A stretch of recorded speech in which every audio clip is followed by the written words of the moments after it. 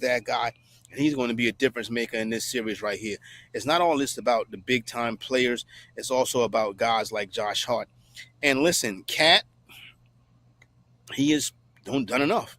He's done enough, and if he can continue to do enough, listen, this should be a fourth quarter, 5 minutes left to go in the game, 93-93, and then let's place and then it's 1 - 110 -110. Right. Right. I think that this is the best Final Four that the NBA could have asked for. And this isn't an offense to the older superstars like LeBron and Steph, but you heard a lot of conversation the past year of who's going to be the face of the NBA. Well, guess what? You now have an opportunity with these four teams to find a young new face. Is it going to be Ant Edwards? Is it going to be Jalen Brunson? Could Tyrese Halliburton jump into that role? Even with the Thunder, can SGA jump into that spot? Could Chet Holmgren? Could he have a big coming out party? Because there's a lot of love behind Chet Holmgren. Be the face of the NBA. I tell you that right now. The face, and none of these guys. There's only one dude in that group that can be the face of the NBA, and that's Anthony Edwards. As great as Brunson is, as great as Halliburton is, Anthony Edwards has what it takes to be the face of the NBA. Not just on the court. And don't get me wrong, he is a young man who have a good time. You know what I'm saying? Sometimes too much of a good time. You know what I'm saying? He need to strap up. You know what I'm saying? Stop having these babies all over the place. But when it comes to what's going on the court, he's getting it done. And when it comes to what's going on off the court, he's getting it done too. But he got to be careful. You know what I'm saying? Because they trying to trap a man out there. You know what I'm saying? But still, Anthony Edwards is the face if he wants to be the face. But he may not want to be the face. It may just be bestowed upon him. Jalen Brunson ain't going to be the face of the NBA. Jalen Brunson's a good player, but he's not a face of the NBA. You're not going to be seeing Jalen Brunson on the damn side of the bus. You know what I'm saying? Anthony Edwards is a side of the bus cat. You're probably right, but hey, you know what? If you bring the first title to New York since the 70s, Jalen Brunson's going to get a lot of love when it comes to some of that media hype. Plexico Burris. Well, Eli Manning got the love for that. But you look at Plexico Burris. Plexico Burris brought a championship to the New York Giants. And Plexico Burris can walk into a restaurant in New York now and nobody notice him. Yeah, well, that's because he's not limping because he didn't accidentally. Never mind. When it comes to the NBA Finals, odds right now to win the entire thing, you got the Thunder at -165. If they're able to win the title, they will be the youngest team since the Blazers, my Portland Trail Blazers in 76. That team's average age was 24.2. This Thunder's team is 24.1, making me even feel old. Knicks are at +425 right now. Wolves +550. Pacers +750. Quick, Corey, where are you putting your money?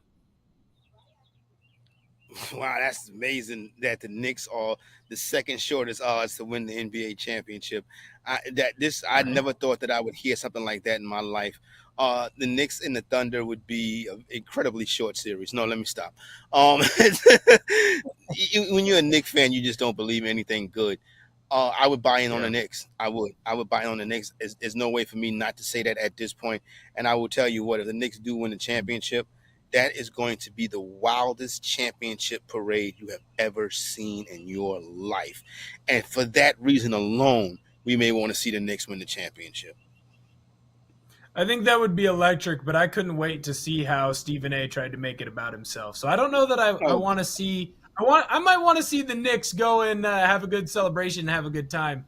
But I don't know how much I'm going to dive into the parade. A New York Knicks ticker tape parade in the Canyon of Heroes, I just get goosebumps thinking about it. You know what I'm saying? That would be wild. Somebody in the Canyon of Heroes that's not the Yankees is always unbelievable. That's true. So maybe I would like to see it. Because I have a question. If the Brooklyn Nets was to ever win the NBA championship, which they never will, would you give them a parade in the Canyon of Heroes? I say no. No, you got to give it to them in Brooklyn. You give it to them or New Jersey or Long Island, wherever they came from. Right, yeah, no, that has to stay. If they are going to make sure that everyone knows them as the Brooklyn Nets, That parade has to go in Brooklyn. I think I might sneak my money on the Wolves. I already have my money on the Thunder from before the NBA playoffs started. I think I might throw a little bit on the Wolves at plus 550. When we come back, we're going to be breaking down the NFL schedule, give you some updates on the NHL Game 7 going on right now in Toronto. Looks like they'll be back from second intermission. You are listening to Back to the Futures on the BetMGM Network. Back to the Futures. We'll be back with Brandon Sprague and Will Ortner on the BetMGM Network. Download the app today. Please gamble.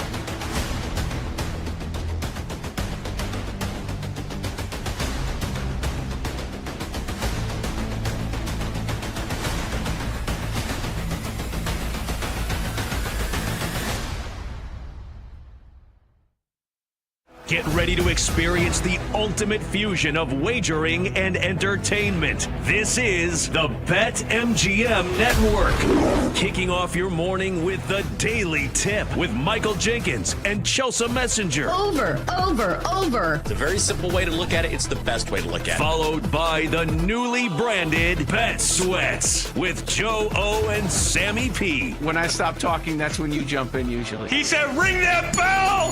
He said, ring that bell! Then it's You Better You Bet, hosted by Nick Costos and Femi Abebefe. Great teams and great players get a whistle. It's happened forever. It will continue to happen. Capped off every night with the electric Brad Evans and Ryan Horvat on BetMGM tonight. Oh, that's a sexy phrase. Quote Dr. Dre, creep with me and walk with me on this one. Welcome to a new era of Wagertainment. This is the BetMGM Network. Please gamble responsibly.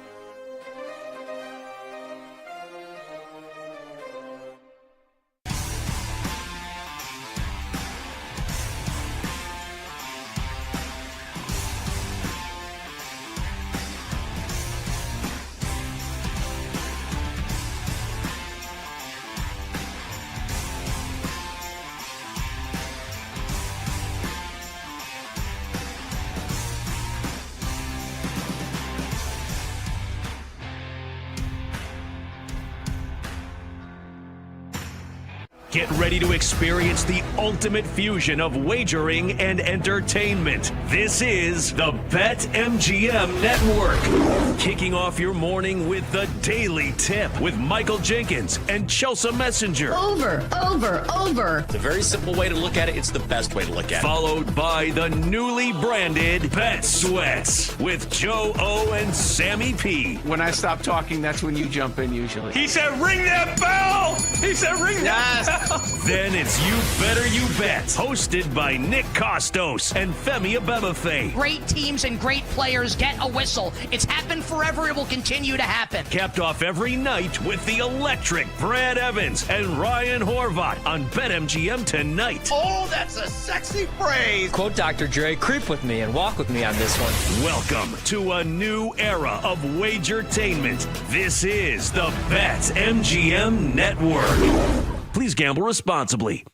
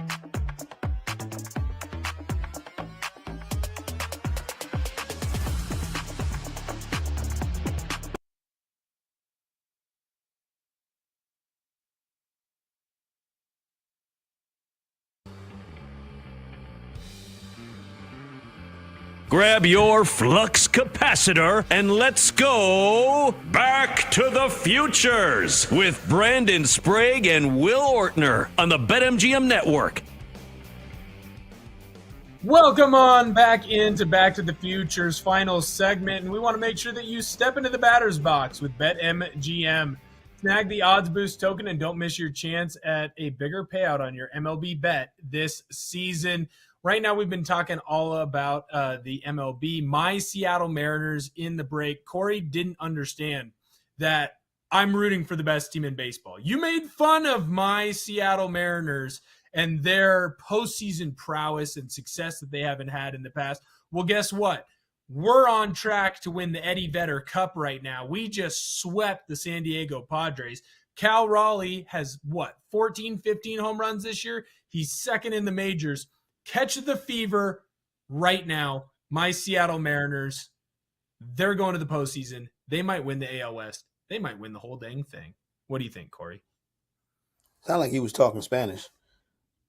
Hey,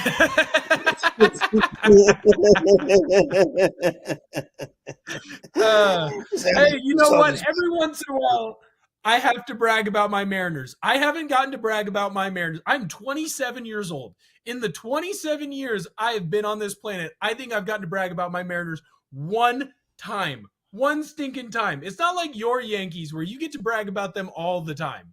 They're always winning. They're always doing well. My Mariners never do well. I had to brag a little bit about that. I saw your Yankees. The Eddie Vedder. You said the Eddie Vedder Cup? What cup are you talking about? I'm pretty sure it's called the Vedder Cup between the Padres and the Mariners. You know, a big-time rivalry over here on the West Coast. I think, oh, boy. yes. We've gone full MLS soccer where we're just creating random cups that you have to compete for in the middle of the year. And so I'm pretty sure it is the Eddie Vedder Cup because he's I believe that's the Pearl Jam singer. So he's grunge, which makes him Seattle. Seattle's going to claim him. But I believe he's a Padres fan, which is why San Diego claims him. And I think that's why the Vedder Cup has been created. All right. All right, whatever. Yep. Yeah, whatever. Yep, hey, right. Hey, listen, if you like it, I love it. I like it. You ain't a real rivalry unless you get baseball tonight. I need to see Mariners Padres on baseball tonight. That's when you know you're a real rivalry. When you get the night game on Sunday night on Sunday Night Baseball. Mm-hmm. Yeah, speaking of that, right now your Yankee fans are booing the you-know-what out of Juan Soto. Yay, nay, fair or foul? You cool with it? Good? Yeah, I wish I was there to help boo. You know what I'm saying? I wish I was there to help them boo him. I'd be out there losing my voice booing him. You don't leave the Yankees and go to the Mets. What the hell wrong with you? Let's see how that works out for Juan Soto later on this year. That don't make no sense. People leave the Mets to come to the Yankees, not the other way around. So, yeah, you're going to get booed. You deserve to get booed.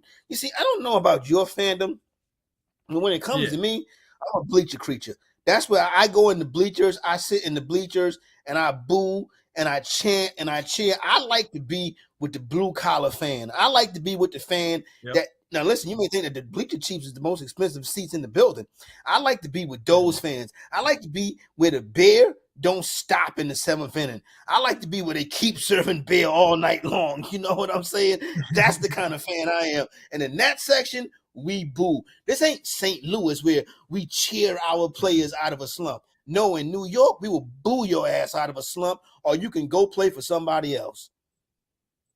That's fantastic. I'll tell you right now, I am also a bleacher creature. I'm right there with the people. I'm a man of the people, and I love nothing more than booing opposing teams.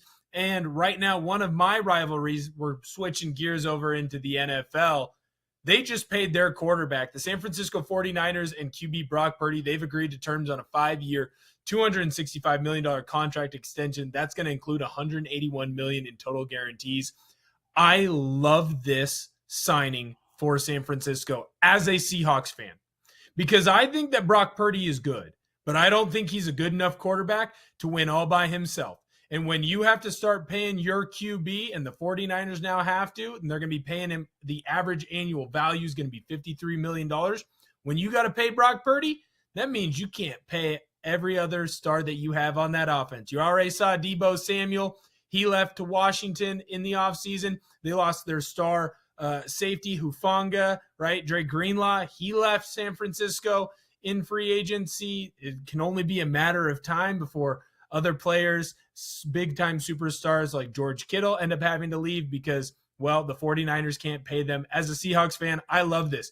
Pay Brock Purdy because you're not going to be able to pay anyone else. Should I be worried that Brock Purdy got paid, Corey? No, I wouldn't be worried about that. I wouldn't be worried about Brock Purdy.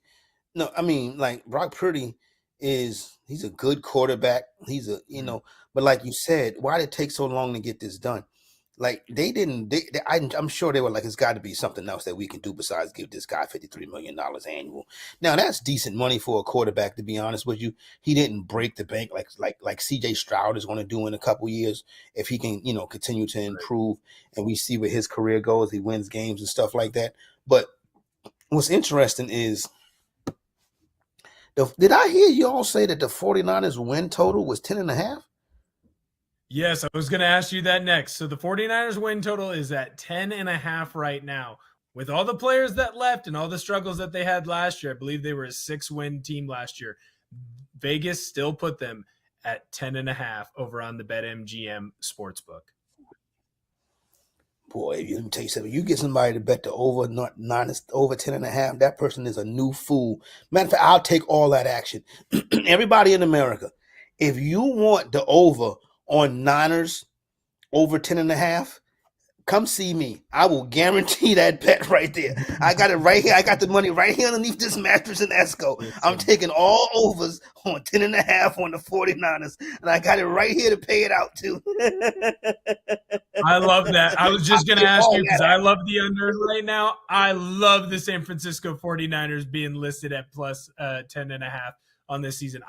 I love the under. I'm right there with you, Corey. We'll call this the Corey Ortner bet. You and I were combining forces like the super team. That sounds like a wrestling name. Corey Ortner, the Cortner. Yeah. That's the finishing move. Get you in the corner, some kind of choke out. That would be fantastic. The NFL schedule, it was officially dropped this week. So some key games that you've got going on opening night. The defending Super Bowl champions, Philadelphia Eagles, they are going to host the Cowboys. Is that an exciting matchup for you? Right now, it's Eagles minus 6.5, over under set at 46.5. I know why this matchup got set. I know why it's Cowboys Eagles opening night. That's the wrong matchup. It should be Commanders at Eagles for opening night. Why do we keep getting the Cowboys shoved down our throat? Well, the Cowboys really don't play have only played in the season opener since they've been doing it Thursday night. I think they played Tampa one year. They played the Giants one year. But the Dallas Cowboys are a big root. And when you win a Super Bowl, you want to bring the Dallas Cowboys in to kind of brag into the Dallas Cowboy fans' face. But since they've been doing an opening Thursday, I believe this will be only the third time, maybe the fourth time that Dallas has been in the game. And they've never been in the game as the champion. How interesting is that? 6.5 is the right number. It opened up at 7, dropped down to 6.5. 6.5 is a good spot to take the Eagles. But let's see where this number goes and moves throughout the summer. Dak Prescott plays very good against NFC East teams. And the Cowboys, when the Dak is healthy and out there, the Cowboys play the Eagles tough. I don't think the Cowboys are going to be as bad this year as they were last year, to be 100% honest with you. I don't think Marty Schottenheimer's son is a fool. I think Brian Schottenheimer is going to do a good job. Health is going to be critical. They're going to run the football. They're going to play good defense. So I think Dallas would be solid. I probably would take the 6.5 with the Cowboys. But when it opened up at 7.5, that was an easy take for Dallas right there. Number dips to 6.5 is probably where it should be. I think I like the under in this one at 46.5, and it's not because of the offenses of these teams. It's just it's going to be ugly. How often have we seen opening games in the NFL, in both college football and the NFL, really? It seems like there's sloppy play offensively. Defenses usually show up earlier, and by that I mean they succeed earlier on in the season until offenses figure out how to figure them out and score on them. So I don't hate the under at 46.5. The other big game from that week, you got Friday night, the Chiefs. They are going to take on the Chargers in Brazil. Chiefs are 2.5-point favorites. Over under for that one, 45.5. I think I like the under in that one as well, right? The Chiefs last year were not that explosive offensively. We know what Harbaugh wants to do with the Chargers, and that's be a run first play, strong defense type of a team. You're already on the road for both teams. You're in Brazil. Last year, there was some issues with the field turf, right? It wasn't able to hold up to our big, strong football players. Guys were slipping and sliding everywhere. I think I like the under in that game. If you had to bet right now, Corey, I'm forcing you. Which way you leaning? Chargers on the money line. Listen, Kansas City is excellent as a short favorite. They're terrific. And I don't want to bet against Kansas City as a short favorite. When Kansas City is anywhere between 1 and 3, 3.5, they're normally solid money. But I'm not going to jump on such a public play. I'm a money line the Chargers in that one. The Chargers will beat the Chiefs in one. They'll play twice this year, may play a third time in the playoffs. The Chargers will win one of those games. Yeah, I think that Harbaugh is going to get that Chargers team back to where they need to be, rocking and rolling. We're going to jump right into Thanksgiving. You got 3 games that night. You got Packers at Lions, Chiefs at Cowboys, Bengals at Ravens to wrap it all up. Corey, what's the game right now of those 3 that you're circling that you're most excited for? Bengals and Ravens. Well, I'm not really excited for any of them, to be honest with you. But it would be Bengals and Ravens. That'd definitely be the nightcap. That'd probably be the one. You said Bengals. Yeah, Bengals and Ravens. That'd probably be the one that gets my attention. Yep. Another team I would bet the under on is the Cincinnati Bengals. I really would. A 7-on-7 football team. Zach Taylor got the best. No, I mean, I bet the under on the Bengals win total. Zach Taylor may have the best quarterback in the NFL and the worst scheme in the NFL. It's just I don't understand why nobody understands how terrible a head coach Zach Taylor is. He is what's holding Joe Burrow back. They haven't got the message yet. They should get it this year. Cincinnati's going to be a popular pick for Survivor in week 1. Be very careful with the Bengals. Ooh, who do they play week 1? Because I got into Survivor last year. I want to make sure that I don't mess that up. The Browns. Who do they play? The Browns. Ooh, yeah. I'm gonna avoid Cincinnati. Last year I bet them, and guess what? They cost me quite a bit of change when they fell to the New England Patriots. And guess what? That was week 1. Right. That was week 1. Right. You don't bet on Cincinnati in week 1. Right now in Toronto, Panthers are up 2-0 over the Maple Leafs. 11 minutes left to go in the second period. Corey, thank you for coming on Back to the Futures. We appreciate it. This has been Back to the Futures on the BetMGM Network. Back to the Futures. Back with Brandon Sprague and Will Ortner on the BetMGM Network. Download the app today. Please gamble responsibly.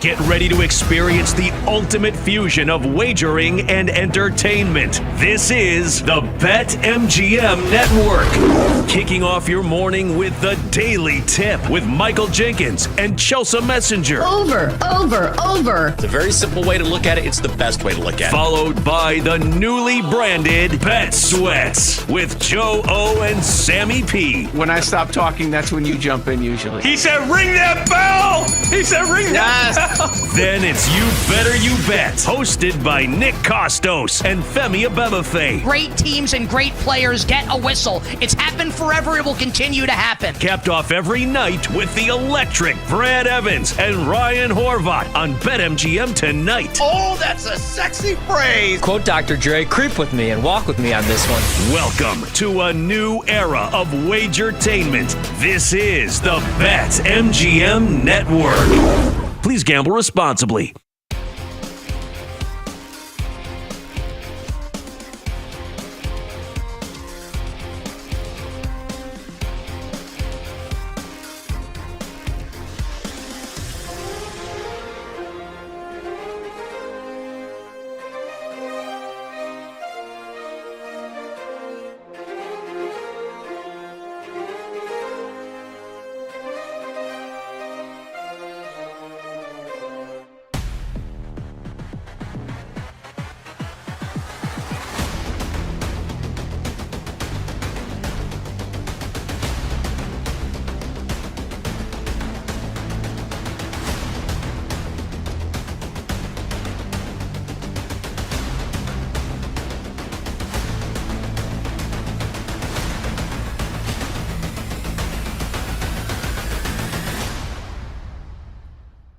Get ready to experience the ultimate fusion of wagering and entertainment. This is the BetMGM Network. Kicking off your morning with the Daily Tip with Michael Jenkins and Chelsea Messenger. Over. It's a very simple way to look at it. It's the best way to look at it. Followed by the newly branded Bet Sweats with Joe O and Sammy P. When I stop talking, that's when you jump in usually. He said, ring that bell!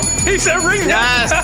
Then it's You Better You Bet, hosted by Nick Costos and Femi Abebefe. Great teams and great players get a whistle. It's happened forever. It will continue to happen. Capped off every night with the electric Brad Evans and Ryan Horvath on BetMGM tonight. Oh, that's a sexy phrase. Quote Dr. Dre, creep with me and walk with me on this one.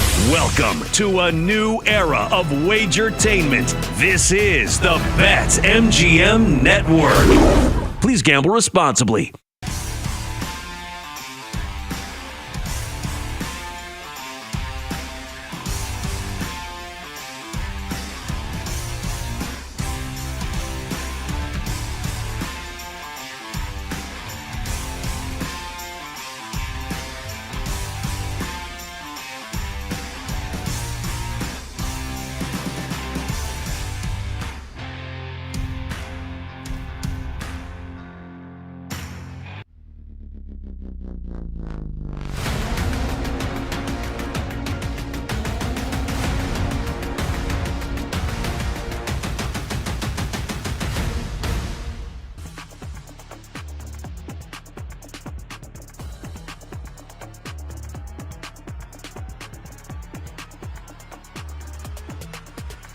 From the BetMGM Network, it's time for the Daily Tip. This is like Disneyland for adults. If I wanted to have fun, I was going to go to Disneyland with my kids. With Michael Jenkins. Honestly, you could talk me into just about anything. Like, you want to do shots? All right, let's do shots.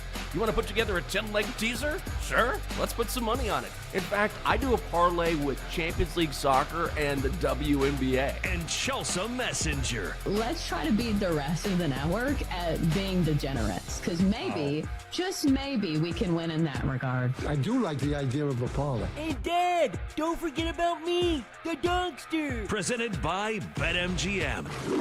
The sportsbook born in Vegas. Download the app today. Please gamble responsibly. If anyone can be a degenerate, it can be us.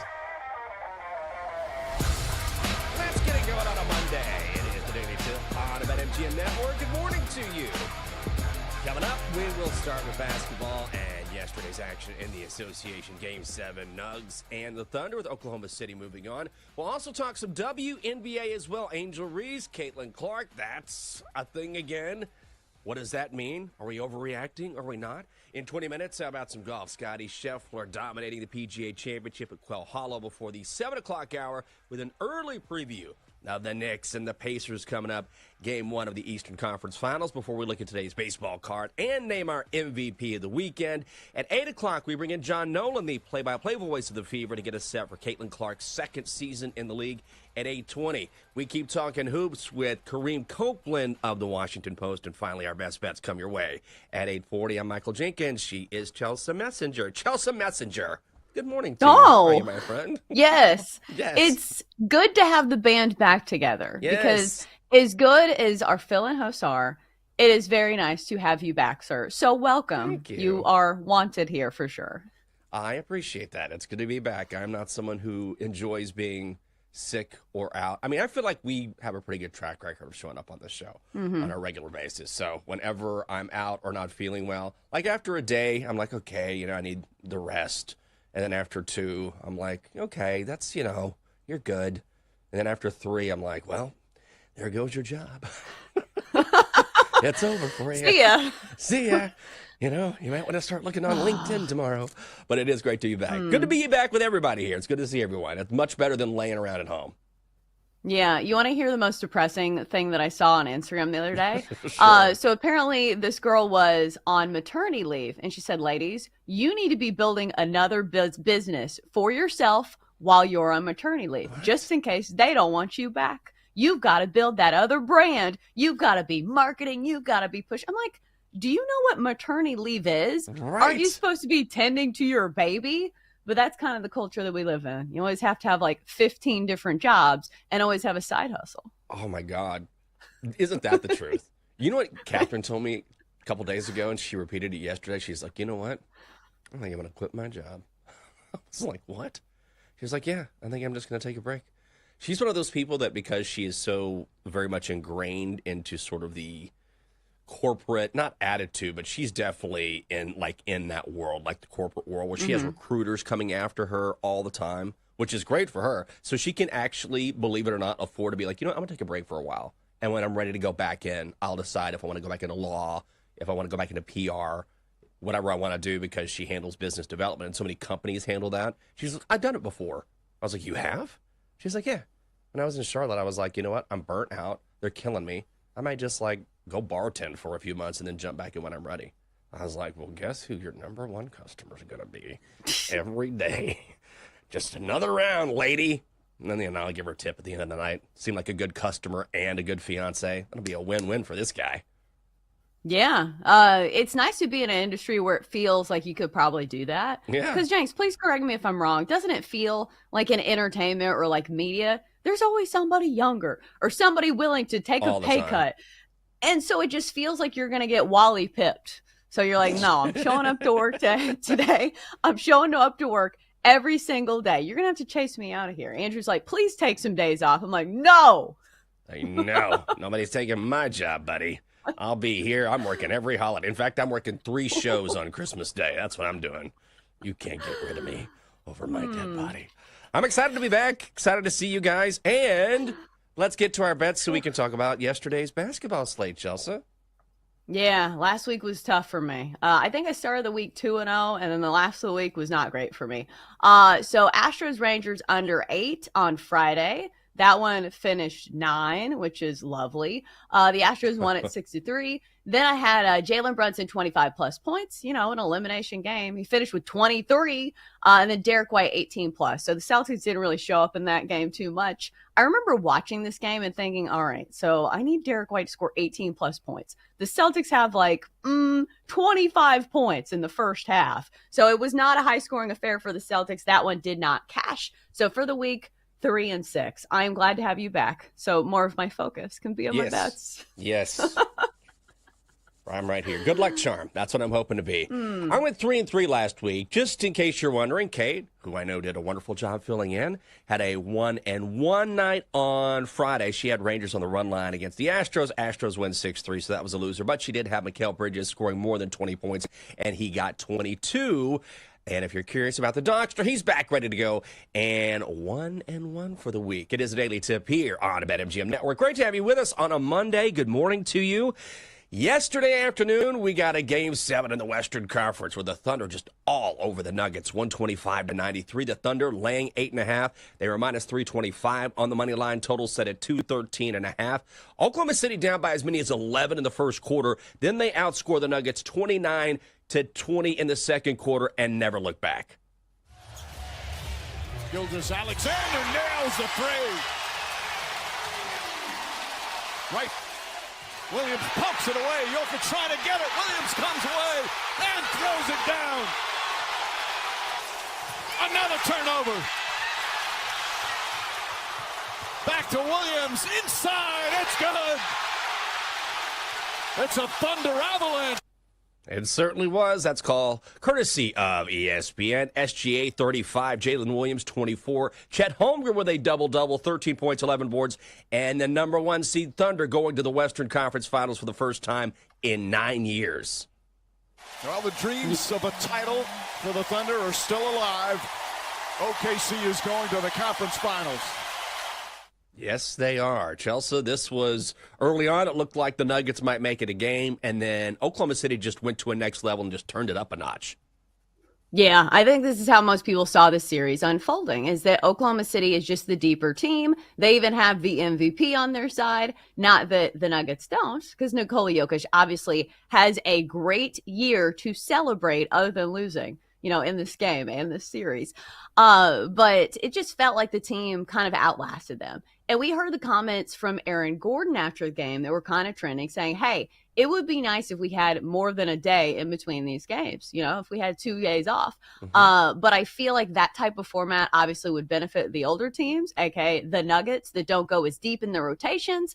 But since the current format is what it is, it benefits the team with depth. And that's what we're seeing from some of these teams down the stretch. Yeah, and especially the teams with the younger legs, too. Like, if you have depth and you're young, like Oklahoma City, then it absolutely benefits you. And I kind of don't blame. I mean, it's not an excuse. Everybody has to play the same schedule, so it works both ways.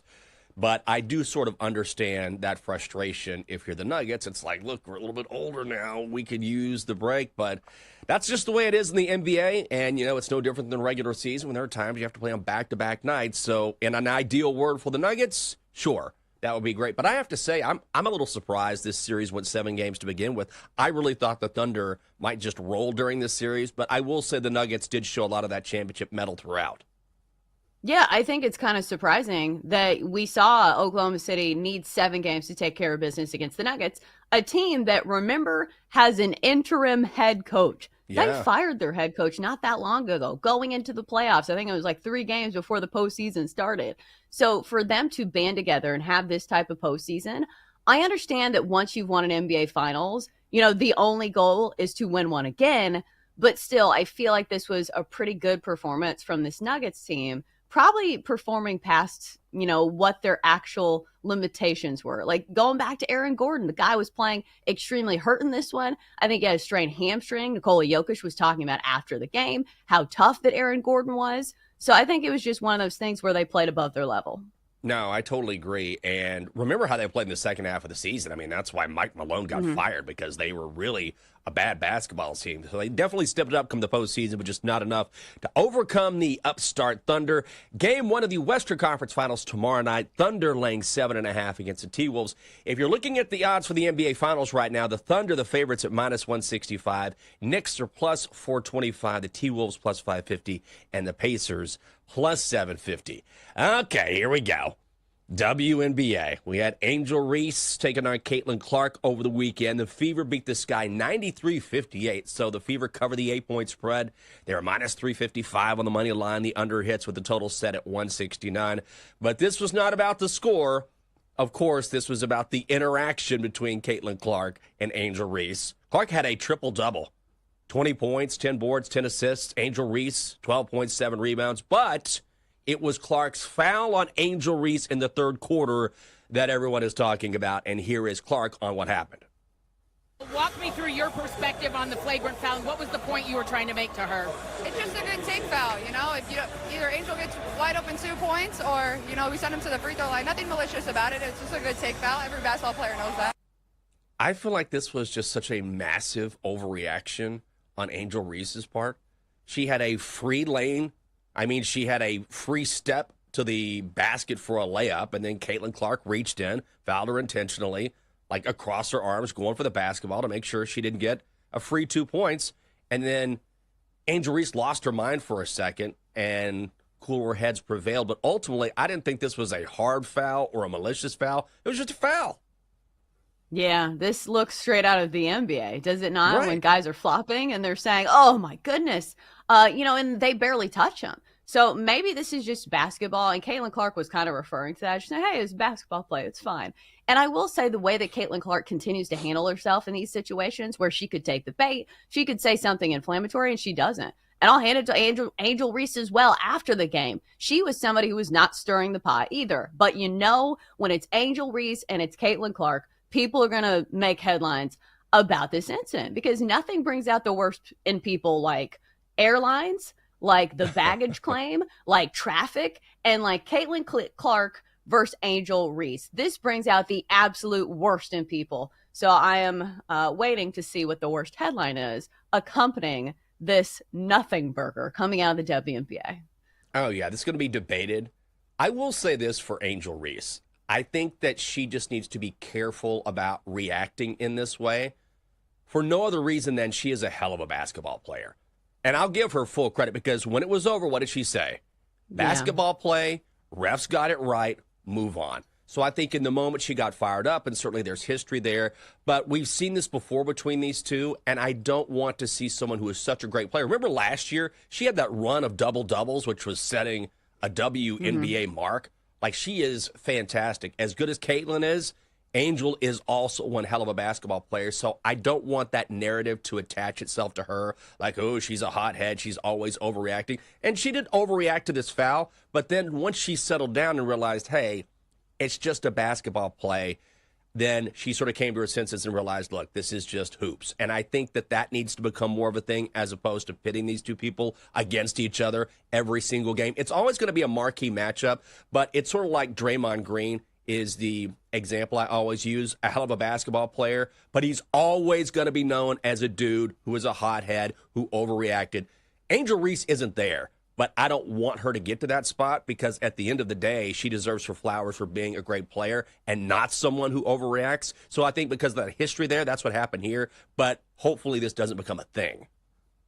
Yeah, it feels like the difference when Draymond Green does it, it's simply about basketball and simply about his personality. Yeah. When there's something that goes on between Angel Reese and Caitlin Clark, it's just people take it to like the absolute worst level where it's about like racism, where it's about all of these other things, where it's about like women and how, things impact their gender. So it just feels like these two women can't, have mistakes. They can't have missteps because it's always taken to the X degree as opposed to the NBA where people just say, hey, this was a basketball play. And that makes me kind of sad. No, I agree with you. People want to absolutely turn it into a white versus black things. Like, listen, these guys go back. They're basketball players. We see feuds or teams or players going at it all the time. It doesn't have to be that. Sometimes it's just two competitors, right?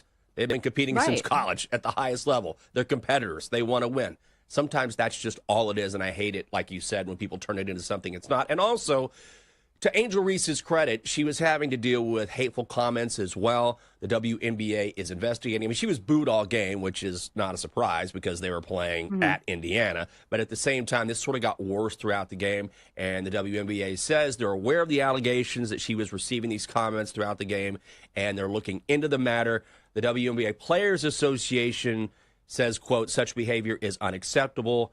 We trust the league to thoroughly investigate and take appropriate action. So hopefully they will, and we can focus on these two great basketball players getting it done on the hardwood. Coming up next, from the hardwood to the links, Scottie Scheffler, Longhorn, showing everyone why he is the best golfer on the planet. We're going to recap the PGA Championship. It is next on the Daily Tip on the BetMGM Network. Great to have you with us on a Monday.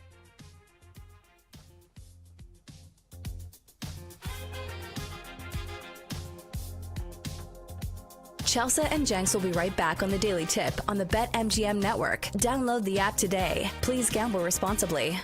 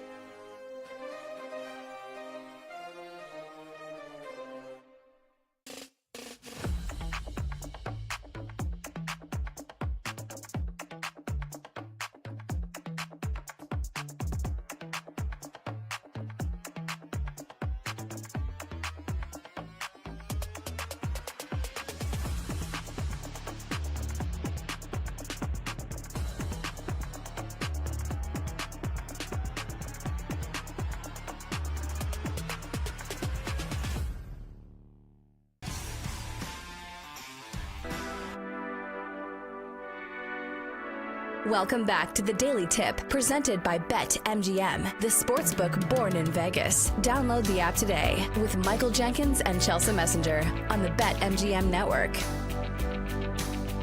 Welcome back to the show on a Monday. Good morning to you.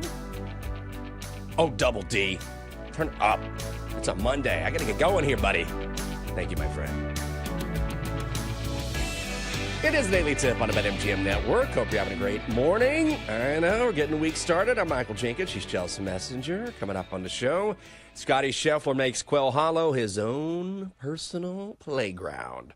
Chelsea, here's a question I ask you all the time, but I'm never someone who ceases to be fascinated by the answer, which is, how much golf did you watch this weekend? Yeah. Well, not as much since Jake was out of town, but we did watch, obviously, on Thursday and Friday before he left. But it almost felt like we needed to put the TV on to the Golf Channel or, whatever, channel this was on. I can't remember what channel it was on. Just to feel like Jake was here because he was out of town for a baseball tournament. He went to Memphis.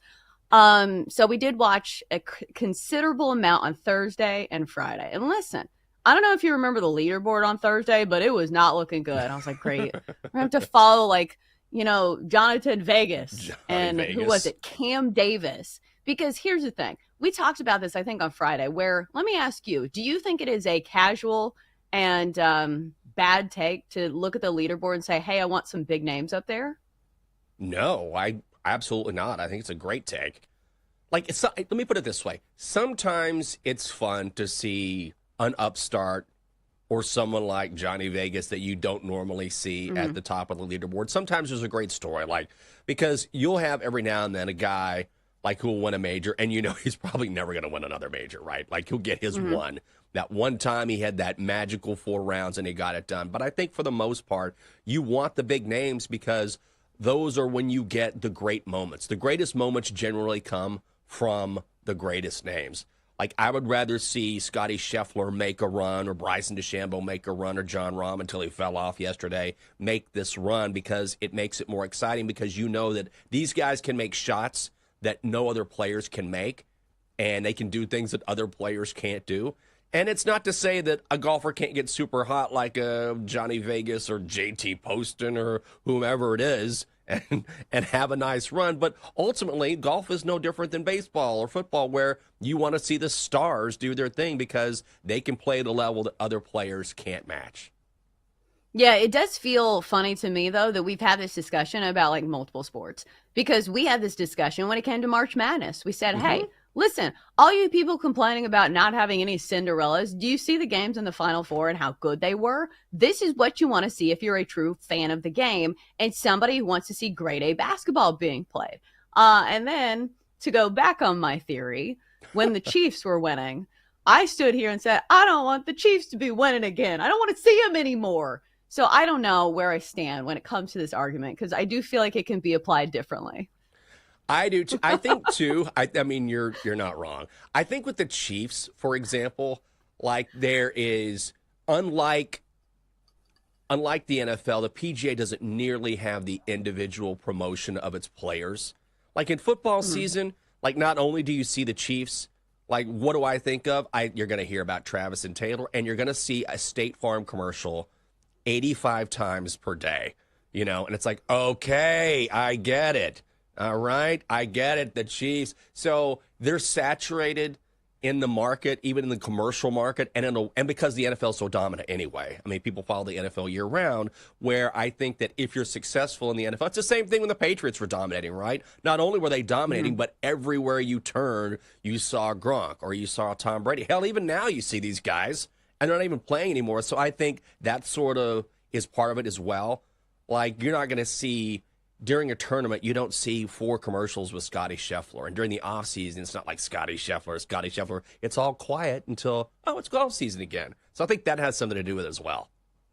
Yeah, and even from an X's and O's standpoint, the Chiefs, as good as they are, they weren't really an explosive offense. And none of us want to see them dink and dunk down the field and rely on their defense. So I personally want to see a more explosive offense. I want to see Saquon Barkley rip off his, a 95-yard touchdown run. So I feel like there are multiple factors that went into nobody wanting to see the Chiefs win.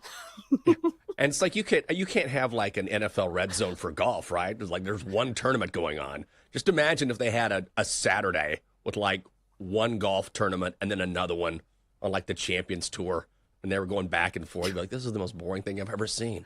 Here's Bernhard Langer looking for a bogey on 17 before we go back to the PGA. You'd be like, oh God, kill me.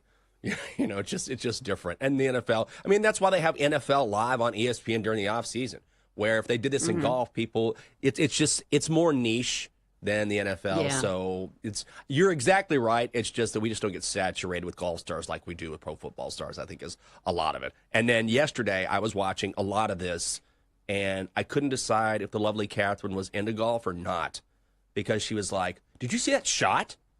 I was like, no. And she goes, this guy just hit a hole in one. And I was in the kitchen making something. I was like, oh, dude, let me look. So I watched. I was like, it's incredible. It's like, oh, Catherine's getting into golf. And then she turns around 10 minutes later. She's like, so they do the same course all 4 days? I was like, yes. She was like, then why? I was like, well, what they do is they change the pin placement on each green for every round. So that sort of switches it up. And she's like, ooh, the hole's changing on the hole. I was like, okay, never mind. So it's about. Well, they don't do this for any other sport. Like, they don't change the venue in the middle of the season. Be like, hey, Titans, you're going to play in 4 different stadiums for your home games. We're going to send you over to Tennessee State. You're going to play at Vandy Stadium. But golf, it is a little different. And I feel like it doesn't make a big difference to you about pin placement until you're actually playing golf. I didn't really realize this was such a big deal till you realize, whoa, that hole is in a very treacherous spot. And for a golf course that already has a very difficult backstretch, most notably the Green Mile, the last 3 holes on this course, it can be really daunting, as some of these players, namely Jon Rahm, found out the hard way. Ooh, he sure did. So it's Scottie Scheffler who does it yesterday. He comes home at 5-1, winning his 3rd career major. He now has 2 Masters, 1 PGA Championship, 11 under. He wins by 5 strokes over Harris English, Bryson DeChambeau, and Davis Riley, all tied for second at 6 under par.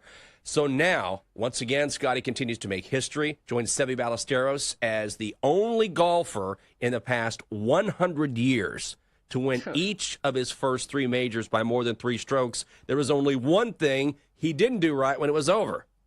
That Wanamaker Trophy and enjoy your first PGA Championship victory.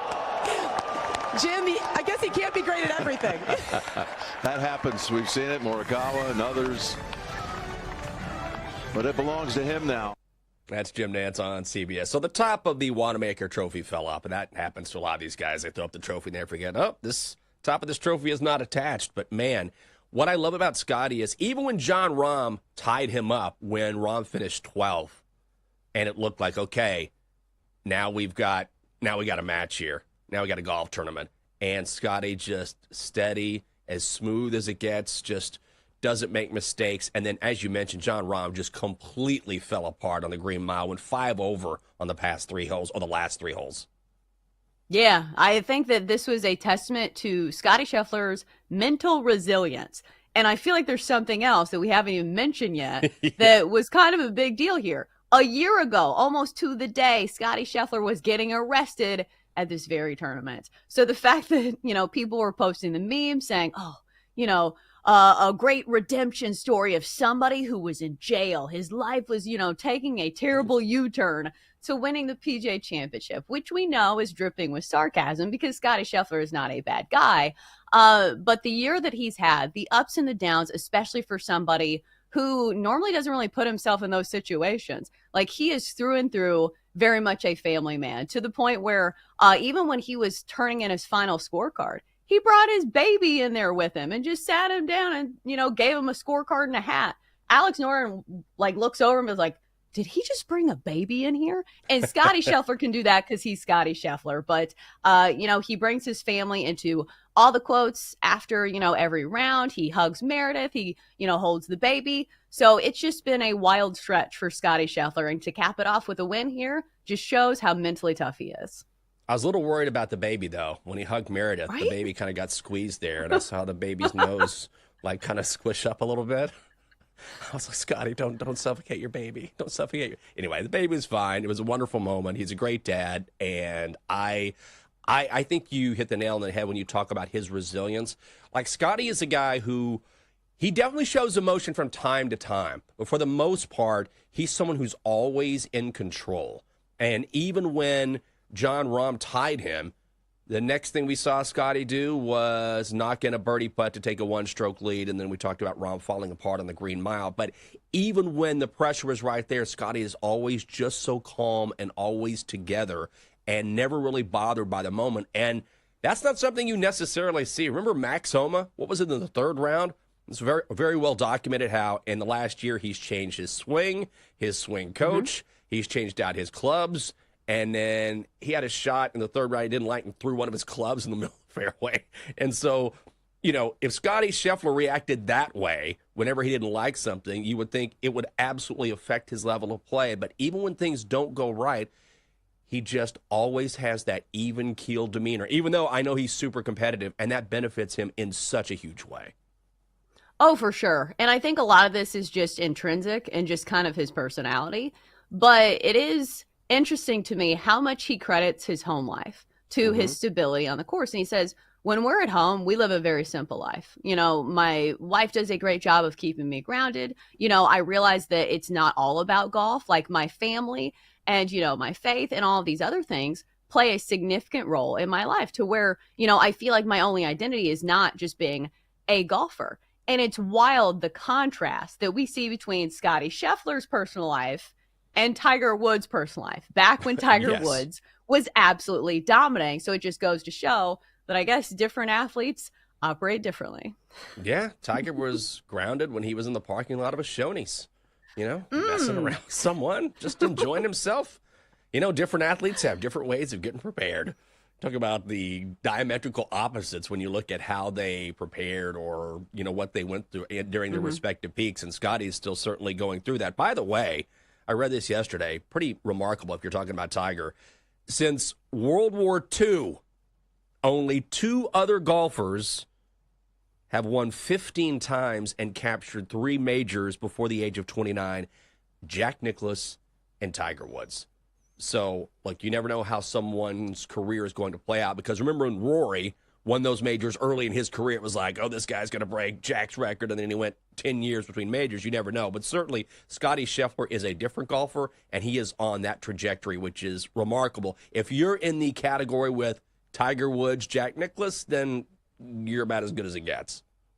Yeah, it feels like we're getting into Shohei Ohtani, you know, territory, where we have to reference, like, these golfers from, like, the World War II era, and you hear all these statistics that are just insane. But I do think it needs some qualifying, because I think when we have somebody who is really great at something, it's really difficult to appreciate that greatness in the moment. Like, think about how much people talk about Michael Jordan now. And I understand that he was a big deal at the time as well. But I feel like it's one of those things where it's human nature, where you truly don't understand, you know, just how great something is when you're living in the moment. It's like, there was a quote on The Office, I think, that was like, I wish I realized that those were the good old days before they were the good old days. I feel like it's really similar to appreciating really great athletes as well. You don't know it till you're like, okay, 20 years later, we haven't had anybody that great since. Maybe this person wants the GOAT. No, I think that's an excellent point. Whenever you see greatness like this, take a step back and say, I need to enjoy this, because I may never see anything like this again. And Tiger was kind of like that. I mean, Tiger was like that. Jordan was like that. You can say LeBron was like that. Scotty Scheffler certainly has all the tools. When you watch him play, I mean, my God, 28 years old and doing what he does, it really is remarkable. So when we look ahead now, we have the U.S. Open coming up next. Scotty is the favorite at plus 333. Roy McIlroy, your second favorite, at 6-1. Do have one update for you hockey fans out there. Game 7 last night, Panthers and Leafs. Oh, the Leafs. One of these days, one of these years, one of these decades, the Panthers win 6-1. Panthers minus 135 on the money line. Total set at 5.5. The overhits. Brad Marchand, a goal and 2 assists for the Panthers. So weird to see his name with the Panthers. Sergei Bobrovsky makes 19 saves. The Leafs, Chelsea, are still looking for their first Stanley Cup and Stanley Cup appearance since 1967. When it was over, Toronto winger Mitch Marner asked how he felt, and this is his direct quote. Sadness, obviously depression.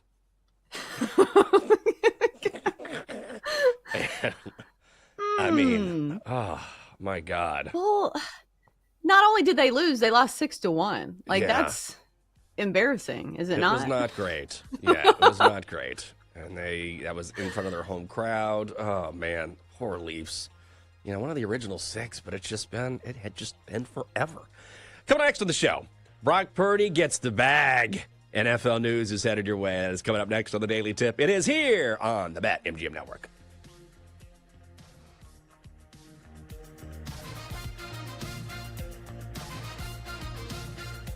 Chelsea and Jenks will be right back on the Daily Tip on the BetMGM Network. Download the app today. Please gamble responsibly.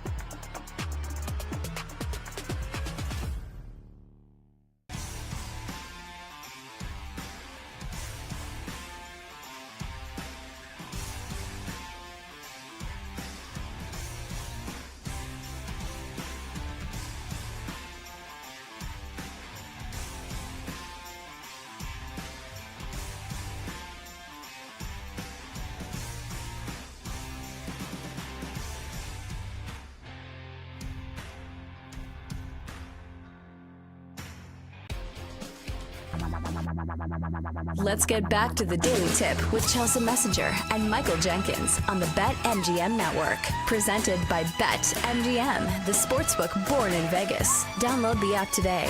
Please gamble responsibly. Welcome back on a Monday. It is a Daily Tip on the BetMGM Network. Great to have you with us as we get another week started. I'm Michael Jenkins. She is Chelsea Messenger. Coming up in a couple minutes, Brock Purdy gets paid while Antonio Brown gets off the hook. Chelsea, I know that Jake was doing his baseball thing this weekend. What did you do this weekend? Just hang out with Blake? Watch some golf? Just chill? Get some mom time in? Just chill. That is not a phrase ever uttered by moms to young children. Oh, we just chilled. No, we didn't just chill. So it was mostly me like putting on a circus act, trying to entertain Blake most of the time.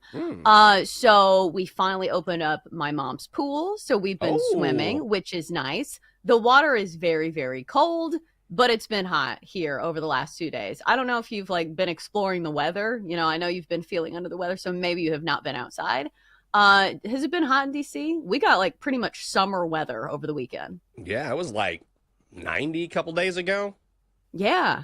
I mean, it was, I got it on Saturday. I finally was like, okay, I'm ready to get out of the house. I've been here. I've been to the ER. I haven't been that's all I've been. That's only places I've been in like 3 days. Like, I just want to get out of the house. And it was a nice day. So we went out and about a little, not too crazy, but we went out together and just kind of spent some time together and went and sat down, just had a drink, nothing crazy, watched a little golf. I was just sitting there having some water, just being like, okay, it's good to be out amongst the world again, amongst the people, and just kind of took it easy, nothing crazy. So that was nice, but also we wanted to get out just because it was such a nice day, because it had been raining for like the past, 3 or 4 days. So we just wanted to sit and sort of enjoy the sun with cover, of course, for this guy. But we were able to do that. And so that was really nice just to kind of take in a little bit of what felt like summertime, because it was nasty last week. Yeah, it feels like summer is almost upon us, does it not? Like it's almost the end of school. Usually around here, geographically speaking, like the end of May is kind of the mark of summer.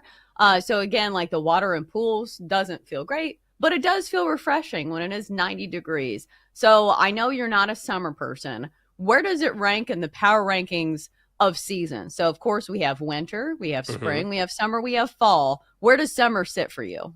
Well, if I'm near the water, summer's number one. Like, I have no issue getting in the pool, getting the ocean.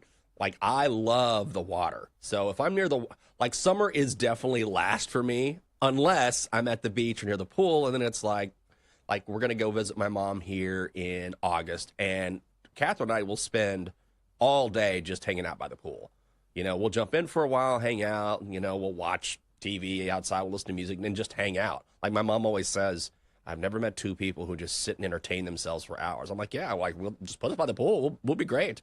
So if there's water, like I'm awesome. But if there's not, then it's like, okay, I'm just sitting here sweating the entire time.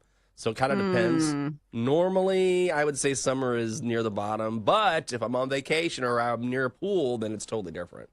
Nah, I used to be a summer number one type of gal, but then like adult life hits and you're like, whoa, you don't have summer vacation and regular jobs. Like it feels like we're setting up kids to fail because you're like, oh, summer's here. Like, wait, you don't get any days off? Like none?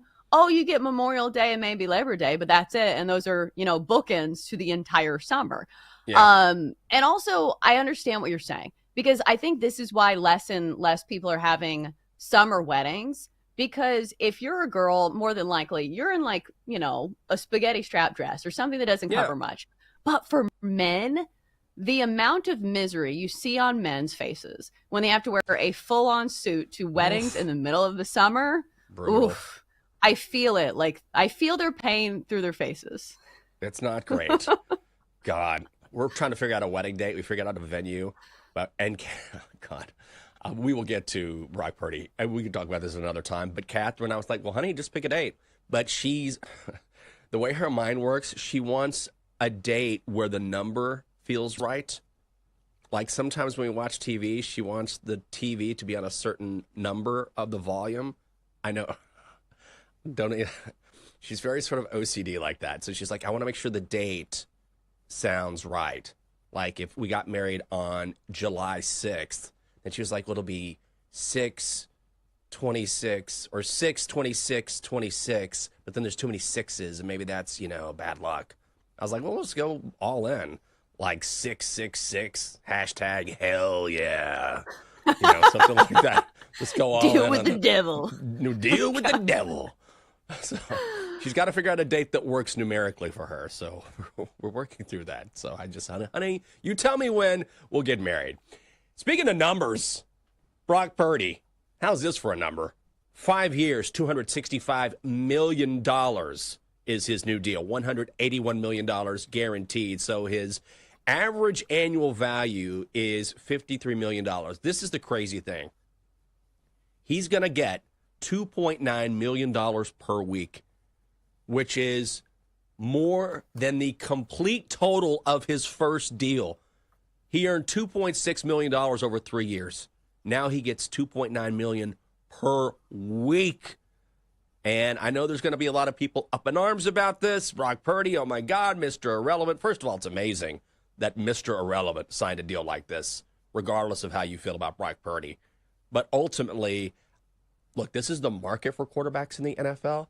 You may not like it. You might think Brock Purdy is overrated. Maybe you think he's underrated. But at the end of the day, who else are the Niners going to get? You're going to start from scratch, draft someone new, and maybe search for ages for a new quarterback, make a trade for someone, give up God knows what. Like, it is hard to find a very good quarterback in the National Football League. Brock Purdy is a very good quarterback.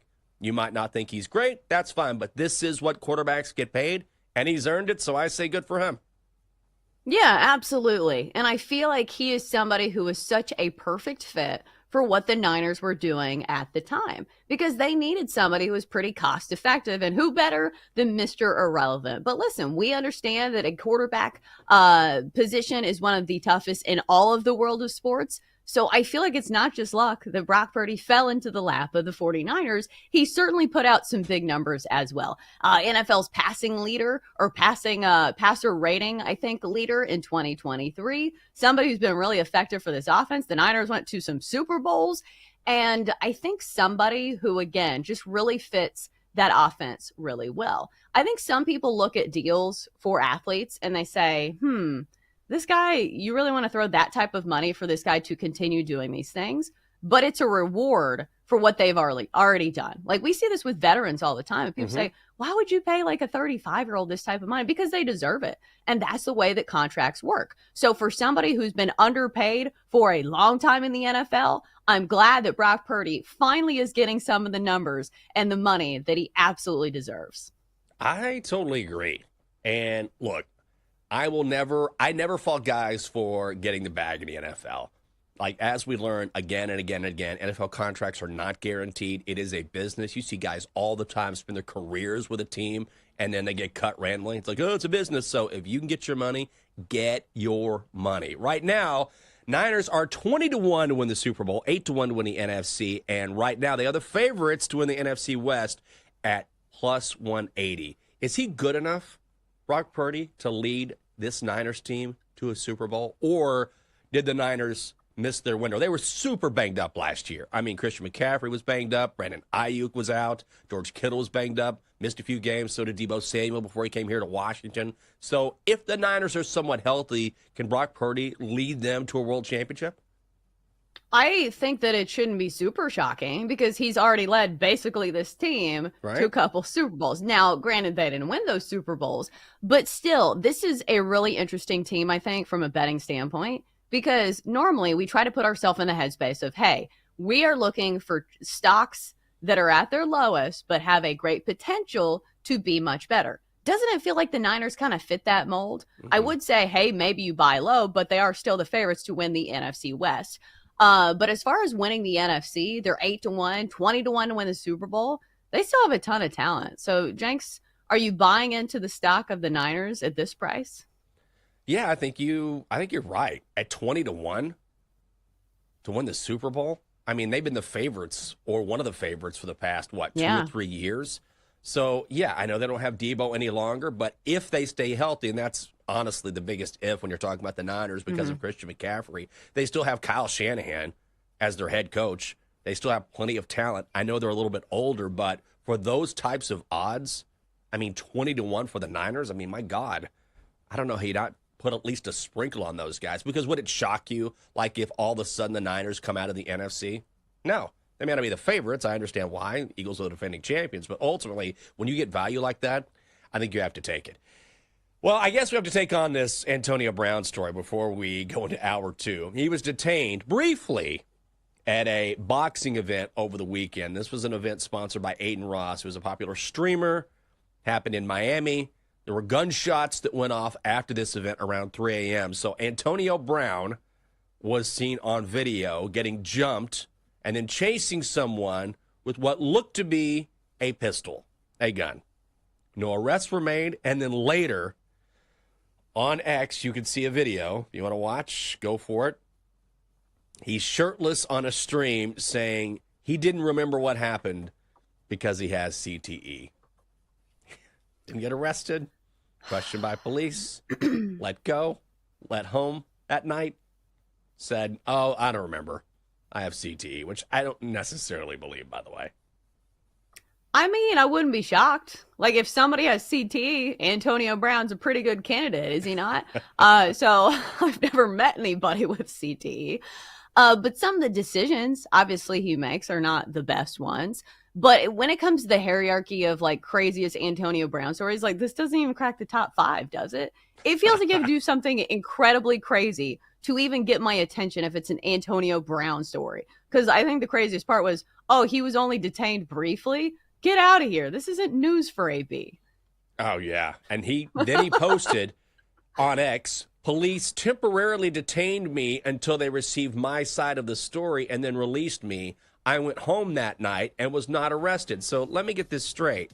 You don't remember what happened, but police released you after you told your side of the story. Thought you said you didn't remember. Okay. Coming up on the show. Knicks are back in the Eastern Conference Finals for the first time in 25 years. We will look ahead to their Wednesday battle against the Pacers here on the Daily Tip on the BetMGM Network.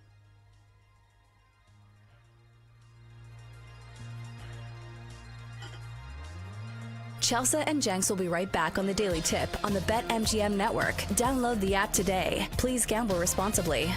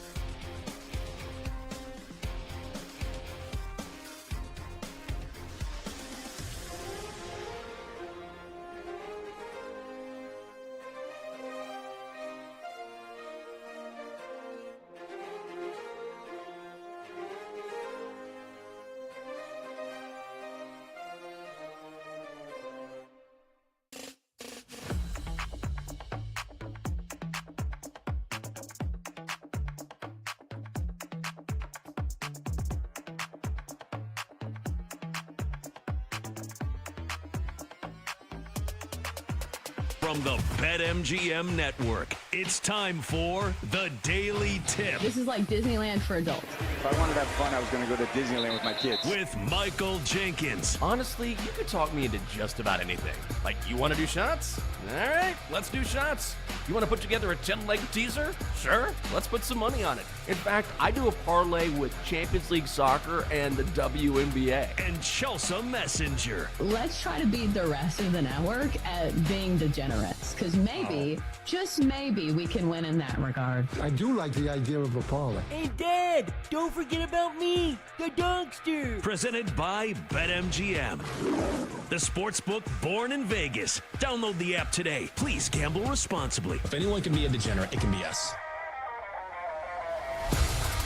Hour 2, the Daily Tip starts right now on the BetMGM Network. I'm Chelsea Messenger. He's Michael Jenkins. And over the next hour, we will span everything in the world of sports and sports betting. We'll start in the NBA. It's down to 4 teams. The matchups are set for the Eastern and Western Conference Finals. And it looks like the torch has been officially passed. We have a bunch of young teams. The reigning champs, the Celtics, have been eliminated. Nikola Jokic and the Nuggets sent home. We give you our take on on Thunder Timberwolves, and Pacers and Knicks, and who might be winning it all when we mix in our futures bets as well. At 7:20, we go on to our daily baseball bets, and then at 7:40, who had the best individual weekend in the sports world? We play MVP Monday. It's all next on the Daily Tip. So, Jenks, I just had this thought about the teams remaining in the NBA postseason. If you asked a person on the street to name all 4 head coaches of the Pacers, of the Knicks, of the Timberwolves, and the Thunder, how many do you think people would know out of those 4? Oh, God. Maybe Coach Tibbs, maybe? That's the only thing I would think. I feel like he's the only one with like a big name brand, simply because he plays in New York, and also he's very memeable because he looks like Charlie Brown. So in case you were wondering at home, so we've got Chris Finch, Rick Carlisle, who I feel like has done an amazing job, and nobody ever talks about him, Tom Thibodeau, like you said, and Mark Daigneault in Oklahoma City. So I know that coaching is not as big of a deal, it feels like, as it is in college sports or even the NFL. But I still feel like coaching matters. It's wild how coaches don't really get the name recognition in the NBA as they do in some other sports. No, it's crazy. I don't know why that is. Maybe it's because, I don't even really know if I have a reason. I was trying to think of, hockey's even worse. Trying to name head coaches in the NHL. I mean, you know what I mean? For some reason, the NFL coaches, I think it just has to do with popularity. I feel like the more popular the sport, the more the head coaches. And then as you trickle down into the, lesser popular sports, or compared to the NFL, which is obviously sort of reigns supreme, then there's just less knowledge base available because those guys are not as much in the headlines, I guess. But that's a really good point. If you had to name all 4, if you just ask someone on the street, a lot of people are going to go 0 for 4. I would love to say that coaching matters a lot, and I still think that it does, but I feel like there are a couple examples that kind of go the other direction. Look at the Nuggets. They had an interim head coach, and no offense to, who is it, David Alderman or something? Mm-hmm. I think sometimes when you have really good players, the coaching matters a little less. If you have Nikola Jokic on your team, you have a huge head start over some of these other coaches. Right. And even on the flip side, you can be the greatest coach on planet Earth, but if you don't have the talent in the NBA, especially when there's only 5 players on the court, you're just not going to win games. No, that's absolutely right. And I think a lot of times that, coaching decisions in the NFL, I think, tend to have more of an effect, or at least that's the perception out there, right? Mm-hmm. Do you go for it on a 4th and 2? Or, are you going to throw a challenge flag here? Or what are you doing playing this guy? Whatever it is. Those decisions seem to be more, I guess, prescient, or they stand out more, right? If Steve Kerr makes a substitution, you don't really think anything about it. But if Andy Reid decides to go for it on a 4th and 7 in his own territory, okay, coach, this better pay off. Do you know what I mean? Or you see that in football all the time, where these massive decisions are made, where how the game goes the tipping point is based on this one particular decision. You don't necessarily see that in the NBA, so I think that probably has something to do with it as well. Well, because I think play calling matters so much more in the NFL, because never in the NFL do you see him just not run a play. Like, don't we see this in the NBA where it's like, hey, Clear Steph's out. feeling it. Just get the ball to Steph. You're not like, hey, Patrick, just throw it to somebody. We're just going to run in different directions. That doesn't happen. No, it's just like, clear out for LeBron. Everybody just like stands to the side. Like, okay, he can win this one-on-one battle. Let's do it. So, I mean, it is a call. It's the coach saying, okay, or you know what? Here, Steph coming off a screen. He'll shoot a three. Okay, good. Let's go. So not that there isn't strategy to that, but they're not necessarily, I mean, I don't want to knock NBA coaches, but sometimes the decisions just aren't as complex or as impactful as they might be in the NFL. Yeah.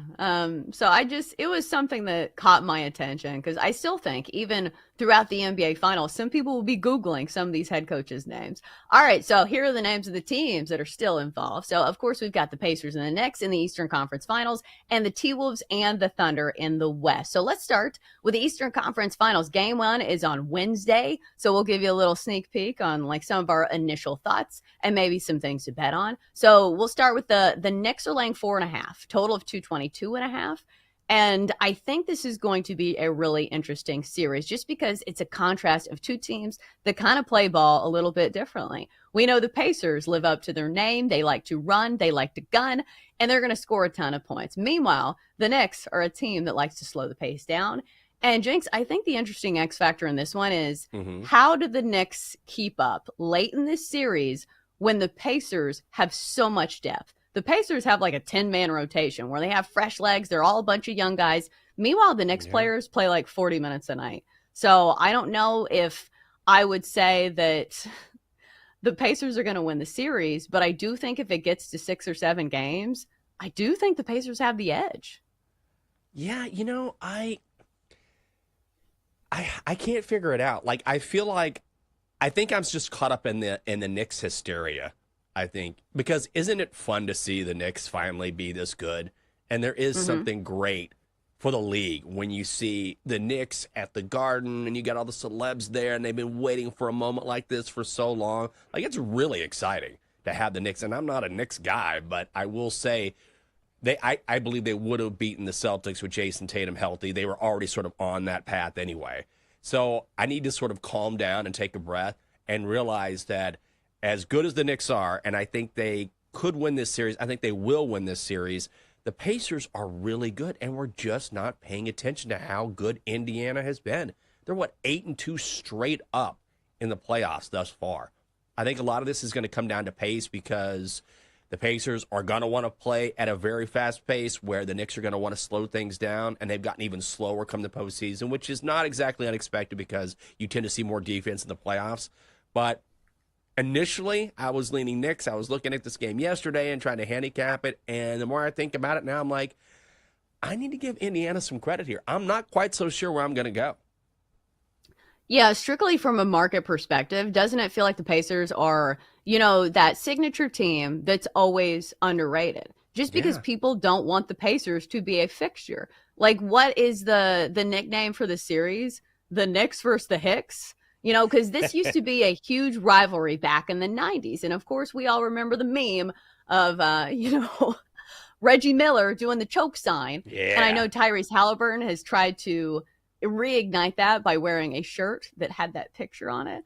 So I think this is going to be a really interesting series. But just from a betting standpoint, these are usually the teams that have the most value. Right now, the Pacers have the longest odds to win the NBA Finals at plus 750. If you're wondering, it's the Thunder favored at minus 165, Knicks plus 425, Timberwolves plus 550. But in this series, you can get the Pacers for plus 130. I do think that the Knicks might have the edge early in this series, and I think that's why we're seeing this number, the Knicks laying 4.5 at home in game 1. Yeah. But I don't know. I feel like the Pacers have proven a lot of people wrong, and they continue to do so. Like, how many times in the series between the Pacers and the Cavs did we see, hey, the Cavs are laying 7.5, Cavs are laying 6.5, and the Pacers went outright. So I think until proven otherwise, I'm going to lean towards the Pacers here. Okay. I mean, I can't talk you off of that. I feel like that we're even now. Isn't it weird that even now in the Eastern Conference Finals, it feels like we're just now discovering the Pacers? it just unless you watch the play-in tournament or what was it, the in-season tournament? They're always in the in-season tournament. Oh yeah, that's their time. It's your favorite.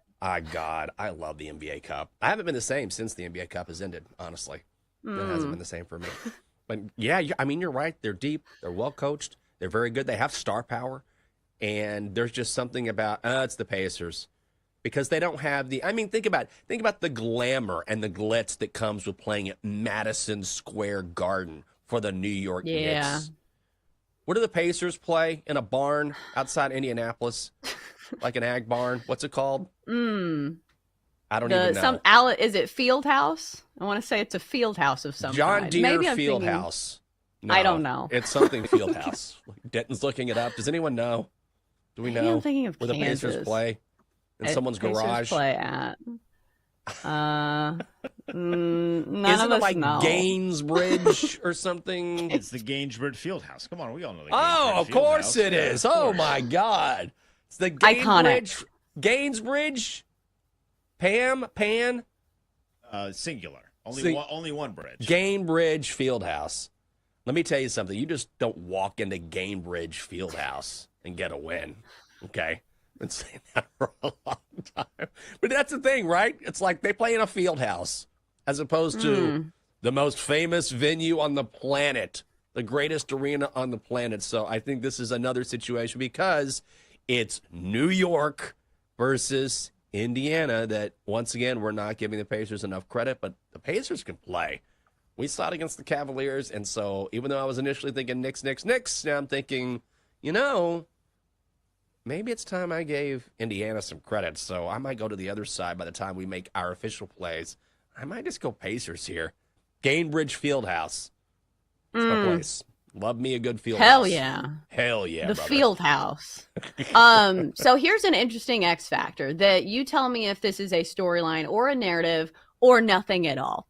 Okay. So when you see a team like Knicks and the Knicks and a team that plays in a big market, and you see that after their last series win, they were parting with all these A-list superstars. Timothy Chalamet, Jordan Woods, who used to be in like the Jenner clan and now she dates Karl Anthony Towns, Russell Wilson, Kylie Jenner, all of these celebrities and the Knicks players partying at a private club after these games.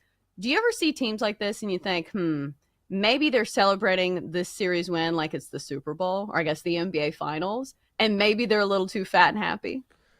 I mean, they should. Look, the fans are going to do it. Like, this is the first time the Knicks have gone this far in, 25 years, I believe?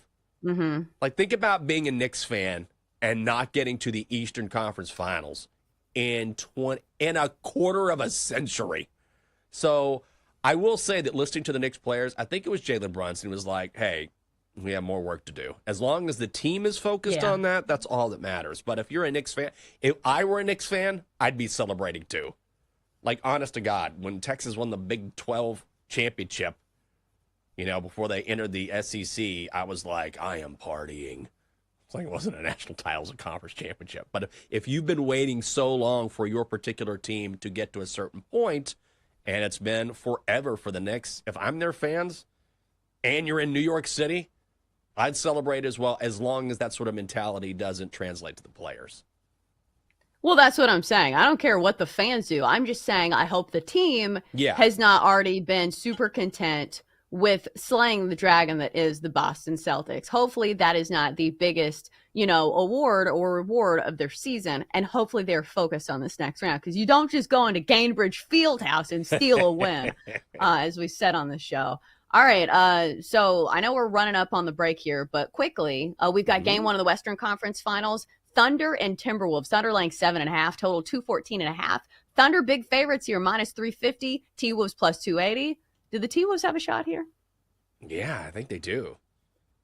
I think Minnesota is a real live dog in this series. They got that dog in them. What did Kendrick Perkins say about Jason Tatum? Jason Tatum doesn't have that dog in him. Timberwolves are legit. Timberwolves are playing their best basketball this season. They've just been waiting around. I don't think the Thunder are going to be affected by playing 7 games because they're so young and they are a deep team, but I absolutely think the Timberwolves have a shot here. They have just handled their business. And by the way, I think 7.5 in game 1, even though I know it's in Oklahoma City, I think that's way too many points. Yeah, I think so as well, especially for a Timberwolves team that, of any of the teams still remaining, I think they present the biggest threat to the Oklahoma City Thunder because they match up really well. And if you're looking for deep teams, the T-Wolves certainly fit that bill as well. So I think when you combine what Julius Randle's been doing with what Anthony Edwards can bring to the floor, I think it's going to be a great series. All right, coming up next, it's time to switch gears to baseball. Our favorite plays in MLB come your way next on the Daily Tip.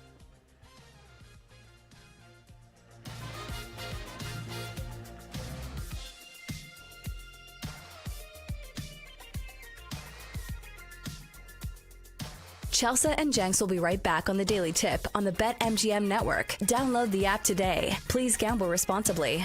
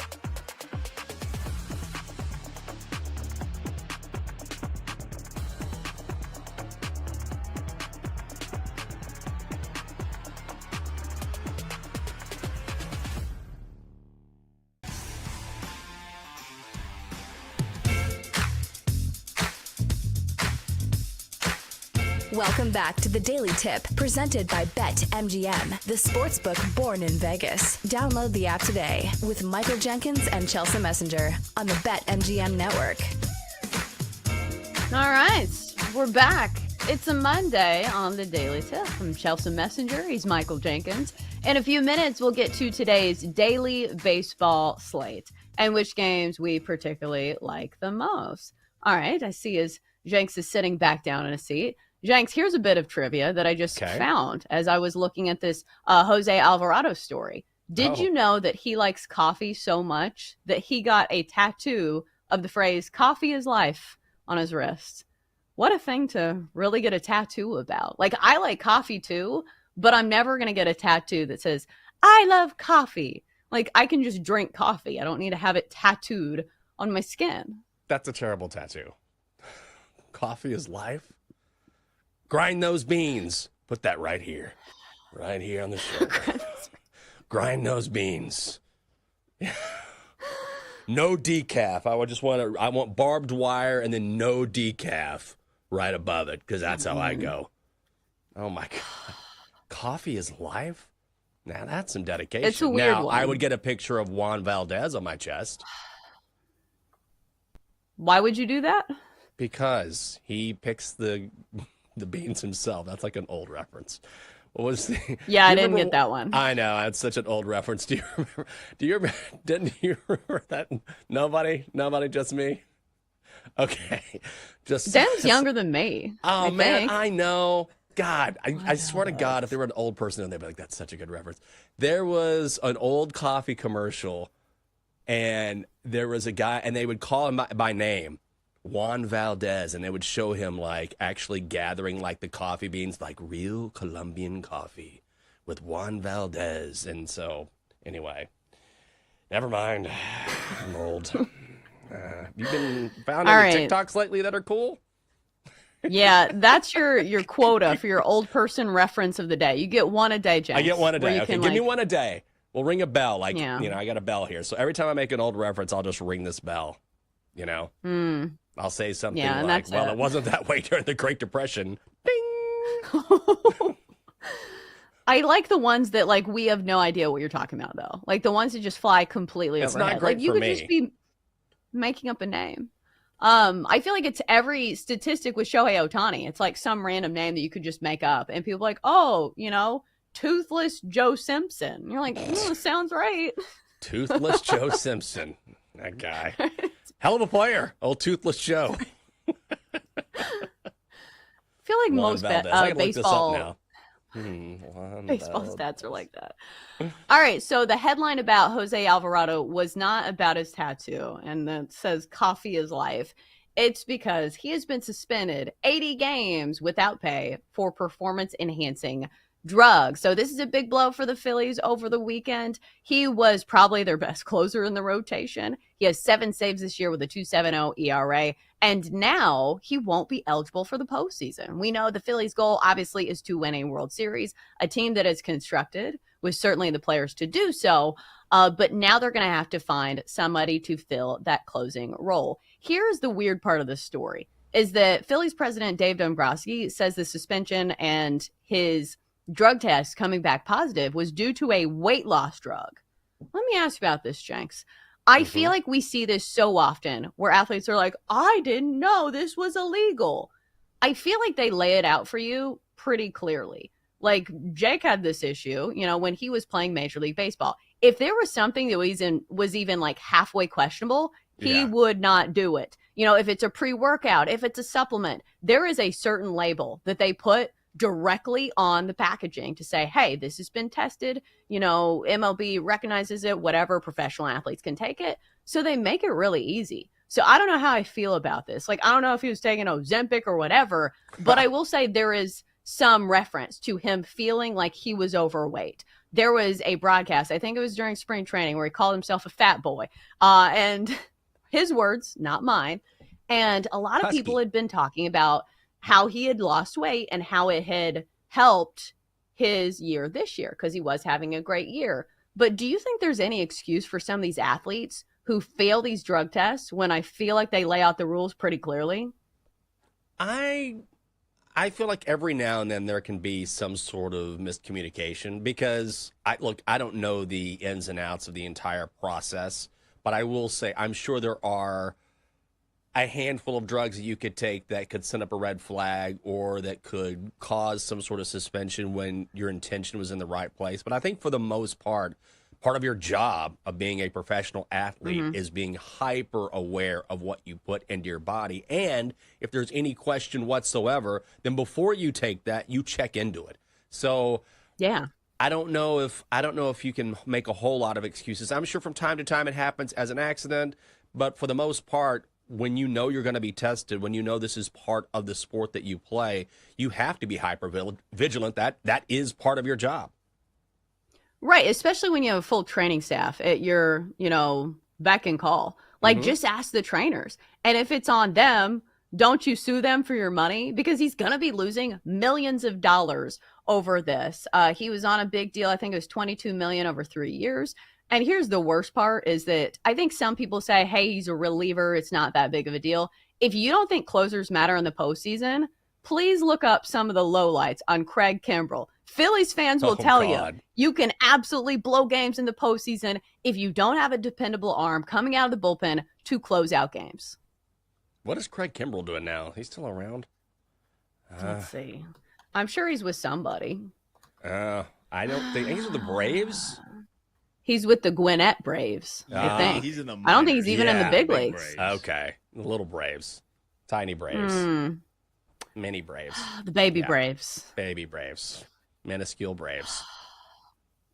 I think that just goes to show how difficult it is to be a closer because it is so difficult even for the best closers in the game. We saw this with Emmanuel Clase last year, pitching in the postseason. He had this wild stretch where nobody could score on him. Then he gets to the postseason, he just gives up game-winning home run after game-winning home run. So it's one of those things where it feels like lightning in a bottle. When you're having a great season, this is a death knell. When you get suspended in the middle of something where you feel like you found all of your stuff and you're pitching really well. And so it sucks on multiple levels for the Philadelphia Phillies and also Jose Alvarado himself.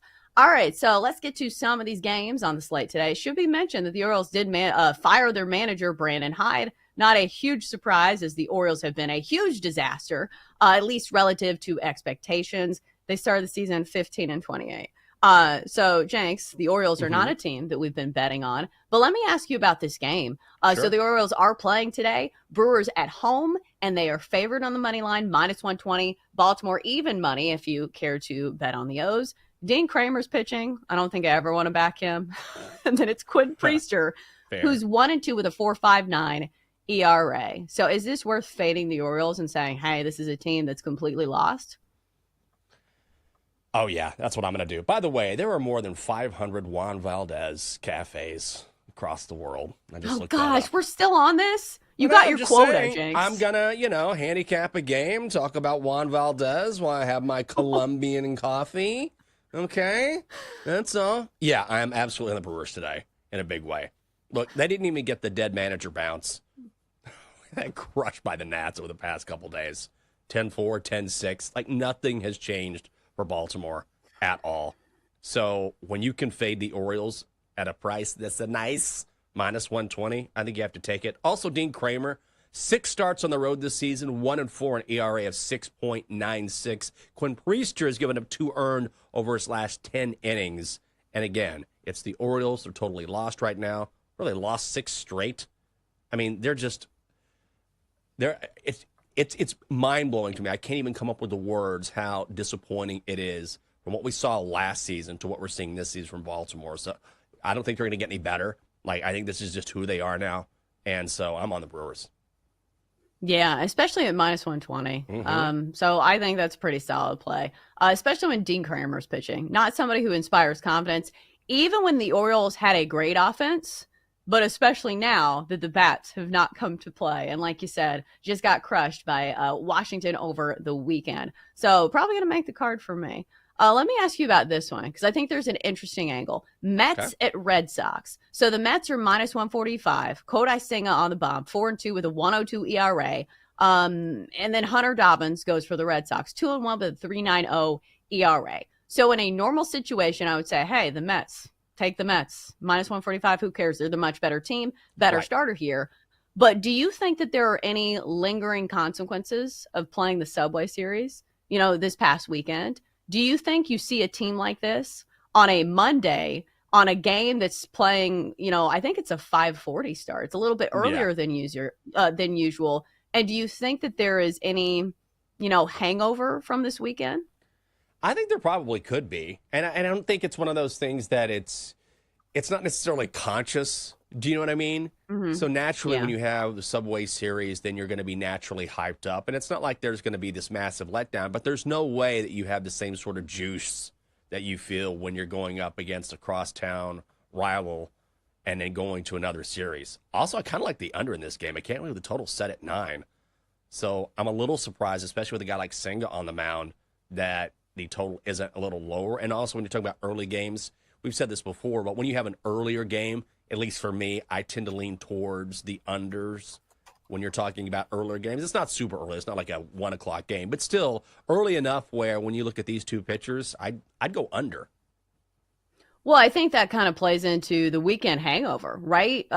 Because if you say like the offense is going to be, maybe not as lustrous as it was over the weekend, and especially since Kodai Senga, he was not involved in the Subway Series. Obviously, he didn't pitch in any of these games, so this is his big day once every 5 days to put out some good numbers. And speaking of good numbers, he hasn't allowed a run in each of his last 2 starts. 5 2/3 shutout against the Pirates, which it's the Pirates. But even against the Diamondbacks, 6 shutout against them, only 2 hits along with 4 strikeouts. So I think maybe you bank on that by playing the under and saying, hey, maybe I like the Mets here, but I'm afraid that maybe they don't put out as much after playing the Yankees. But I will say this, they lost the series to the Yankees. So maybe they're a little bit more hungry than, say, the players in the pinstripes. All right, free roll here, Jenks. Is there a game that we have not touched on that you think might make the card for you? I think I'm going to play the Giants over the Royals today in San Francisco. Giants on the money line are minus 125, and you can probably shop around and find it a touch cheaper. Here you go. You got Chris Bubik going for the Royals and Robbie Ray going for the Giants. Now, Chris Bubik has been really good, like especially over his last 3 games. 1 earned run in his last 18 1/3 innings, but Robbie Ray has been equally as good, especially at home. At home, 3-0, a 2.32 ERA. And here's the thing. Ray has made 9 starts for the Giants this year. San Francisco is a perfect 9-0 during his starts. Like, they have not lost a single game. And also, look, in the past, you would fade that Giants bullpen. Right now, the Giants have the best bullpen ERA in Major League Baseball, and the Royals don't have a great hitting lineup. So I'm going to go San Francisco on the money line at minus 125. I'll take the Giants and Ray out by the bay.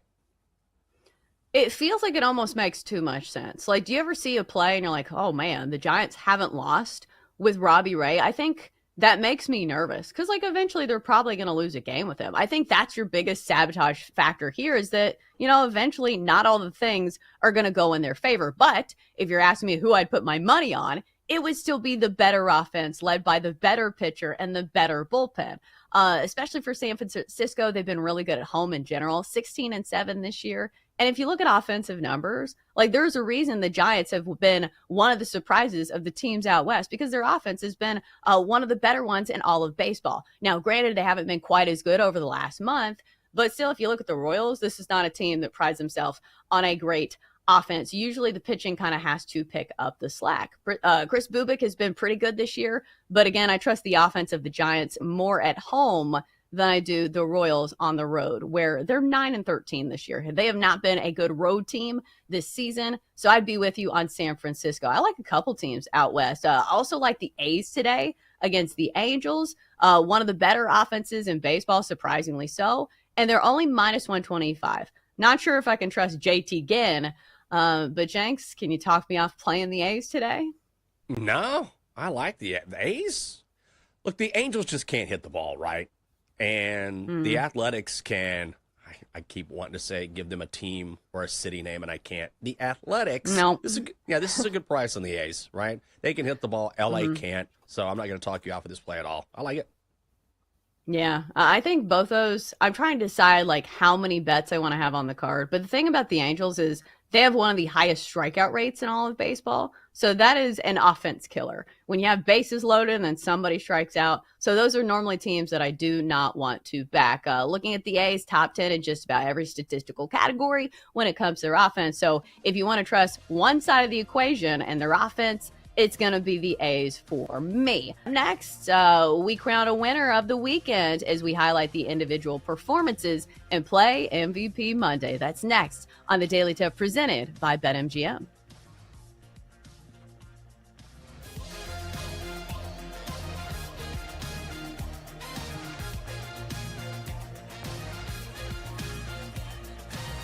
Chelsea and Jenks will be right back on the Daily Tip on the BetMGM network. Download the app today. Please gamble responsibly.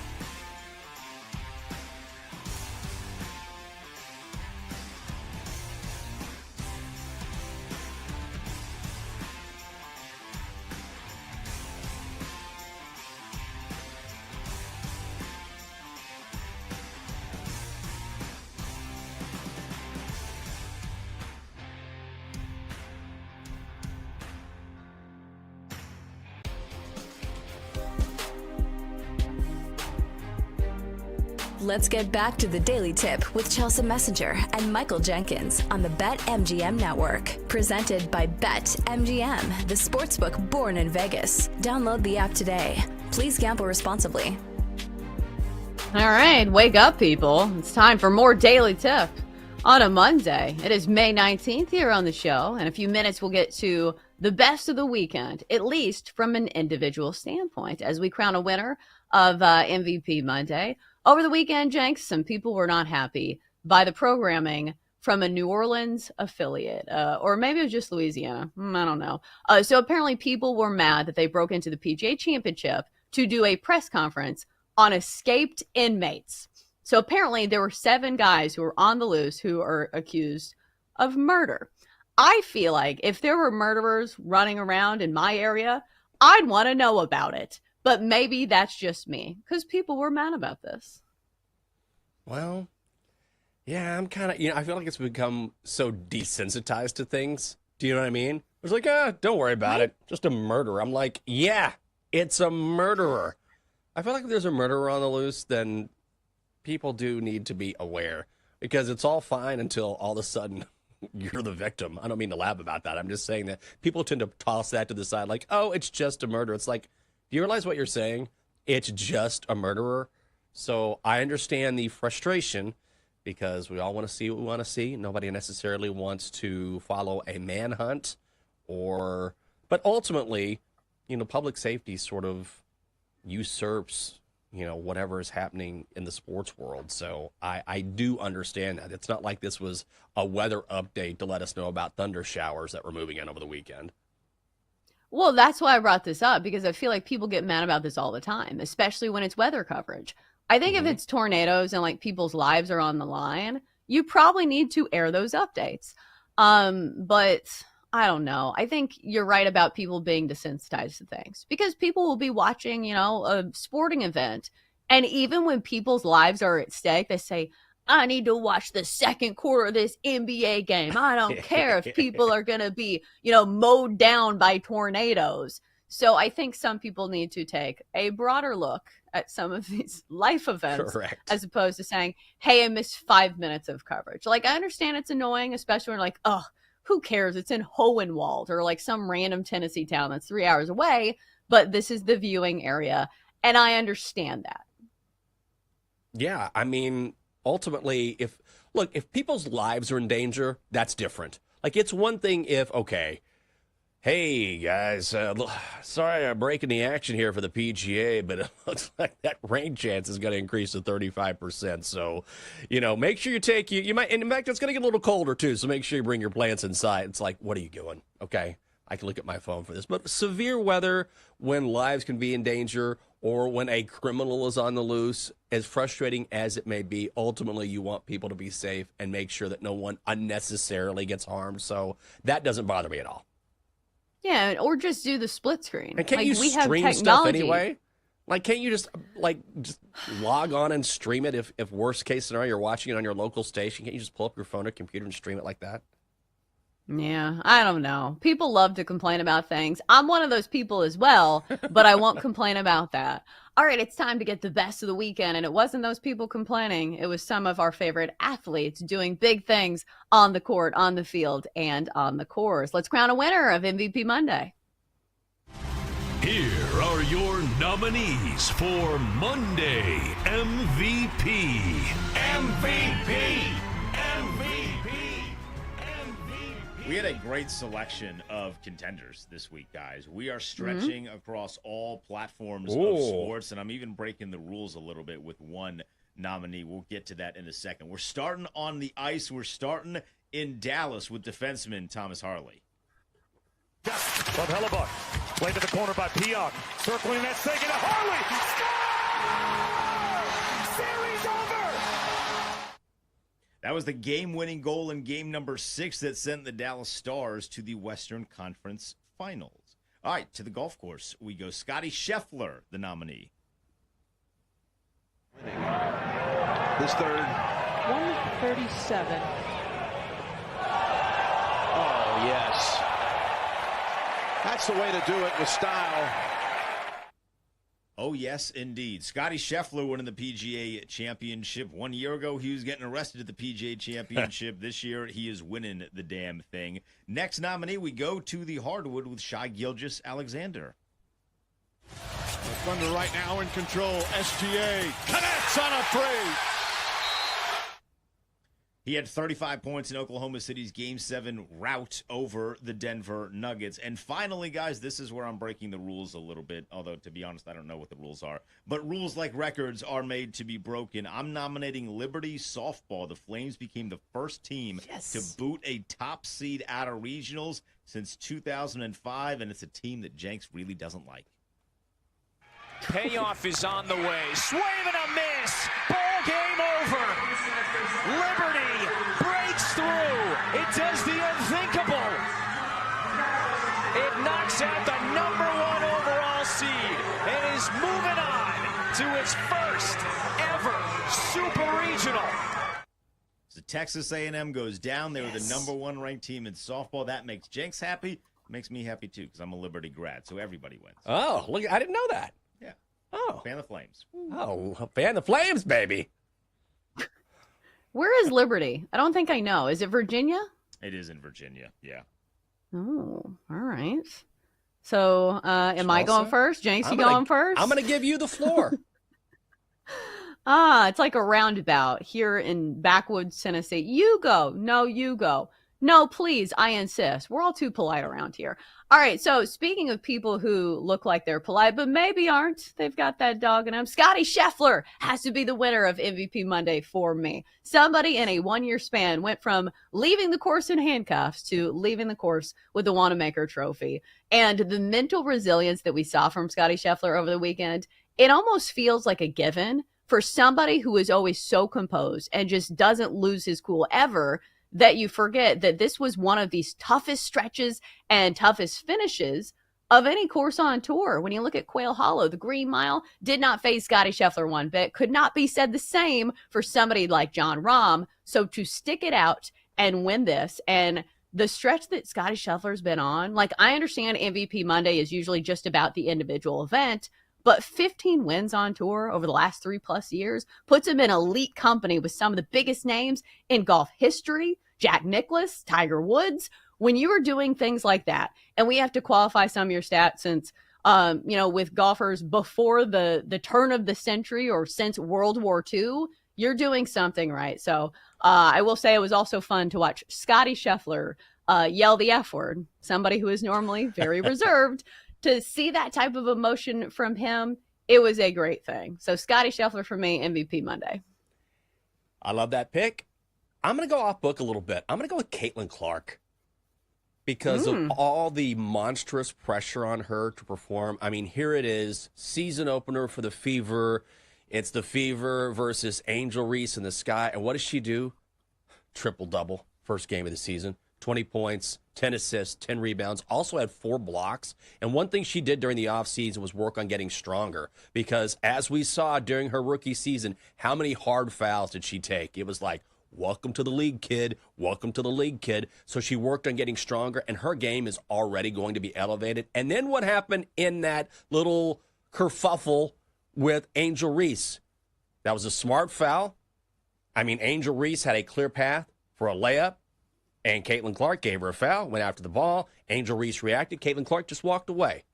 Let Aaliyah Boston handle it. And that was the right thing to do. And even when the game was over, once cooler heads prevailed, Angel Reese said, you know what? It was a good call. It's a basketball play.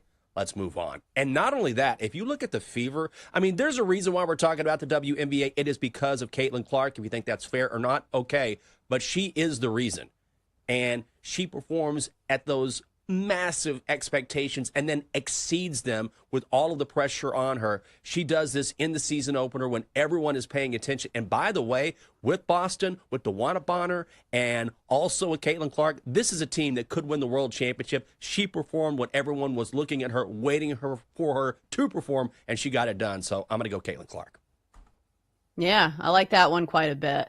I feel like it's really difficult for athletes who have been on that national spotlight level or even international, if we're talking about Caitlin Clark, to not make a misstep, And I feel like we talk about this a lot with LeBron James, somebody who is a very heralded high school prospect, somebody who went to the league and, of course, had enormous expectations.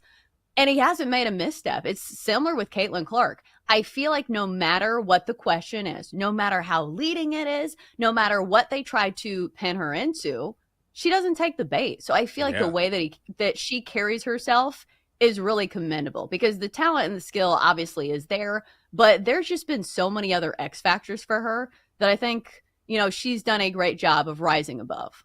Yeah, I think so. And it's got to be hard with all that pressure and everyone always focused on her. And she could have leaned into that and didn't do it. And when you walk away and then you say, you know what, I'm not going to get involved in this, it diffuses things immediately. And ultimately, if you're someone like her, you have to do that. But to be able to carry yourself in that way, especially when you are in your second year in the league and everyone is targeting you anyway, it's a really tough thing to do. But I think she has the right mentality, which she's always said is this is about basketball.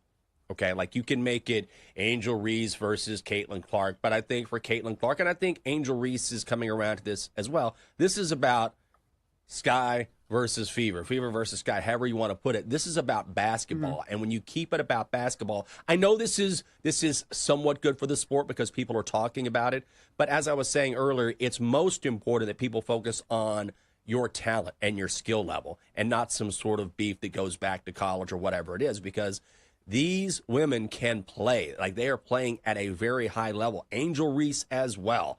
Like, she was just on that double-double streak last year, which was something to behold. So both of these girls can play in a massive way, and for them to focus on basketball as opposed to whatever this is between them, I think will behoove them to do that and really elevate the sport in a way that they want it to be elevated.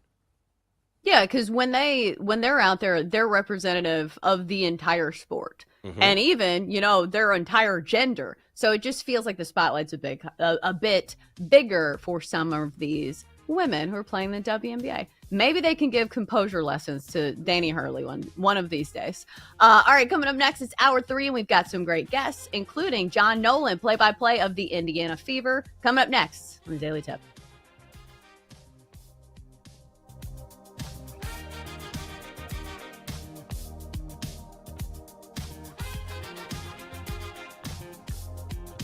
Chelsea and Jenks will be right back on the Daily Tip on the BetMGM network. Download the app today. Please gamble responsibly.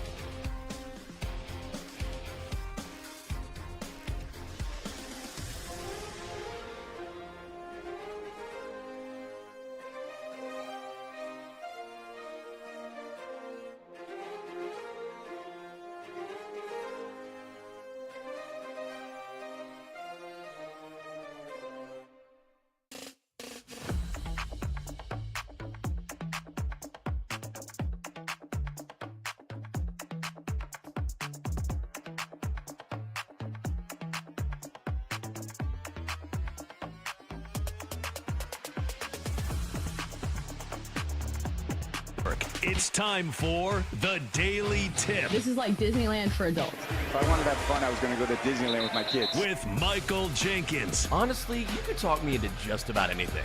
Like, you want to do shots? All right, let's do shots.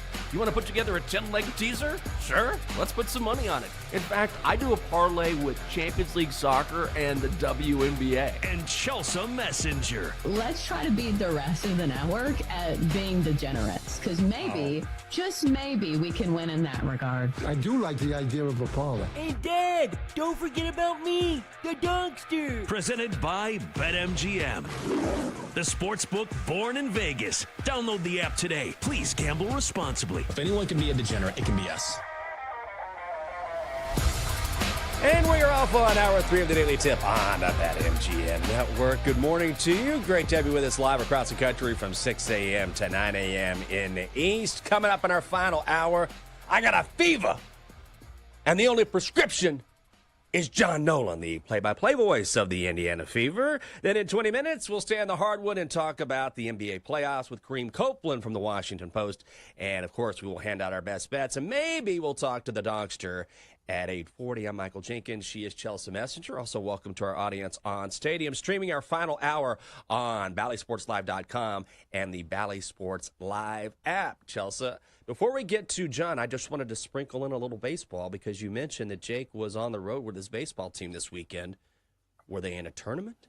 Did they win? Did they come up with some new TikTok dances they've been working on? What happened?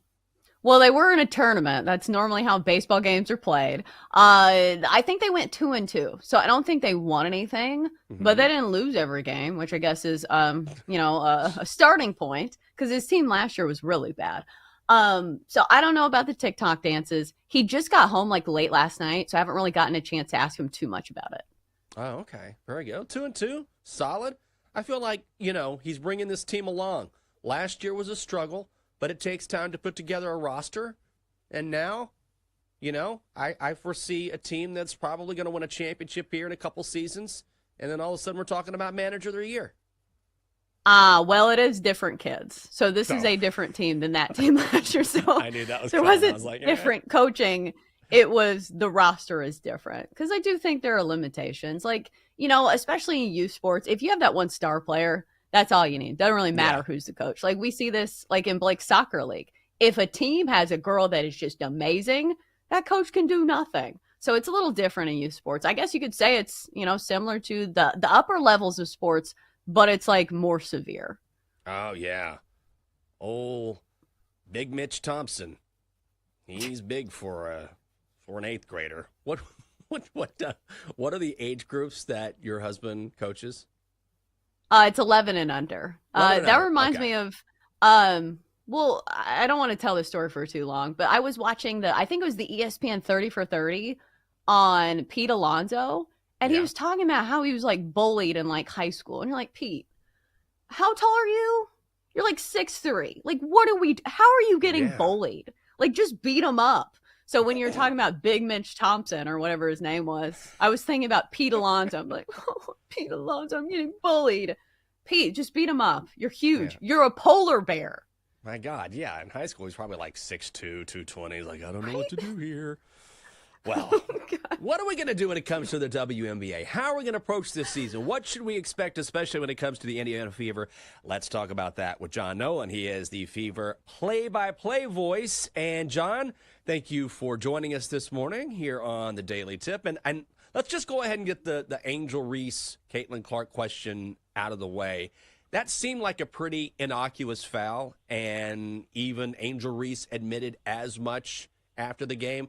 Is this sort of rivalry, is this good for the sport, or are we getting to the point where it's becoming a little bit overblown?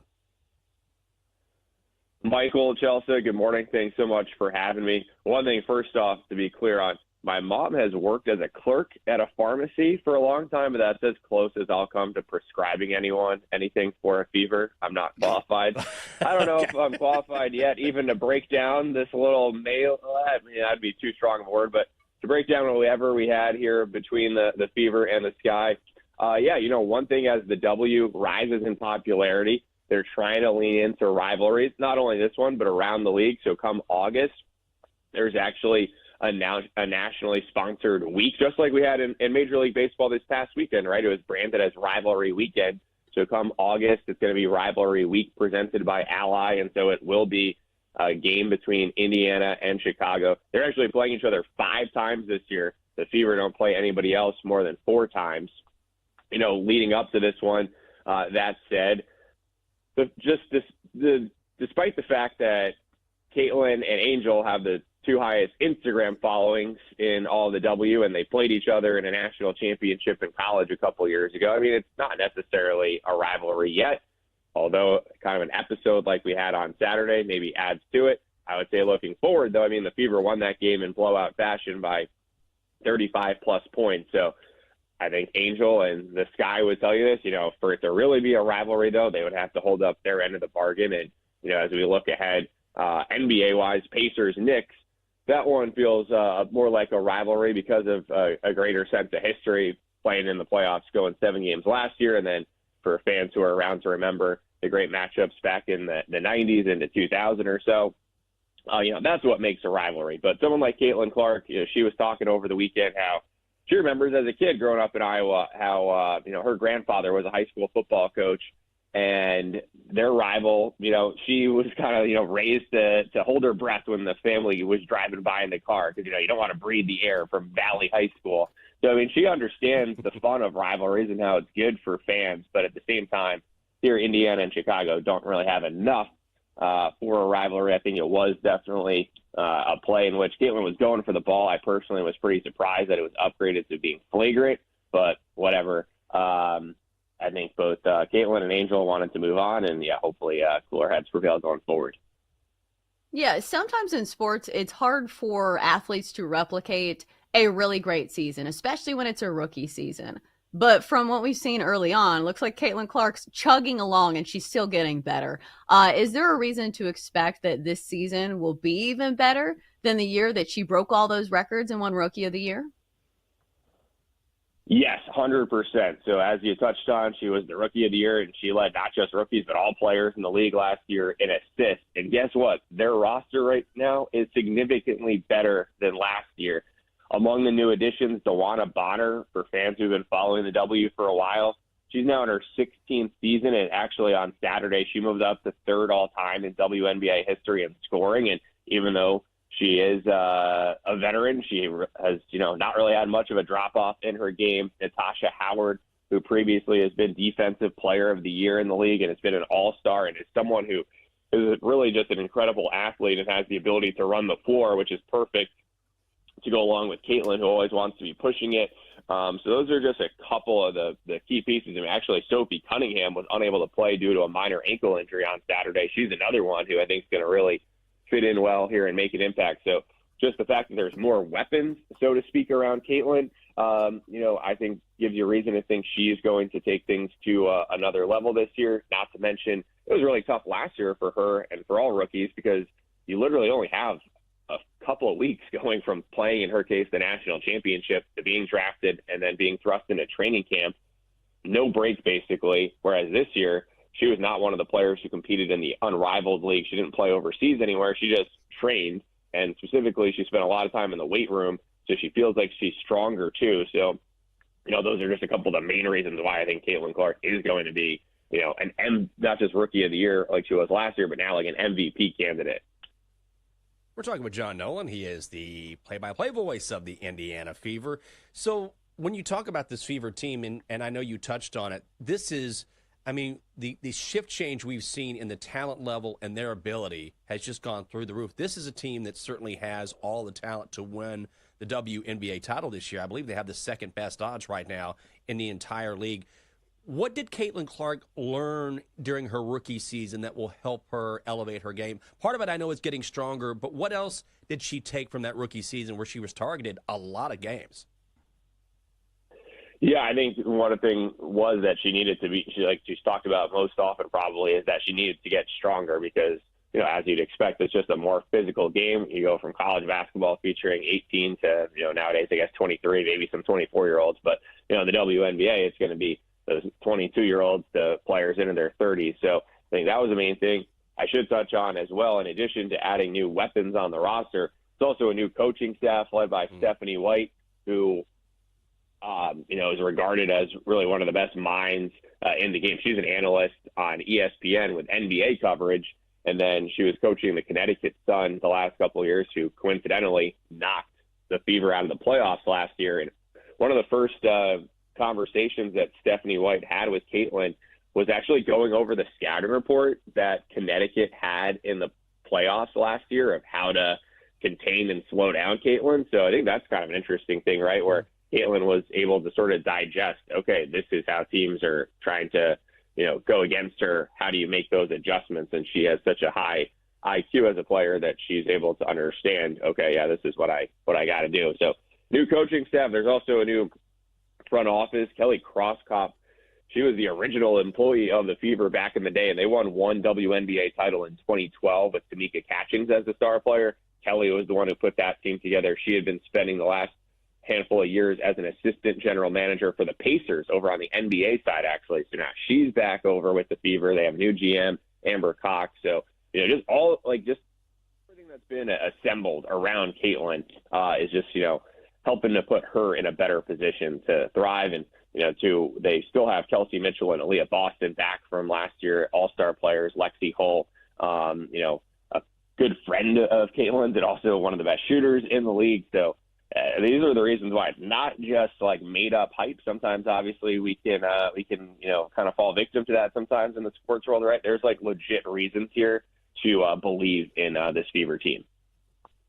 Yeah, John. So from what I'm reading, it looks like you're relatively new to the organization, but I wanted to ask you if you've gotten to sit down with Caitlin Clark, if you've gotten to interview her, gotten to talk with her a little bit, because I think it's fascinating the way that her personality is, because she's so straight across and so even keeled when it comes to her interviews, but on the court, she can absolutely turn it on. So I'm just wondering what some of your first impressions of her have been, in the first person.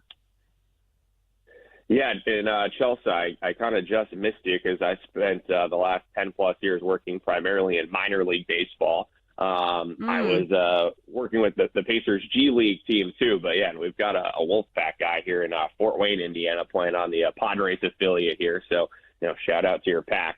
But funny enough, actually, the first time I was able to be introduced to Caitlin, she introduced herself to me as, "Hey, I'm Caitlin." And, that's one where I got to kind of, bite my tongue from saying, like, yeah, I know you're one of the most famous athletes in the entire world. But I think it speaks to the fact that she is a truly humble, down-to-earth person who, at the end of the day, was raised by a great family and has not let the fame and attention, change who she is. And I actually joked with her, if you might remember last year, in the fall, there was a video that went out of one of her teammates recorded her as she was watching a random Phillies-Brewers game on MLB Network. She was just like bored and just started doing play-by-play of it, even though she's actually a Yankees fan, so she wasn't really familiar with the Brewers and the Phillies. But I say this as a play-by-play broadcaster, she has like the natural ability to do play-by-play as well. So I joked with her. I was like, "Oh, you're pretty good in that video." And she's like, "Oh, that's nothing. I can do a better one." Yeah, just like lighthearted at the same time, though, like has the ability clearly to flip the switch and, kind of lock in and be intense, whether it's how she handles sometimes, a tough question or obviously the way that she plays on the floor. So, yeah, happy to share that, the Caitlin, who looks like just a fun-loving player on the court, comes across that way behind the scenes, too. He is the play-by-play voice of the Indiana Fever. Follow him on X at John_G_Nolan. It is John Nolan. John, thanks for the insight this morning. We really appreciate it. Michael and Chelsea, I really appreciate the chance to join you guys. And, yeah, if game number one, Caitlin Clark, a triple-double and a runaway win was kind of setting the tone. I'm pretty pumped up here for this W season and hope to be able to talk to you guys again in the future. Absolutely. Look forward to your calls, and we will definitely talk to you again this year. No doubt about it. Thank you, John. See ya. That's got to be exciting. You're fairly new to the organization, and then you get to cover. We were talking earlier about covering superstars who are those who are changing the game or who are going to be in their primes. And certainly Caitlin Clark isn't even in her prime yet. And Gianna's going to be right there and going to have a front row seat to watching her not only blossom as already one of the best players in the league, but to become the superstar that, she's only going to get better. So he's going to be able to watch all of that sort of take place, which is pretty awesome. Well, it's also nice that it sounds like she's easy to work with, because we all know superstars who have their diva tendencies, and you're like, great, I get to cover this person, but I can't look them in the eye. So it's nice to hear that about Caitlin Clark. Awesome. This person doesn't know my name. I won't look at me. I can't wait to experience this for the next decade. Coming up next on the show, the WNBA is just getting underway, but the NBA is moving closer to crowning a world champion. We're going to talk about that and more with Kareem Copeland of the Washington Post. She is Chelsea Messenger. I'm Michael Jenkins. It is the Daily Tip here on the BetMGM Network. Come on back.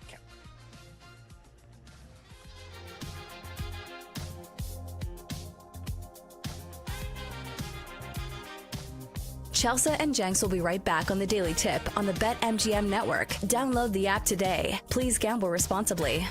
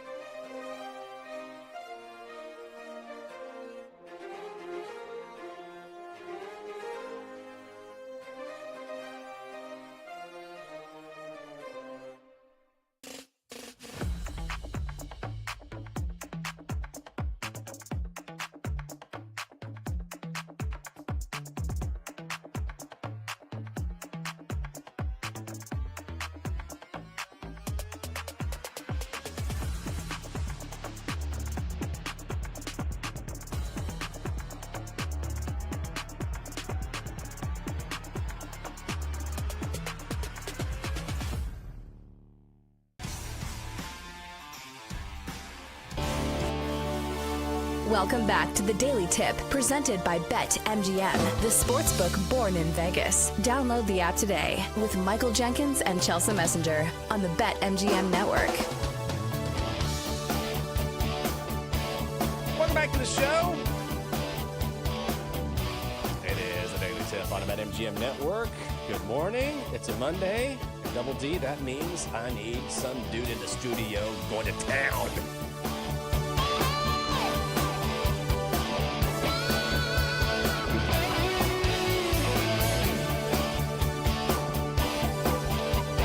I'm Michael Jenkins. She is Chelsea Messenger. Hope you're having a great morning. Right smack dab here in the middle of hour 3. Coming up on the show, we are trying to bring in Kareem Copeland from the Washington Post for his take on the NBA playoffs. Regardless, we'll talk a little basketball. But before we get to that, first things first, breaking news. Your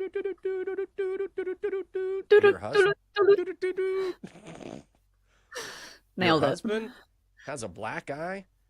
He came home and you said only 2-2 in the tournament this weekend.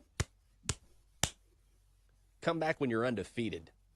Get back on the road. Yeah, come back when you have my double mocha frappuccino in your hand. Do not come to me empty-handed after the weekend. No.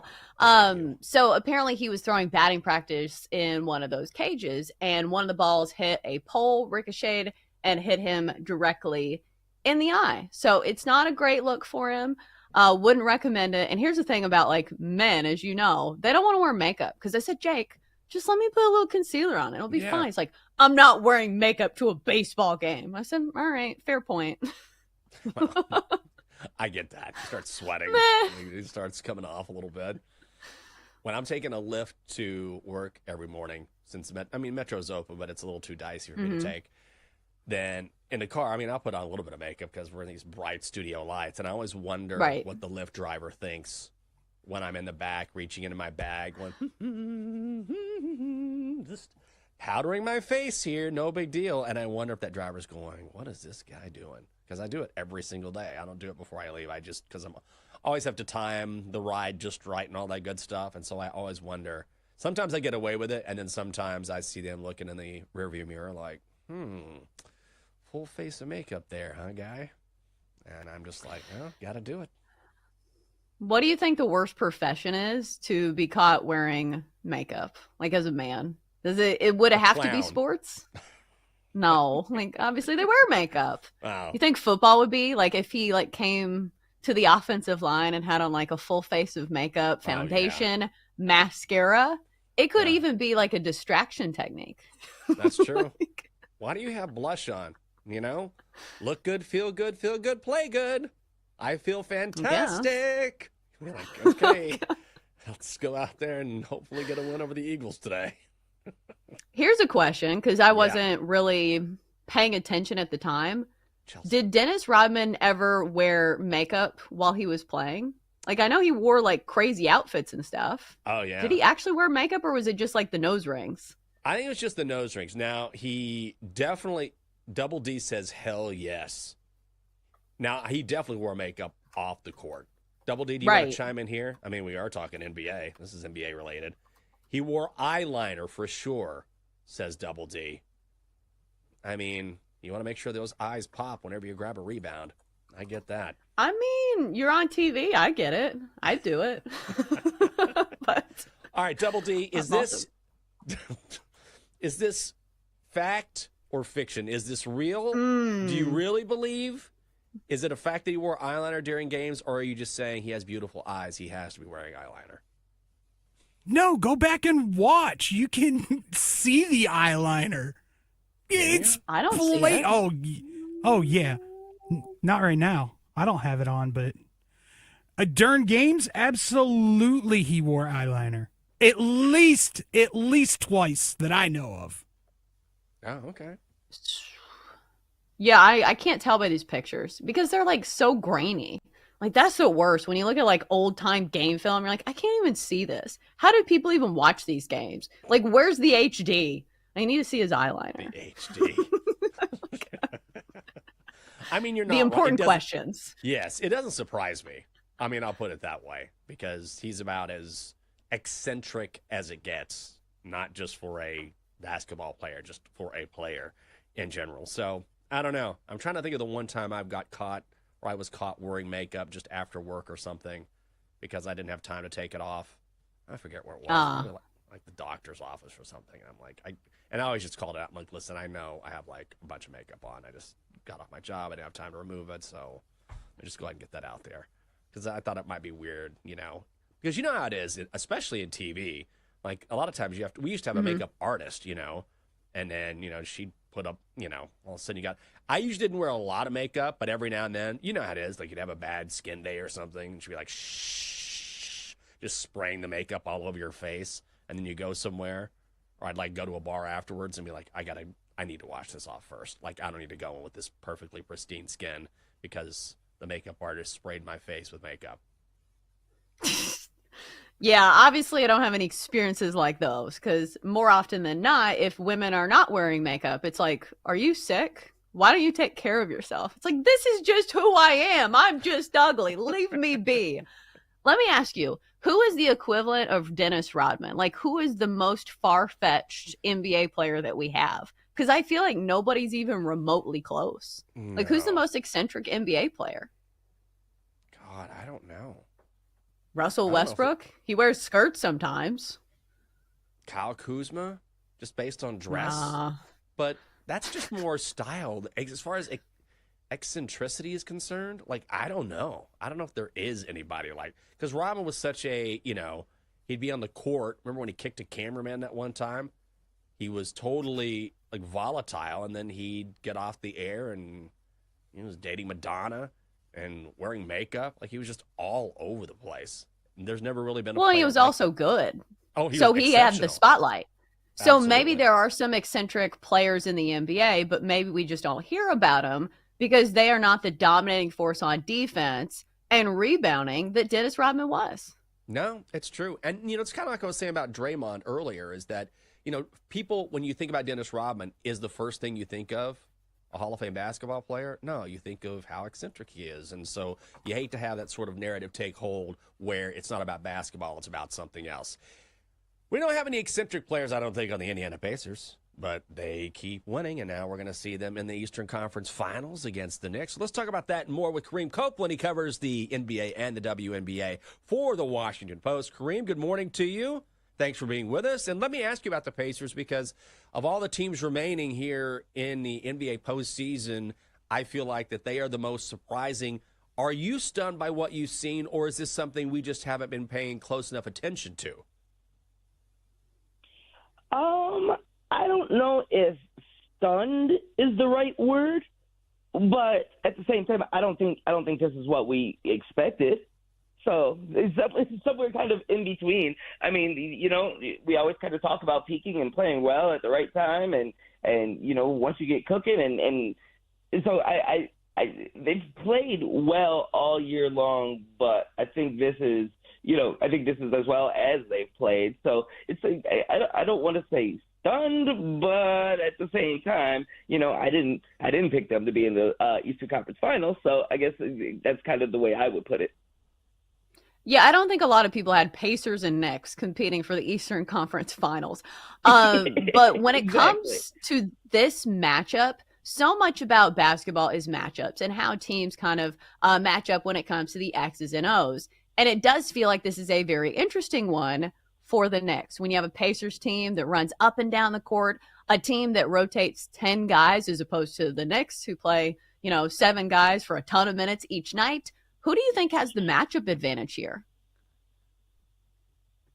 At this point, I think I'm still leaning. And it's weird to say because this is not what I would have. Again, like we said, I don't think any of us predicted to have these teams at this point. But I think I'm still going with the Knicks just as well as they've kind of played. Both teams have kind of found their stride at this time, and I just like.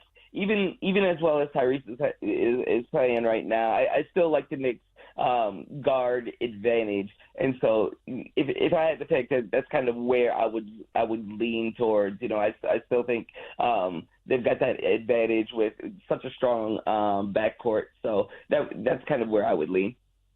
We're talking with Kareem Copeland. He covers the NBA and the WNBA for the Washington Post. Follow him on X at Kareem Copeland. Kareem, how have the Timberwolves been able to come together and play their best basketball of the season right now, and how much of a threat do you think they are to Oklahoma City?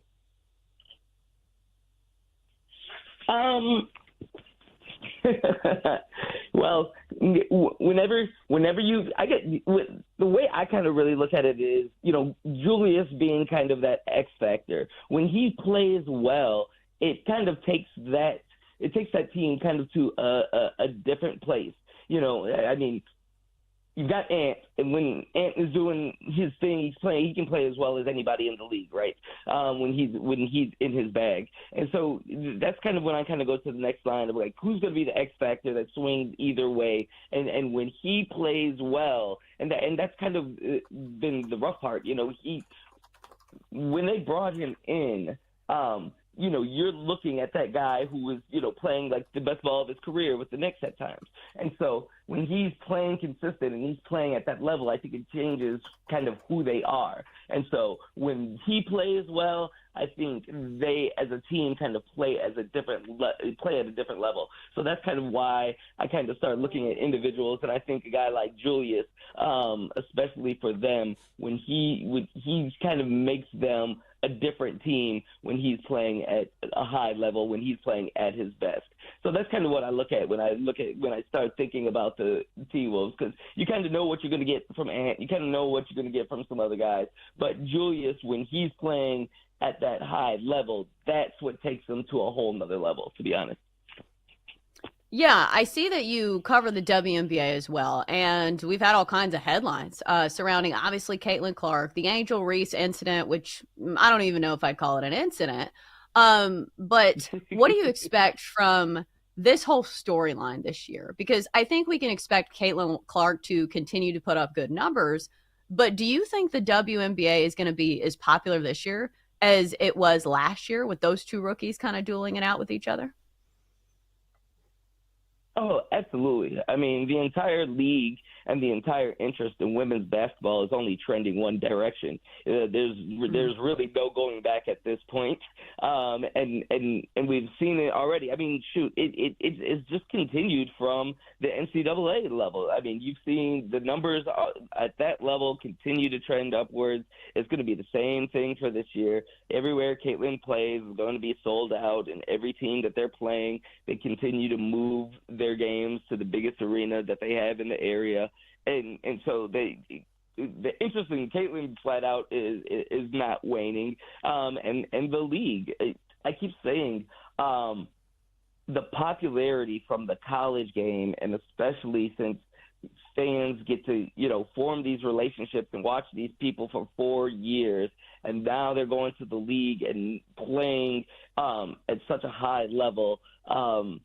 So you're bringing these fans kind of along. All that interest in Caitlin isn't going anywhere. All that interest in Angel isn't going anywhere. And as people, and even if that was people's entryway into the league, once you kind of get them there and people start paying attention and start watching games, and they're like, oh, this is a better product all around than maybe we would have thought before, even if we wanted just to tune in, just to see the Caitlin stuff, just to see the Angel stuff. And that's kind of like the next step of the league, and Kathy Engelberger has talked a lot about that.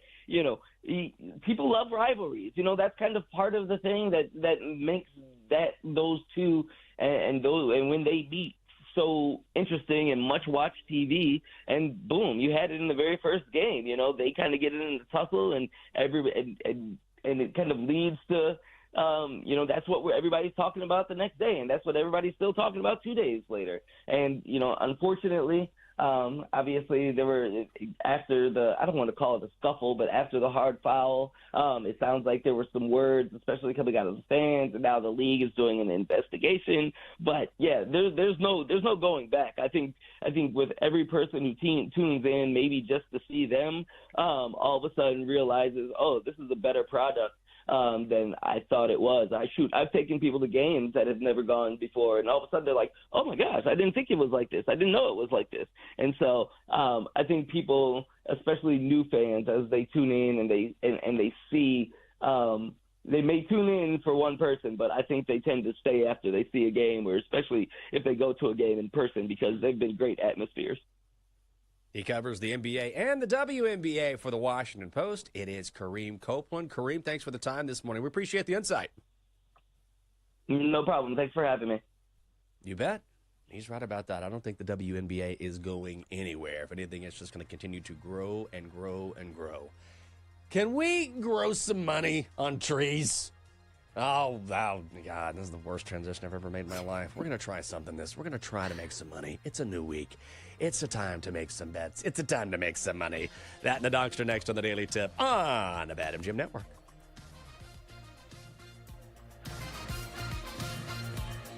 Coming up, Jenks and Chelsea give out their best bets here on the BetMGM Network. Presented by BetMGM, the sportsbook born in Vegas. Download the app today. Please gamble responsibly.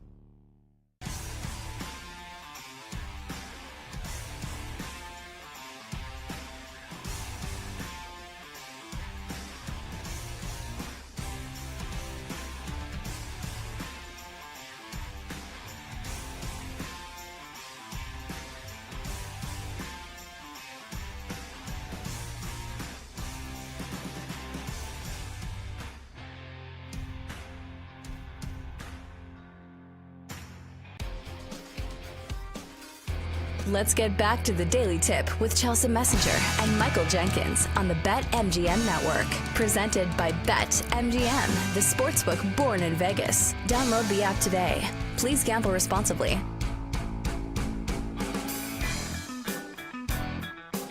Welcome back. It's a Monday. I got too excited there. Like, it's a Monday. The Daily Tip on the BetMGM Network. Good morning. You're live across the country from 6 a.m. to 9 a.m. in the east. Double D, you got a little something?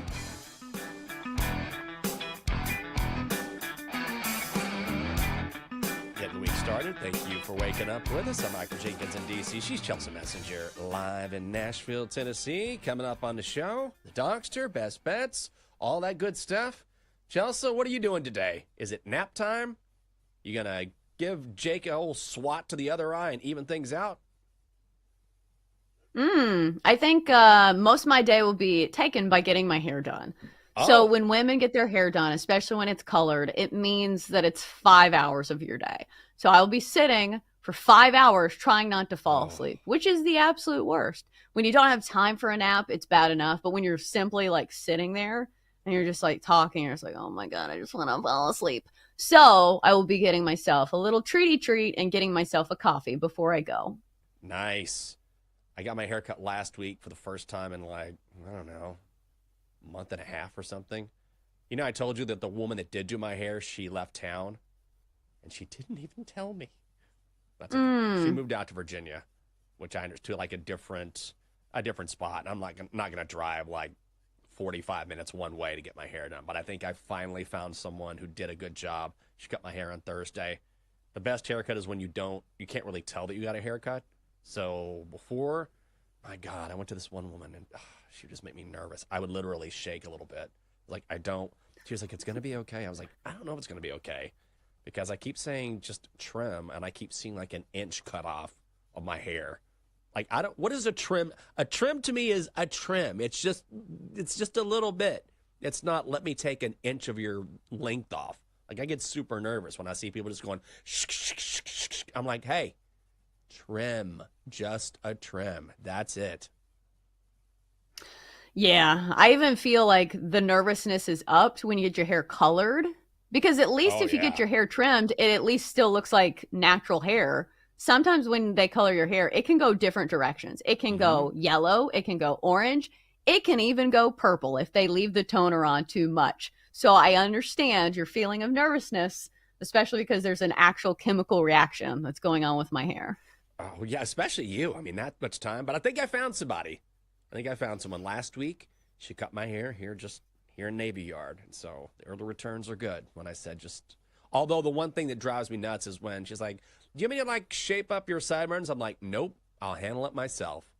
Immediately starts cutting. I'm like, I don't know what part of I'll handle it myself that got lost in translation there. Anyway, I'm super. You got to swat her away. Yeah, like, hey, got to play some defense. Do you want me to do you want me to trim your eyebrows? I'm like, no, I'll do it myself. I don't want you messing with like my eyebrow. No, I don't want you near my eyes. Anyway, maybe I'm weird like that. But and it'll be like, zzz, I'm like, no, thank you. I pass. Hard pass on that. Something I never pass on, the chance to listen to Bet Sweats. I'll stream it. I'll watch those handsome faces. Joe O and Sammy P are going to recap a weekend filled with Game 7s. And, of course, Scotty Scheffler at the PGA Championship. And then, they're going to talk the NHL Conference Championships at 10:40 with Alex B. Smith. All right, Chelsea, new week tomorrow. New haircut. Can't wait for that. But for now, let's hand out our favorite plays of the day.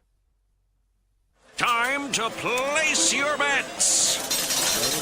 Squad plays on the card. Oh, I'm feeling good about these picks, Chelsea. Let's hear them. Yeah, best bet of the day is going to be on the San Francisco Giants at a pretty cheap price at home today. -120 over the Kansas City Royals. For me, it boils down to this. You have the better starting pitcher, the better bullpen, and the better offense. Aren't those the main factors when picking a baseball game? So let's start with the starter. Robbie Ray has been fantastic this year and has also gotten a ton of run support. The Giants are a perfect 9-0 when Robbie Ray has started games this season. And remember, Robbie Ray's won a Cy Young. He has plus stuff.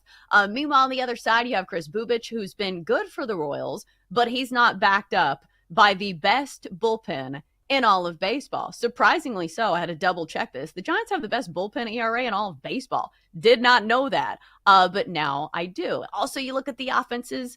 This Giants team is not one of the best offenses in baseball any longer, but still has better numbers, especially at home when playing in San Francisco. This year, the Giants a blistering 18-9 as favorites and 16-7 at home. So let's go with the Giants at -120 over the Royals.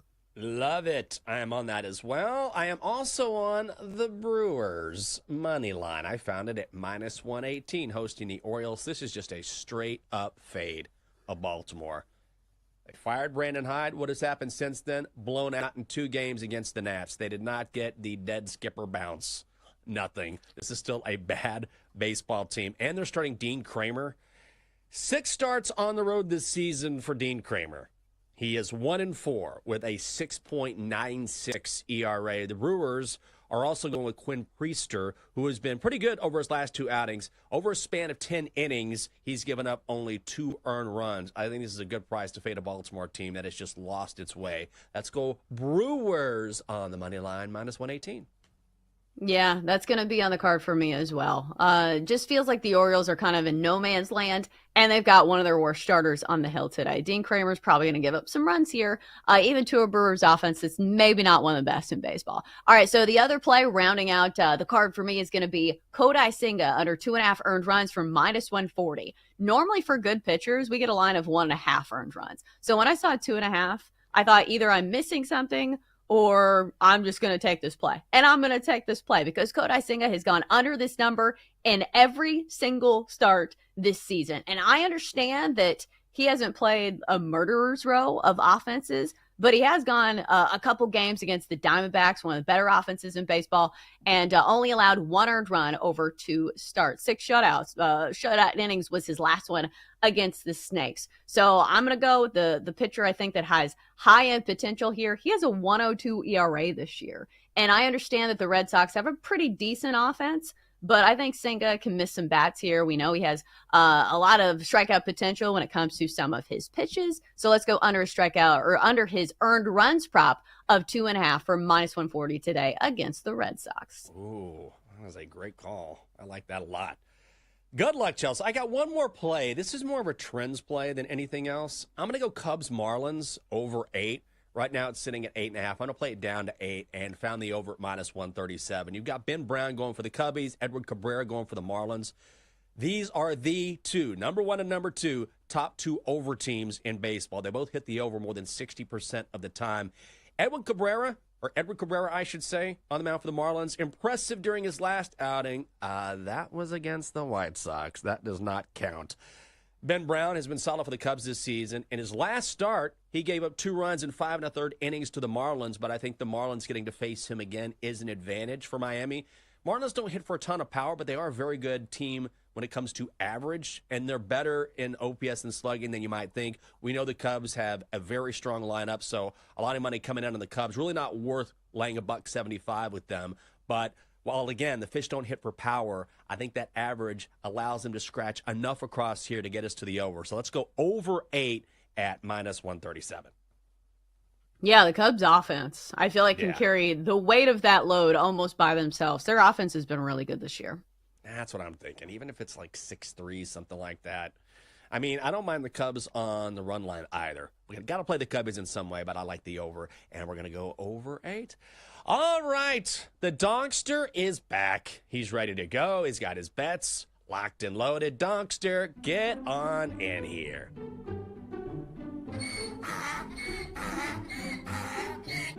Why hasn't anyone mentioned the Preakness this weekend and the win by journalism? I thought you were a big J journalist, Dad. Instead, it turns out you're just a sickly old man. Oh, no. That was mean. Oh, very nice. Say that. I think I'm just grumpy because I haven't had my morning coffee. Oh, well, you can go into the break room. Roger makes a fresh pot each and every single day. Dad, you know I only drink coffee made by Juan Valdez. There we go. Wow. You and me, buddy, are flying solo on this one. Okay, let's hear your pick. Mets, money line, visiting Big Papi and the Red Sox. Not quite. Close. Not quite. Well, you're halfway there, I guess. Well, what is coming up on Bet Sweats? That is the burning question we've been waiting to hear all show long. And for that, we bring in our buddy Joe Ostrowski. Joe, good morning. Morning, guys. Conference set, NBA, NHL. We had Preakness, PGA Championship. A lot going on.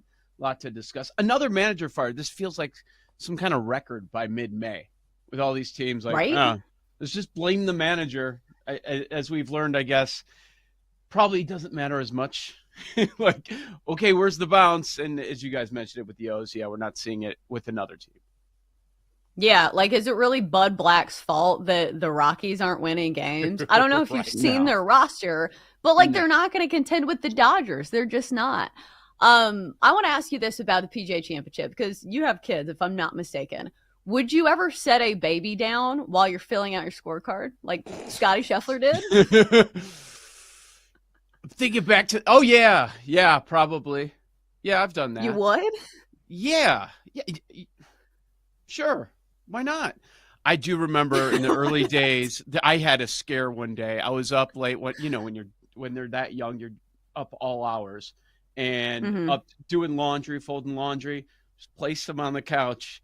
And there was a moment in time where I'm like a little bit too far away. I see a rollover, and I took the dive. Thankfully, I got him on the basket catch from falling onto the ground. Willie Mays style. Yeah. Got the baby. Yeah, still had it. You never had one of those moments, Chelsea? I've had some close calls. Calls. We have had some of those moments when mom's out of town and it's dad on duty. Yeah. But I won't go into that. Yeah. People say to me, do you remember the Willie Mays basket catch? I'm like, no, but I remember Joe saving his kid. That's right. What a moment. Joe, have a great show. Thanks for being with us. That's it for this edition of the Daily Tip on the BetMGM Network. For Chelsea Messenger and our fantastic crew, I'm Michael Jenkins. Hope you go out and have a great Monday. We'll see you tomorrow morning. You've been listening to the Daily Tip on the BetMGM Network. Download the app today. Please gamble responsibly. If you missed any of the show, listen back anytime on the new and improved Odyssey app.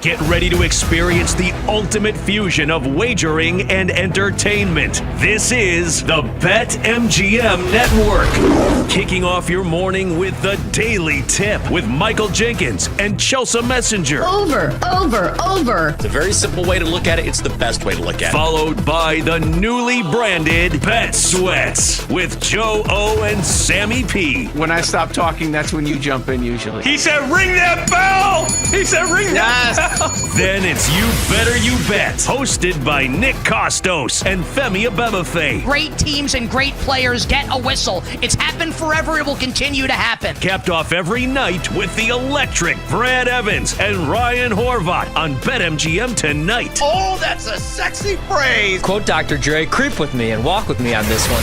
Welcome to a new era of Wagertainment. This is the BetMGM Network. Please gamble responsibly.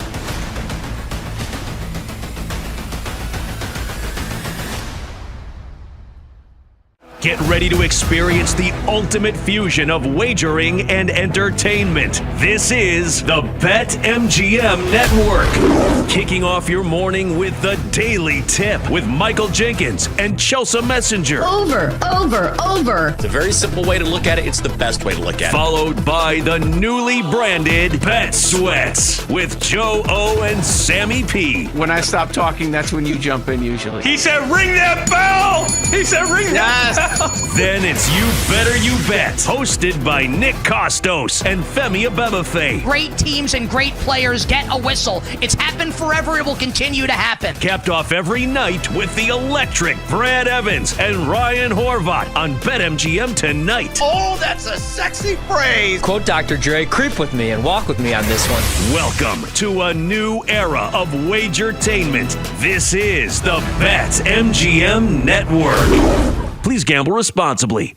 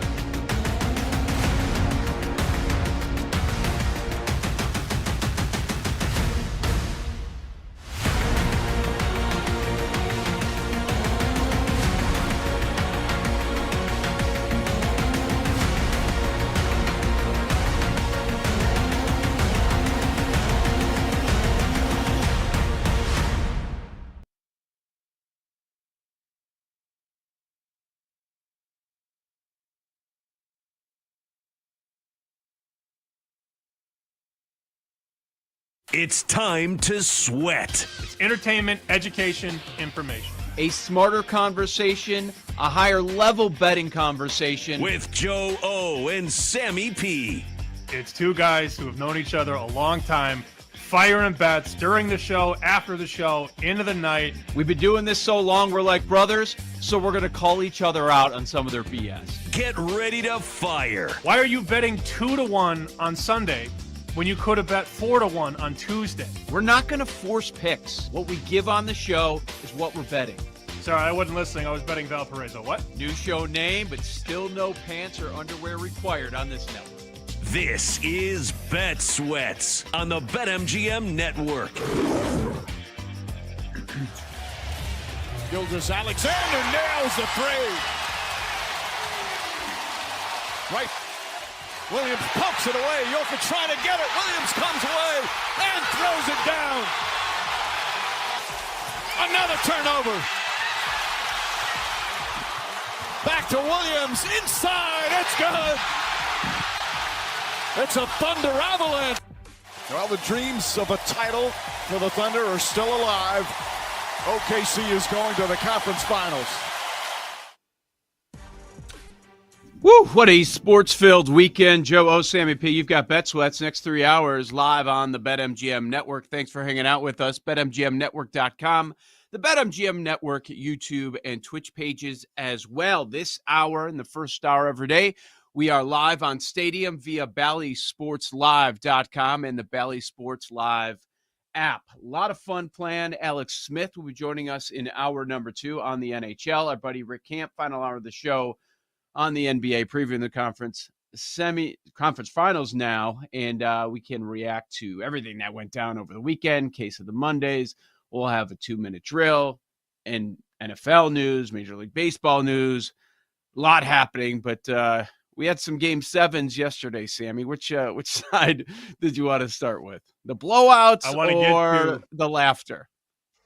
I want to get to Canada very soon. Go remember, boys and girls, we have to savor these next 3 weeks because after about 3.5 weeks, no more basketball, no more hockey, months away from football, and no more NBA. We will be talking about and gambling on Major League Baseball and the WNBA. That's it. So savor these next 3 weeks because it will go by very, very fast. Are you going to be betting the WNBA? Are you serious? If the price is right, I might. If somebody tells you to bet the WNBA, you'll bet the WNBA? Yes. I've got something on that from over the weekend. I think everybody saw. All right, north of the border. Let's go there. It felt like the U.S. came together last night and was just laughing to our very kind neighbors of the north. I don't know that it was right, but it was very difficult to avoid. The Leafs are done. Florida wins 6-1. I'm trying to put that in like basketball NFL terms, like how much of a blowout that was. It was insane. 6-1. Your final. Florida was a $1.40 favorite. The over hits, thanks to the Florida side. A lot of different angles there, but I mean, you ask any Leafs fan. We talk to Leafs fans all the time on this show because a lot of them fire. They bet and they're in the industry. And whether they're still a fan, hardcore or not, they were just like, yeah, we know how this ends. We know how this ends. And they were spot on. It ends this way again. Leafs fall 6-1. Bulldog asked me on WGR Friday in Buffalo, what do we do with Toronto and Florida? And I said, the funniest thing would be, this is again before game 6. I said, the funniest thing would be Leafs win in 6, and then the Panthers take game 7 in Toronto. And he went, oh, that would be tough.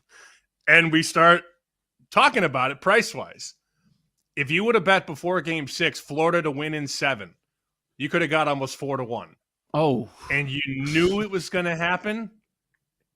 You had all these drunk Canadians sipping Molson and chugging maple syrup, and this is our sport. We created hockey, all this, only to get absolutely pounded. I mean, you can't script it any more painful. They got absolutely blasted in their own building. 6 goals in your eyeball to lose yet again. And here we go. Austin Matthews, Mitch Marner, John Tavares, William Nylander. All of that star power. Another no-show. It's so funny because they act like every offseason. Well, we look a lot better than last year. Oh, we shored up our net. Oh, we got a better blue line. This is the Cub thing in the early 2010s. 2013, 14, 15. Finally, they broke through in 16, got the championship, broke the curse. The Leafs don't have that. The Leafs can't get past the second round, Joe. So I find it funny what you said about Leafs fans building themselves up. I think there are a lot of fan bases that do that. The ones that I know don't. They say, no, it's going to fall apart, right? Everything's going to come crashing down soon. So you have those fan bases as well that are super negative all the time. The ones that I run into are telling you it's going to end. It's going to end very painfully. But you see a lot of people that are just kind of like, okay, this is our year. This is our year. Yeah, I guess you can kind of respect that because what else are you going to do? Just say, what's the point? And then you're not even a fan anymore. But yeah, it's funny. It's funny. So they got Edmonton left. There you go. You got Edmonton, and that's it. We'll talk to Alex Smith about that. The 4 remaining teams, a storyline throughout. They're cents apart for the cup odds. It's wild. And of course, we got the other one that wrapped up. That was Saturday in overtime. Dallas in 6, and I assume you're still pretending this weekend like that wasn't happening. I told you the winner of the Cup's going to come from Dallas, Colorado. I just picked the wrong team. That's all. It was, to stick with the Canadian flavor, you get Winnipeg knocked out in overtime Saturday, and then you get the big blow on Sunday. So 2 Canadian teams out of the way. I was born in 89. Calgary won the Cup in 89. Edmonton won it in 90. Montreal in 93. Since then, not a single Canadian hockey team has won the Stanley Cup. And I hope it continues. I know. We were talking about that wager, right? About them all being eliminated, how that was available. Just, a U.S. team, no doubt about it. Doesn't matter how many teams are up at the very top. So, yeah, right now it is. we get into that too. So BetMGM has Edmonton as a slight favorite to win the Cup, but a lot of books have Florida.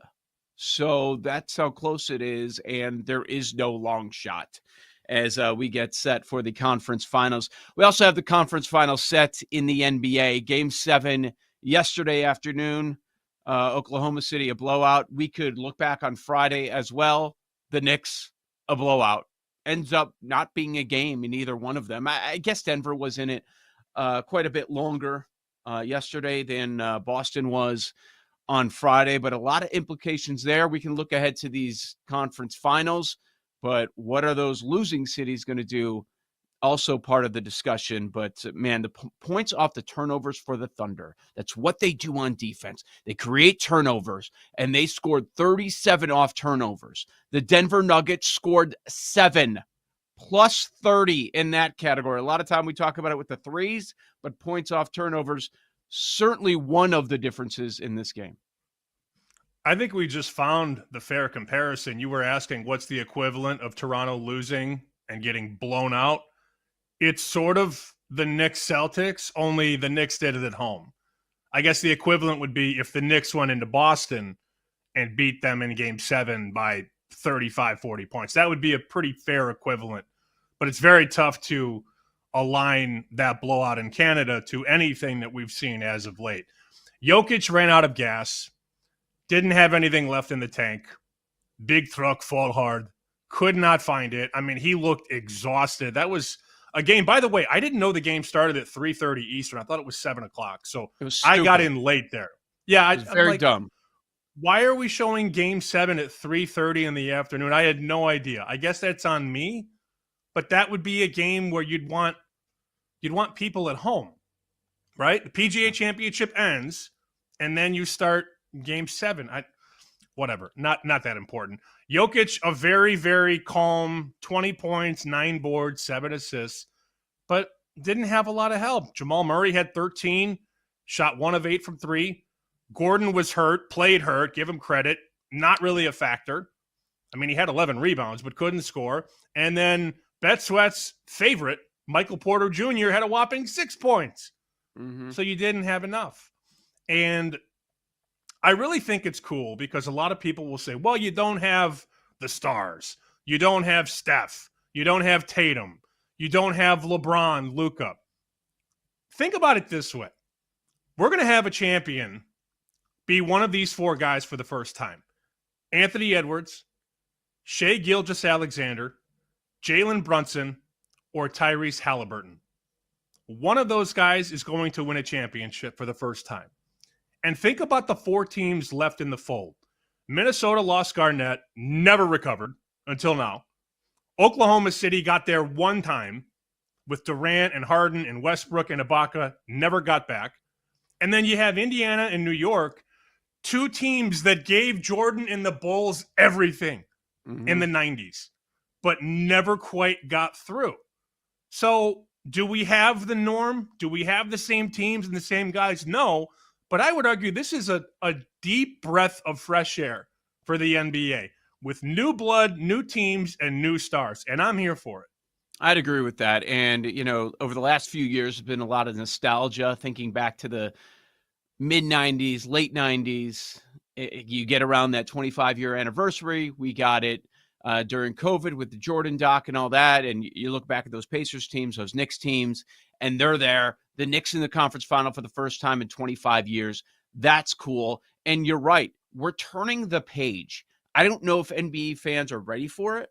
And I'm not saying that these guys are done, but it does feel like we're turning the page while we're waiting for Steph to take over.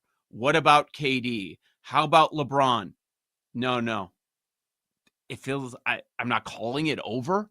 You still have Luka with the Lakers, but kind of, okay, is it Edwards' time? Is it SGA's time? And we're still waiting on them to make that announcement that he's going to be the MVP. We assume it's going to be him. Maybe sometimes in the next week or so. But yeah, we're looking to the future. And of course, Brunson and Halliburton, and they have a little bit of history that they've been building up. This looks like a budding rivalry that we've seen. I think it's cool. I agree with you. as we sat here and everybody sat here all year, okay, let's just zoom to the Eastern Conference Finals. Here we are, because the expectation was Boston, Cleveland. We get neither of them. And on the other side, we get a team that many were picking on in OKC. Who's going to take down OKC? Well, nobody so far. They're in the Final Four. And then you have Ant Edwards, another star that people seem to love, who just keeps knocking out these alpha athletes, right? Just keeps knocking them out one after one after one. You line them up over the last year. Look at the guys that he's taken out in the playoffs. It's super impressive. So I agree with that point. It's cool. Now, from a betting perspective, it's been very difficult to pin which teams were going to be in the Final Four. And maybe you could take 5-6 swings and have none correct. But that's fun, because it's not as fun when we know which teams are going to be the Final Four, which is how the NBA used to be. I have no skin in the game either, NBA-wise. Same. I didn't have a lot of future stuff in that league. I came in, I told you, I bet Boston to beat New York when it was 2-0 Knicks. Even if Tatum's healthy, I don't know if they win. I'm not even going to make that excuse, because they lost 3 of 4 with Tatum, or 2 5/8. Maybe not the full 3, because Tatum got hurt late. I have no skin, and I don't know who I'm rooting for. I love Edwards. You know that. I'm a big fan of Anthony Edwards, but I have no financial gain from these last 4 teams. That said, I'm still ecstatic to watch. And the only other thing I think we have to touch on in this first segment is another dominant performance on the links from Scottie Scheffler. Mm-hmm. Other guys got close. Other guys may have had the lead or a chance to take the lead. DeChambeau, bum. Couldn't putt. Saturday was brutal. I had DeChambeau, the bogey followed by the double bogey. What are you going to do? Rahm got close. Alex Noren flamed out. You know, all these guys were in the mix, but at the end of the day, Scottie wins, and he wins running away. He now, since 2022, has 15 wins on the PGA Tour. Since 2022, the Carolina Panthers have 14 wins in the NFL. Think about that. PGA Championship sucked. It was brutal. The top 20 board sucked. I praise them for getting there. We'll get to it on the other side. I've got a few notes on that. Also, the Preakness. What a race that was. I want to hit that as well, and we're going to take a look at these conference finals, our first thoughts in the NBA playoffs. Joe O, Sammy P, you've got Bet Sweats right here with you on a Monday. This is the BetMGM Network. You're listening to Bet Sweats with Joe O and Sammy P on the BetMGM Network.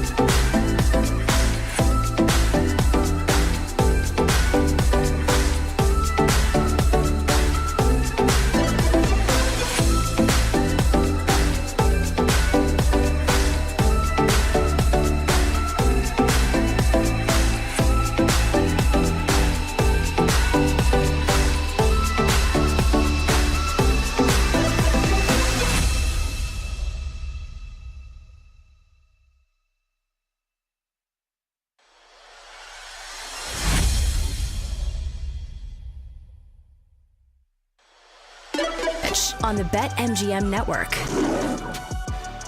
Happy Monday, Joe O. Sammy P with you. We will talk about these conference finals, the numbers that are out, and our first reaction, what we're going to see in the conference finals of the NBA. We'll get to that in a few minutes. But you mentioned the PGA Championship, Sam. I think that's worth something. I mean, we spent a few days previewing the damn thing, talking about it live. So, while I would say it was boring, I don't know if you'd agree, but you have to give credit to Scottie Scheffler getting major number 3. So he's got a couple of Masters. He's got this one as well.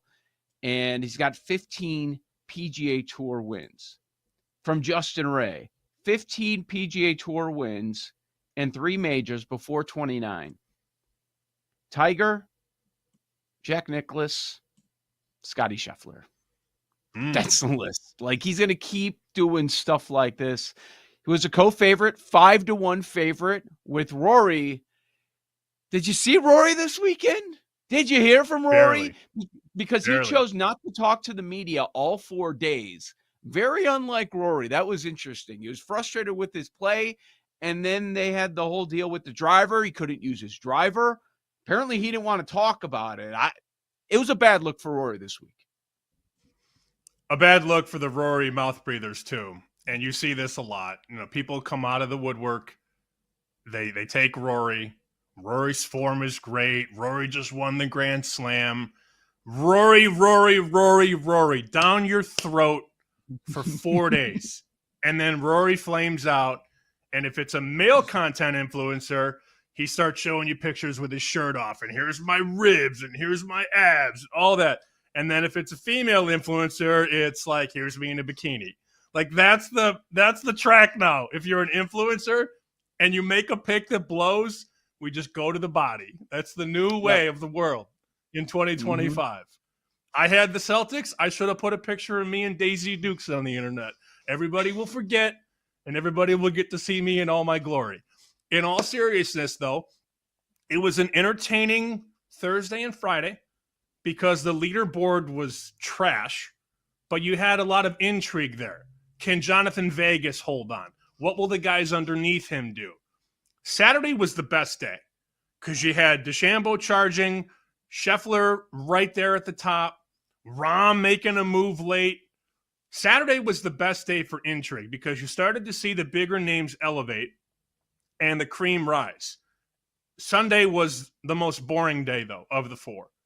Bad. And ideally, if you're brass for the PGA, you wanted to build to that Sunday eruption. Never got there. Nobody else was winning this tournament.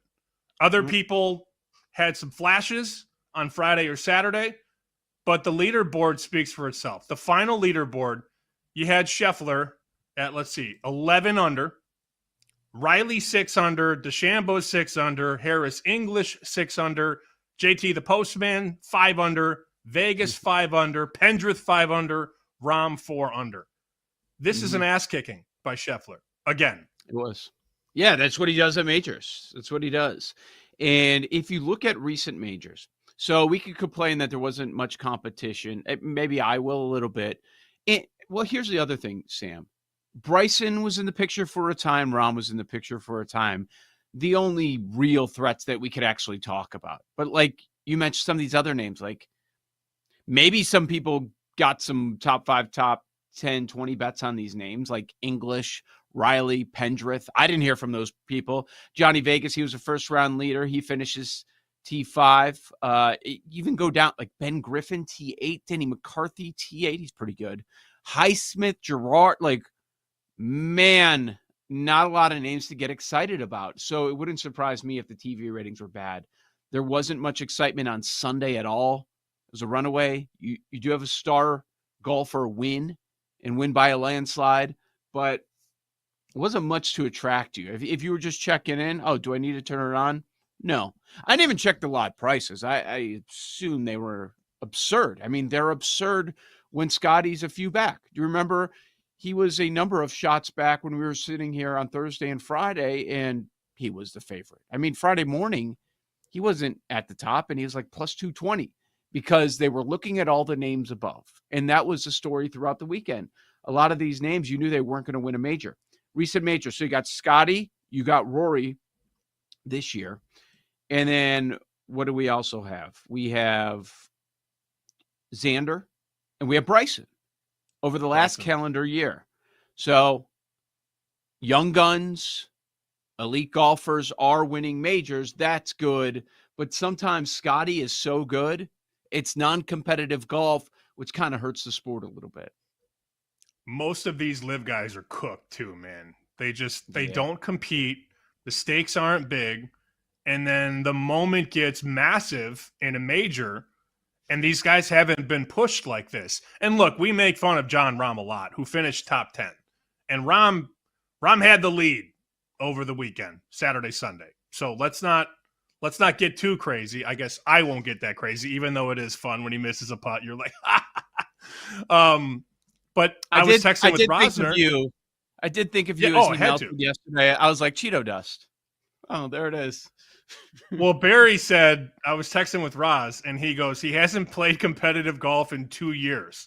There's no stress being 5 shots back. Then he feels stress and pressure, and he turns into a tomato can.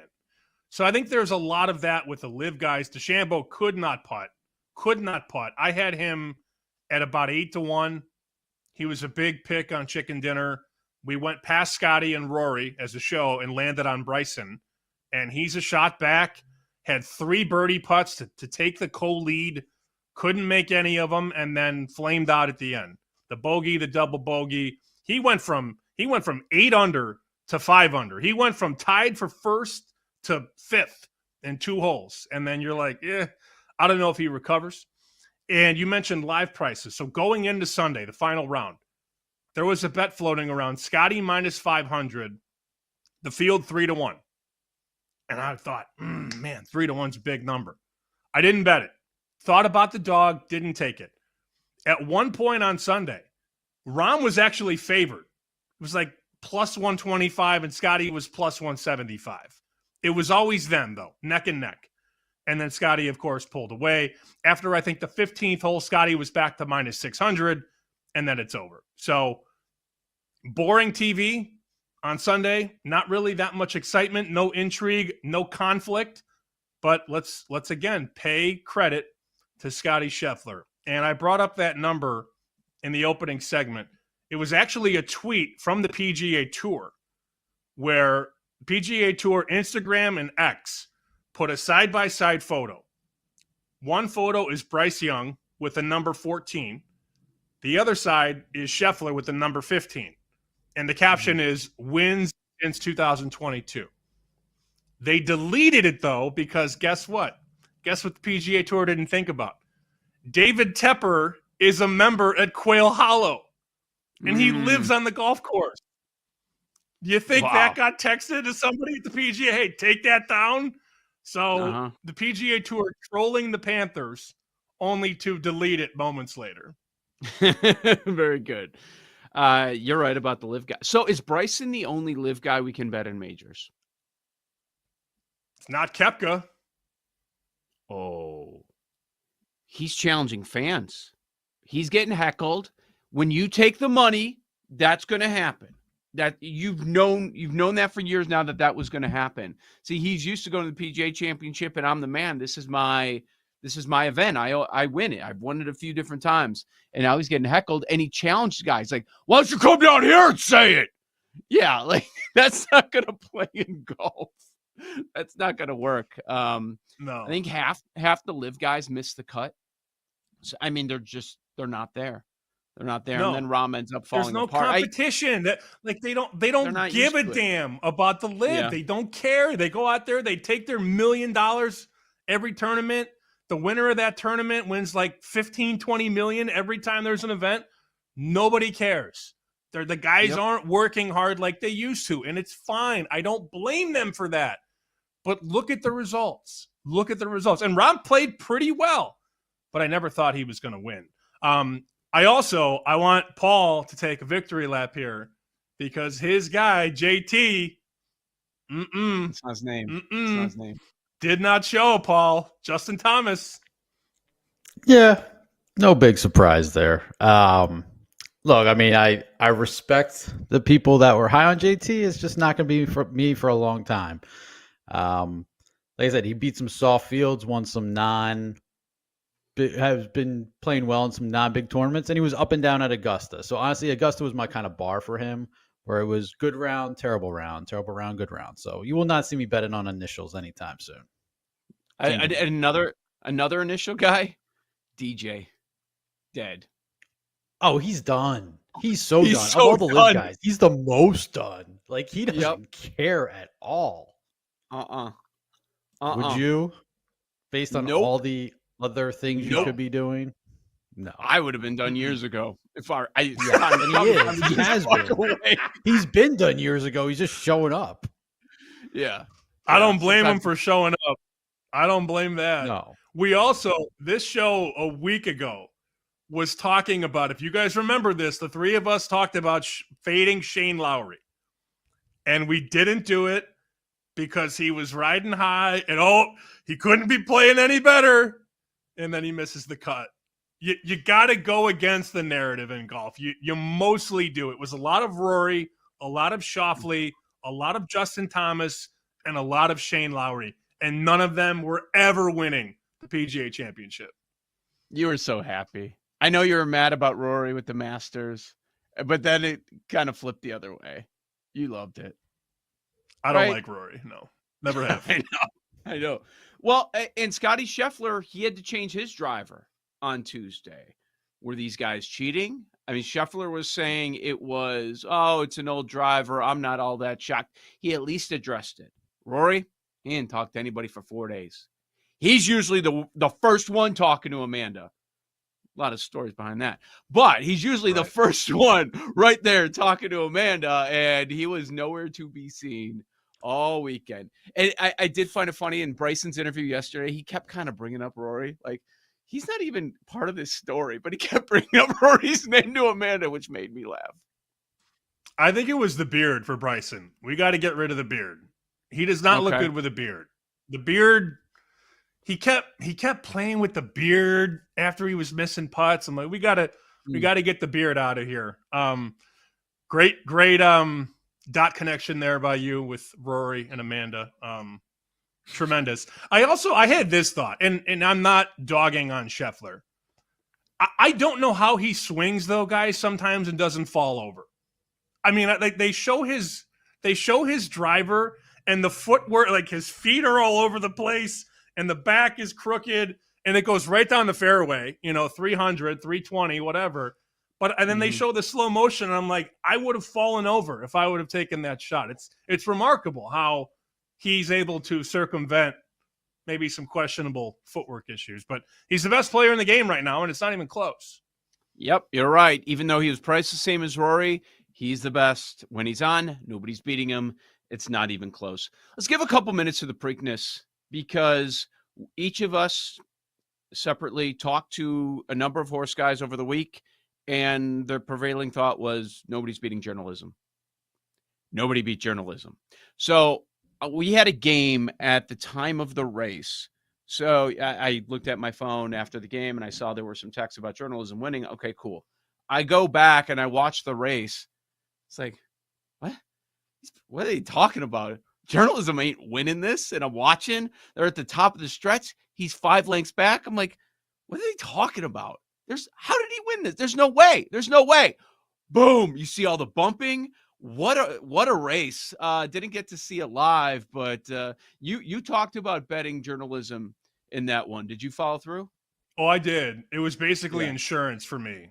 I had journalism insurance. So I made a very, very big day, kind of highlighted by journalism, but I had bet it to where I went with Eddie's horse. Eddie Olczyk had the 8, Clever Again, who did get the jump, as he called, but couldn't hold on. I mean, that's a horse that has to get to the front and then hold it. Clever Again was the first pace and got there and was in front. That was the horse that journalism Mike Allstad though. Just ran over. And then got through the A gap, and that poor 9 horse, Gosker, ran the race of its life at 15-1, and it's up, 4 or 5 lengths with not much to go. And journalism gets through. The problem is if you bet journalism, the payout stunk, even money. Yeah. So I had journalism to win. It wasn't very profitable. And then I had some exactas that didn't come through because the 1 and the 3 flamed out. 8-9 did nothing for me, or 2-9, excuse me. Journalism the 2, Gosker the 9. Hell of a run, though, by that 2-horse, man. Woo!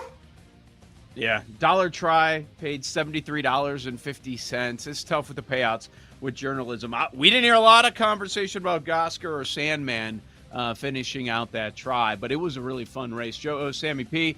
This is Bet Sweats. We have a case of the Mondays on the other side. You've got the BetMGM Network.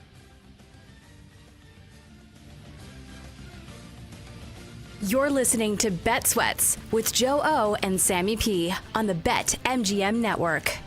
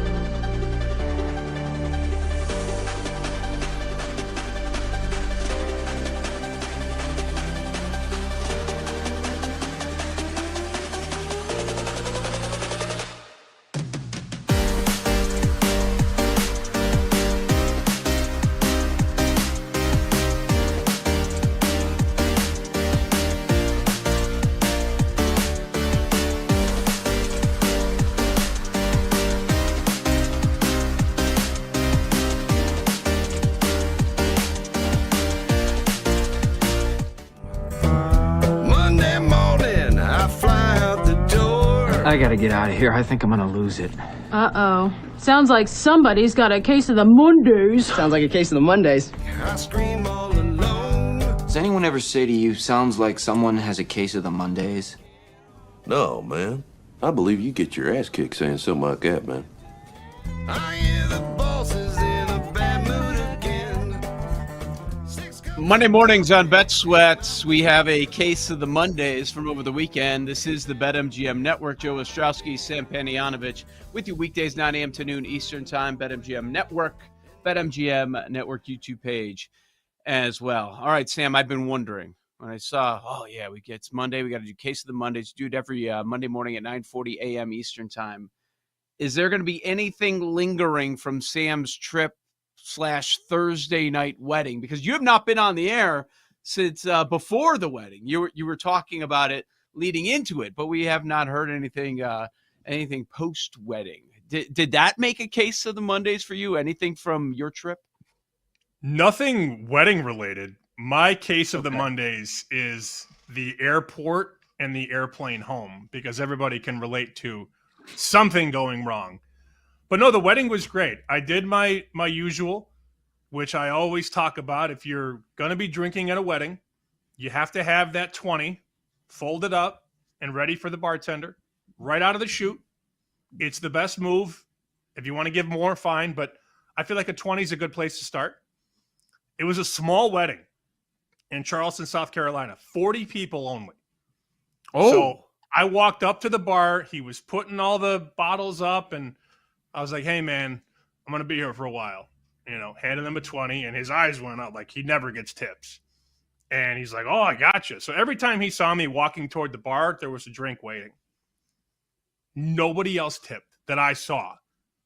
At one point, maybe a couple bucks here and there, I guess. But nobody's tipping these wedding bartenders. Nobody. Well, especially because was there a glass or anything up or nothing up there?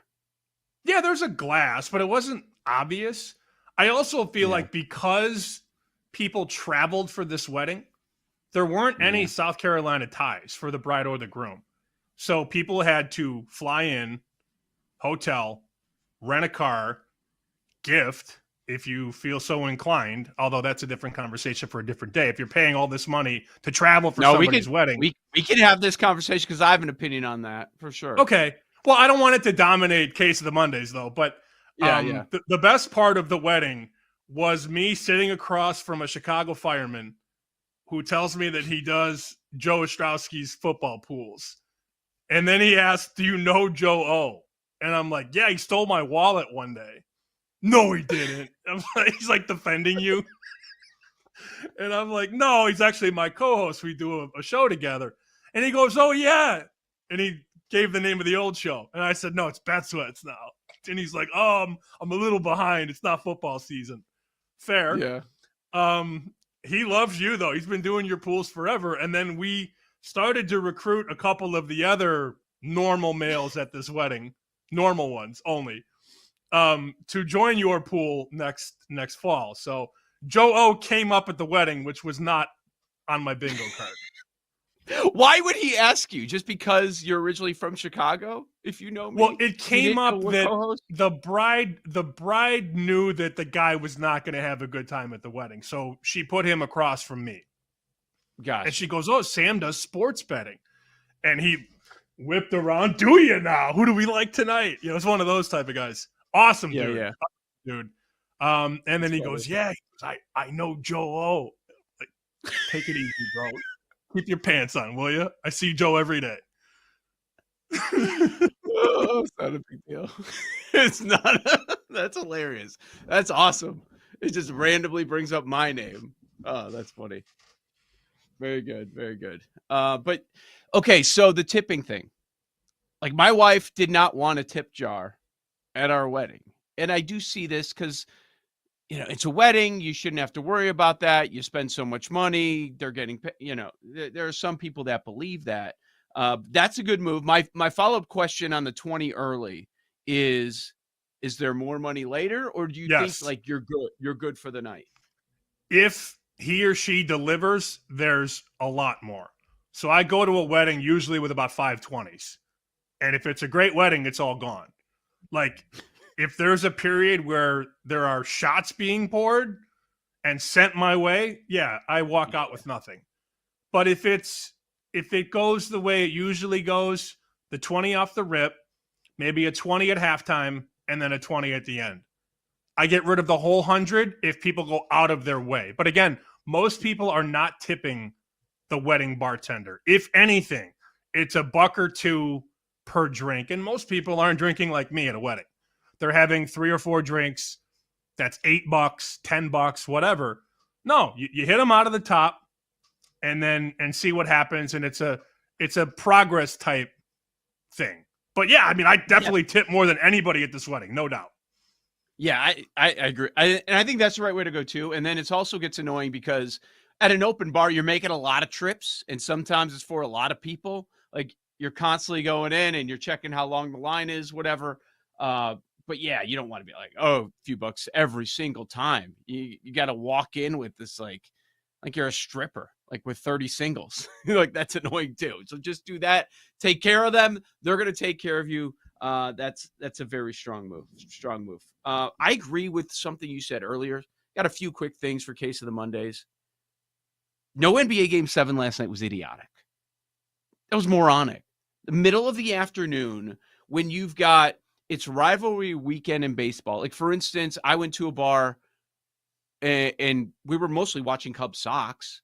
And the TV that didn't have sound, it was on, but it was a smaller TV and it didn't have any sound, was NBA Game 7, NBA playoffs.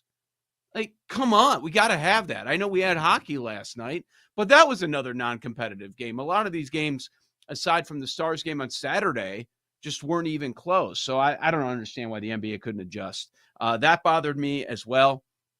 I got a couple things.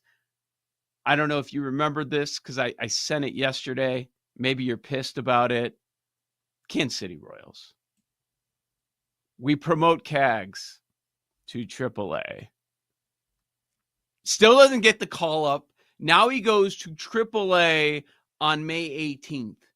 Is he going to be up by the All-Star break? I have no idea. But a lot of people fell for that. They're like, oh, he got promoted. Oh, it's AAA. Those cheap links. I hate them so much. And the worst part is a lot of people don't know this. The pitching is better at AA in the sense that you have younger pitchers with better stuff, but they don't know how to pitch yet. AAA starters are nothing special. You get older guys, journeyman guys, the vets, some guys still trying to hang on. You don't have elite pitching prospects for the most part at AAA. Guys go to high A or AA and then get called up.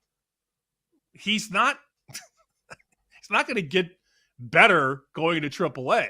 Just leave him at AA. I don't know. And the Royals could definitely use him now. That's the most frustrating part. And the number is now shorter than a couple weeks ago. Every time we talk about it. I got 75-1. MGM is 40 now. A couple weeks ago, it was 50 when we were talking. The number is getting shorter because people are betting on it, anticipating a call-up, and I don't know that it's happening anytime soon. You're right, though. The higher ceiling guys are at AA, and the really good ones go from AA to the majors. And then the Royals are in this game of just wasting time, and they're going to make up excuses like, oh, now he's got to check this off the box. No, he doesn't. He's done it all, and we know the game that you're playing. Yeah, it's a control game, which I understand. But you have Bobby Witt Jr. in his prime right now. You only get so many cracks if you're Kansas City before Bobby Witt either loses his prime or gets traded or goes somewhere else in free agency. I don't understand it. Anything else before I ask you about a price of how much a $5 footlong costs at the Atlanta airport? Okay, you first. Oh, my God. It was bad. I was just thinking, okay, so we get the WNBA starting on Friday. We get the game that a lot of people were going to pay attention to on Saturday afternoon. You get Caitlin Clark versus Angel Reese in Indiana against Chicago. You think any of this is fabricated? Is this WWE on any level to get attention for the WNBA? They're in the season opener, and if you missed it, Caitlin Clark with a hard foul on Reese in the middle of the game, shoves her to the ground. Reese gets up, goes after her. They upgrade the foul. It's like, we're not surprised. They've had this rivalry that's been going on since college. You think any of this is fabricated, like the WNBA's way of garnering some attention? It could be. If I was Caitlin Clark, though, excuse me, I would take the high road. In terms of basketball skill, it's not even a fight. Like, I get it. Angel Reese is agitating. Angel Reese is a very offensively challenged basketball player. It's not even close. Like, if those two are going to play one-on-one, who are you taking, right? If you need somebody to make a big shot, game on the line, who are you taking? It's not even close. I saw this tweet, actually. Made me laugh. It said, those comparing, let's see where the tweet was. Those comparing Caitlin Clark and Angel Reese would be like comparing Kobe to Marcin Gortat. Oh, my God. It's very funny. At Taggart Kent had that. My tweet. brethren, Caitlin Clark and Angel Reese is like if Kobe had a beef with Gortat. Very good I tweet. gotta go with the Polish guy. Yeah. It's not my Gortat. tweet. I didn't do it. It's a stray. It's a brutal stray right there. How much was a $5 footlong at the Atlanta airport? Every restaurant, every food place had a line. I kid you not, except for Subway. Subway was the only place without a line. And we were running a little bit late, and I thought to myself, let me take a quick peek. $14.99 for a footlong at the Atlanta airport Subway. Come on. Nope. $14.99. We see why there was no line. So was it Crystal Burgers? Like, those are popular down there? Every place was packed except for Subway. I would rather eat dirt off the floor. Yeah. I don't know. Maybe I'd get a meatball, but that's about it. $14.99. But $14.99. Yeah, not giving a 20 spot on that. Joe Sammy P, we preview the NBA playoffs, the next round, next on the BetMGM Network. You're listening to Bet Sweats with Joe O and Sammy P on the BetMGM Network.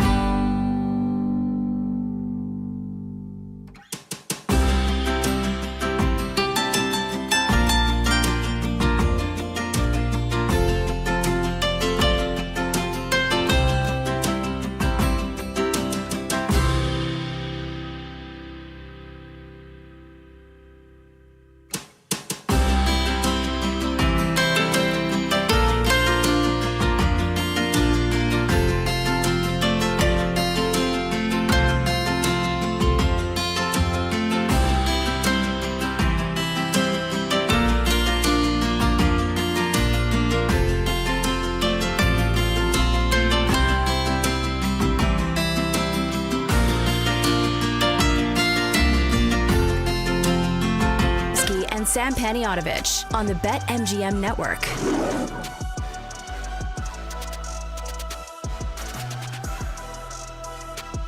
Joe Ostrowski, Sam Panayotovich, Alex Smith on the NHL later this hour at 11:20 Eastern Time. Rick Camp, our buddy, will drop by, talk some NBA playoffs as we have the conference finals all set now. We hit on it at the top here, Sam. You got Oklahoma City, Minnesota, and then, of course, New York Knicks against the Indiana Pacers. That was set on Friday. Yesterday, Game 7, this set up the Western Conference Finals. Let's talk title odds real quick. Thunder minus 175. It is quite the opposite than what we're seeing in the NHL. NHL completely up for grabs. Everybody's so close, just a matter of sense separating everyone. But the Thunder are minus 175. The second favorite, it's got to be the favorite in the East, right? Of course. It's the Knicks, plus 450. So we've got a range from minus 175 out to 8-1. The market is saying this is the Thunder's championship to lose. I don't know that I would bet anything. For those looking to jump into the pool for the first time, I like Minnesota, but I repeat, not betting it.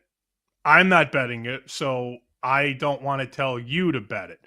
That's the first number that jumps to me. I'm not laying $1.75. We could have bet the Thunder before the playoffs. After, Game 75, you could have gotten 2-1, 2.25, maybe 230. Nah, I missed that boat. I'm excited for Oklahoma City. I mean, that fan base, the way that those fans attend, and the way that they, how do I want to use the wordage? The way that they columnize their fans, where if you're watching a Thunder home game, this section has blue. The next section has white. The next section has blue. It's like an Iowa Hawkeye football game with the black and yellow around the stadium. It's loud, raucous, intimidating. That fan base deserves a championship, especially after all the Seattle stuff and moving to OKC. I'm rooting for the Thunder. The number I would bet first, if we were doing a draft, a Bet Sweats draft, and I had the first pick, and I could take any of the four teams with a price, I would go Minnesota at 6-1. Not the Knicks, not the Pacers, and I'm not laying $1.75. But it's not a market I feel like has any value, I guess, for the most part. So OKC's the big favorite as far as the series prices. It's minus 350 at BetMGM. Knicks are minus 155 against Indiana. Okay, so OKC is a big favorite for the title. That makes sense. They've been pretty much all season. But Indiana's a long shot. Indiana plus 800. But they're in the series that is more of a toss-up going in. I agree with the Thunder being favored. It's too rich for me at minus 350. Like, Minnesota doesn't seem to be getting enough credit here, and maybe it's just too much headed in the Thunder's direction. But I look at that Indiana price, I'm like, oh, I think that's kind of appealing. Where should the Pacers be double the price almost of the Knicks? No, that's a misprice in my mind. But the Knicks are going to get the money. They're going to get it. And if you have a shorter number on the Thunder are going to get the money. So I guess that's how we arrive here. I would much rather bet the Pacers to beat the Knicks than the Pacers to win the title. You could talk me into Indiana plus 140, plus 145 to beat the Knicks, but beating the Knicks and the Thunder or the Knicks and the Wolves, I'm not quite there. I wrote this story for Fox last Thursday, and I don't make the headlines. I just write the story. They make the headlines. The headline is Sportsbook hoping for anybody but the Knicks to win NBA title.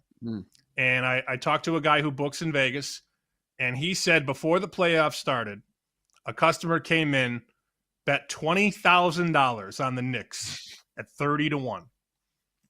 That's one bet. $600,000 in liability. And it's not the only Knicks bet they have. But remember, the Knicks, when the season opened, were 8-1, 9-1.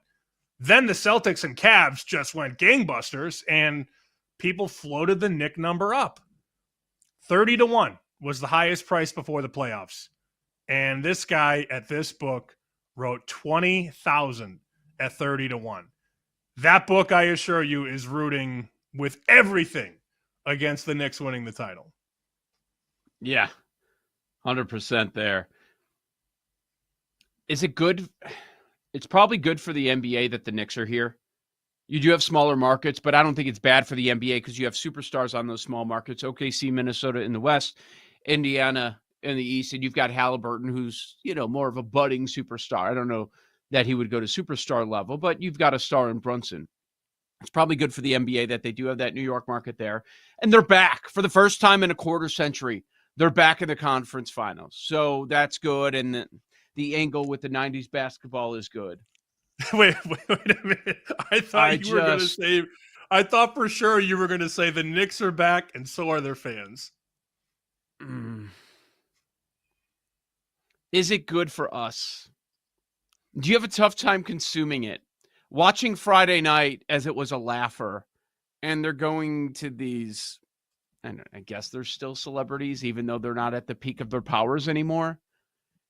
And then, what if, and we know the New York media members and Knicks fans that we hear from, and then there's Costos.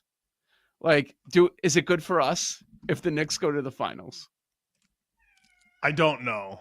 I'm not too sure. All these Knicks fans. Now, look, we know Spike Lee is a Knicks fan. I haven't seen Ben Stiller at a Knicks game in 20 years. Maybe I'm not paying attention, but now he's doing the pregame segment on the court. When I think of Knicks, I think of Spike Lee. I think of Penny Marshall. No, wait, she's a Laker fan. Never mind. I think of Turtle, Jerry Ferrara.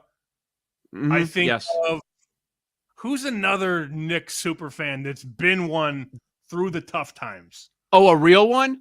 I got one that I saw on Friday, but I was like, why is he on the court? Lenny Kravitz.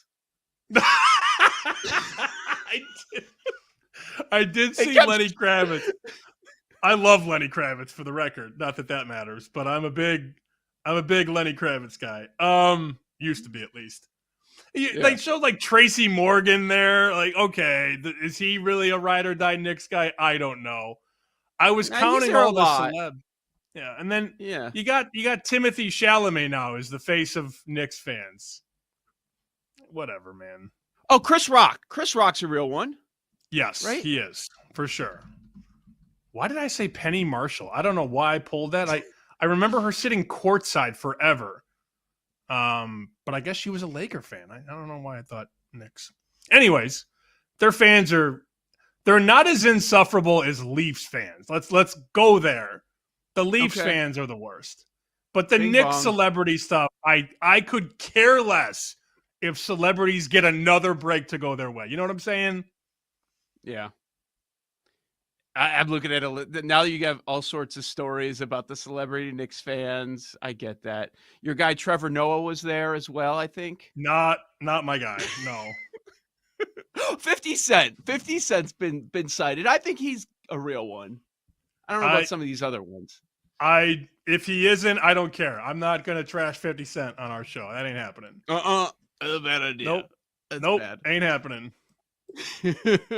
Timothy Chalamet, though. All 145 pounds of him. Nope, not gonna hold back on him. But he is a real sports fan. Now, as far as diehard Knicks, I don't know. But yeah, it seems like he was real. When he was on game day, everybody walked away impressed. Whoa, this guy actually knows what he's talking about. This is impressive. Or is he just a really good actor who studied everything? Yeah, he was ripping off Louisiana Lafayette quarterback stats, and I'm like, all right, he over-prepped for this one. Yep. Yeah, I agree there. All right, so what's your gut? What is the first reaction? What do you think the NBA Finals is going to be? Which two teams? What do I think? Oklahoma City's going. Mm-hmm. And I think it's going to be the Knicks. But I want to bet the Pacers. So I guess to answer that question, I think I'm going to be wrong in my assessment of the Eastern Conference Finals, so I want to bet the other team. I think Indiana has more versatility. I like their transition game. I like a lot of their guard play. I also I'm just programmed to know that a Thibodeau team is going to crash and burn eventually. And maybe that's not fair to this team because you don't really have, if you look at that Knicks roster, you don't have an older group. I always go back to that 2013, 14, 15 Bulls run where you had a lot of guys getting near 30 or bigger. Noah, Luol Deng, Carlos Boozer, guys running out of gas. But this Knicks team, their core is not that old. Bridges and Hart have been in the league 6 and 7 years. Anunoby 7 years. Towns 9 years. Brunson 6. McBride 3. Robinson 6. It's not this veteran-laden team. These guys are mostly around 30. So, Brunson was born in 96, so he's 29. Or 28, going to be 29 in August. Maybe I'm wrong about the fatigue, and maybe I'm blinded by what I covered and what I witnessed in Chicago. Maybe I'm wrong. But at the price, I would bet the Pacers, I think. No, I understand where you're coming from because I had the same thought. Indiana has the depth, right? They've got 10 guys that they're going to rotate throughout. And it's a Tibbs thing. You mentioned maybe it's not fair to this group. It's nothing against them. Are they just going to get burned by the end of the series? That's the question. We were waiting for it to happen with Denver. We certainly saw it in the second half last night. And one injury was a big part of that, but you could see how exhausted they were. And Tibbs plays his 5 guys almost the entire game. That's just what he does, and he doesn't apologize for it. He doesn't want you bringing it up. He gets annoyed when he keeps getting asked about it, but it's a conversation. And it's gotten his teams in the playoffs before. So will it happen this time? So he's back for the first time in a long, long time. I think it was ever since those Bulls teams back in the conference finals. So maybe it's not fair, but it's worth bringing up that Indiana has an advantage there, that they've got more depth to go to, fresh guys coming off the bench than New York. So, I think that's one of the bigger handicaps in this series. Is that going to be a good thing or a bad thing? I think it's good for the Pacers. I actually expect both series to go in the range of 6 to 7 games. I'm not expecting either one to be short like we saw in the last round where you had a number of series that only went 5 games. Are you with me there that you're expecting 6-7 games for both? Yes, I agree. Oklahoma City, I expect them to be in the NBA Finals, but Minnesota's going to push them a little bit. I know it's the regular season and we don't want to put too much stock into it.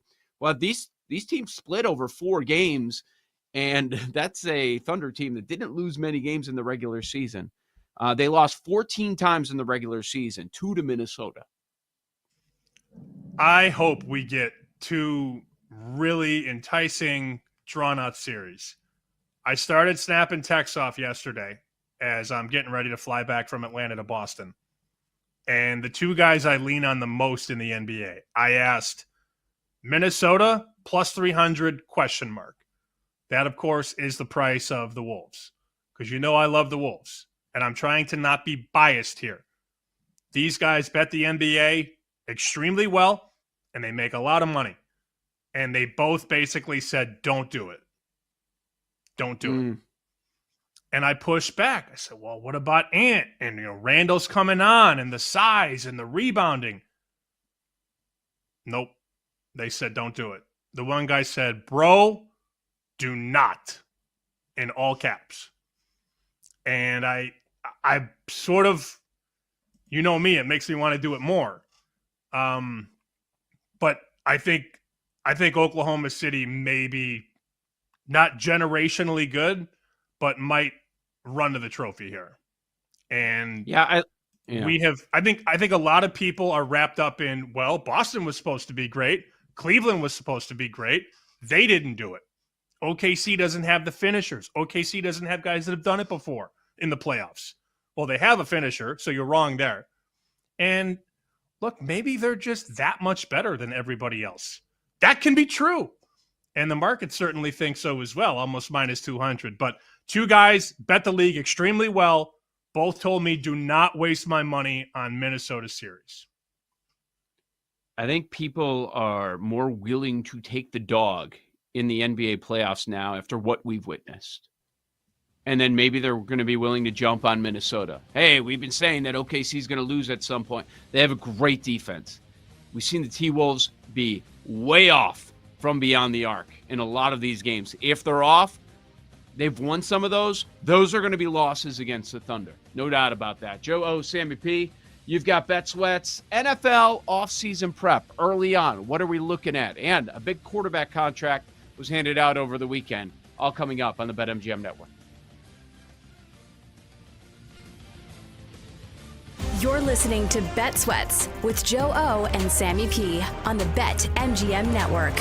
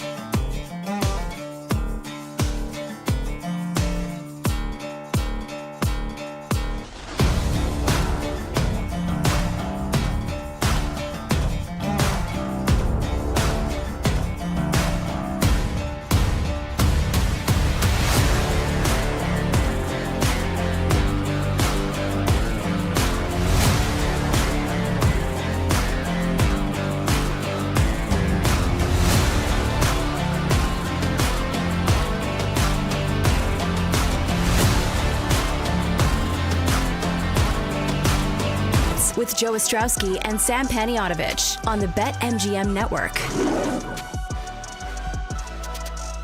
20 minutes from now, we'll talk Stanley Cup playoffs, Final Four with Alex B. Smith, our buddy from the Ice Guys, right here on BetSweat's BetMGM Network. Follow the show on X, Bet_Sweat, Sam at SB Shoot. I'm at Joe Ostrowski. And later on Friday, I didn't see this until late on Friday night, so I didn't know if it happened in the afternoon or what. Certainly not a news dump. Surprised it didn't come out earlier on in the week. But then 49ers, San Francisco 49ers, made some news. That contract that we've been talking about for quite some time, are they going to make that big move with the quarterback, with Brock Purdy? They did it. They did it. That was the big question. Would they be able to win when Purdy was on the cheap? The answer, no. They're going through a lot of changes this offseason. They decided to get that deal done sooner rather than later. And that goes down officially on Friday.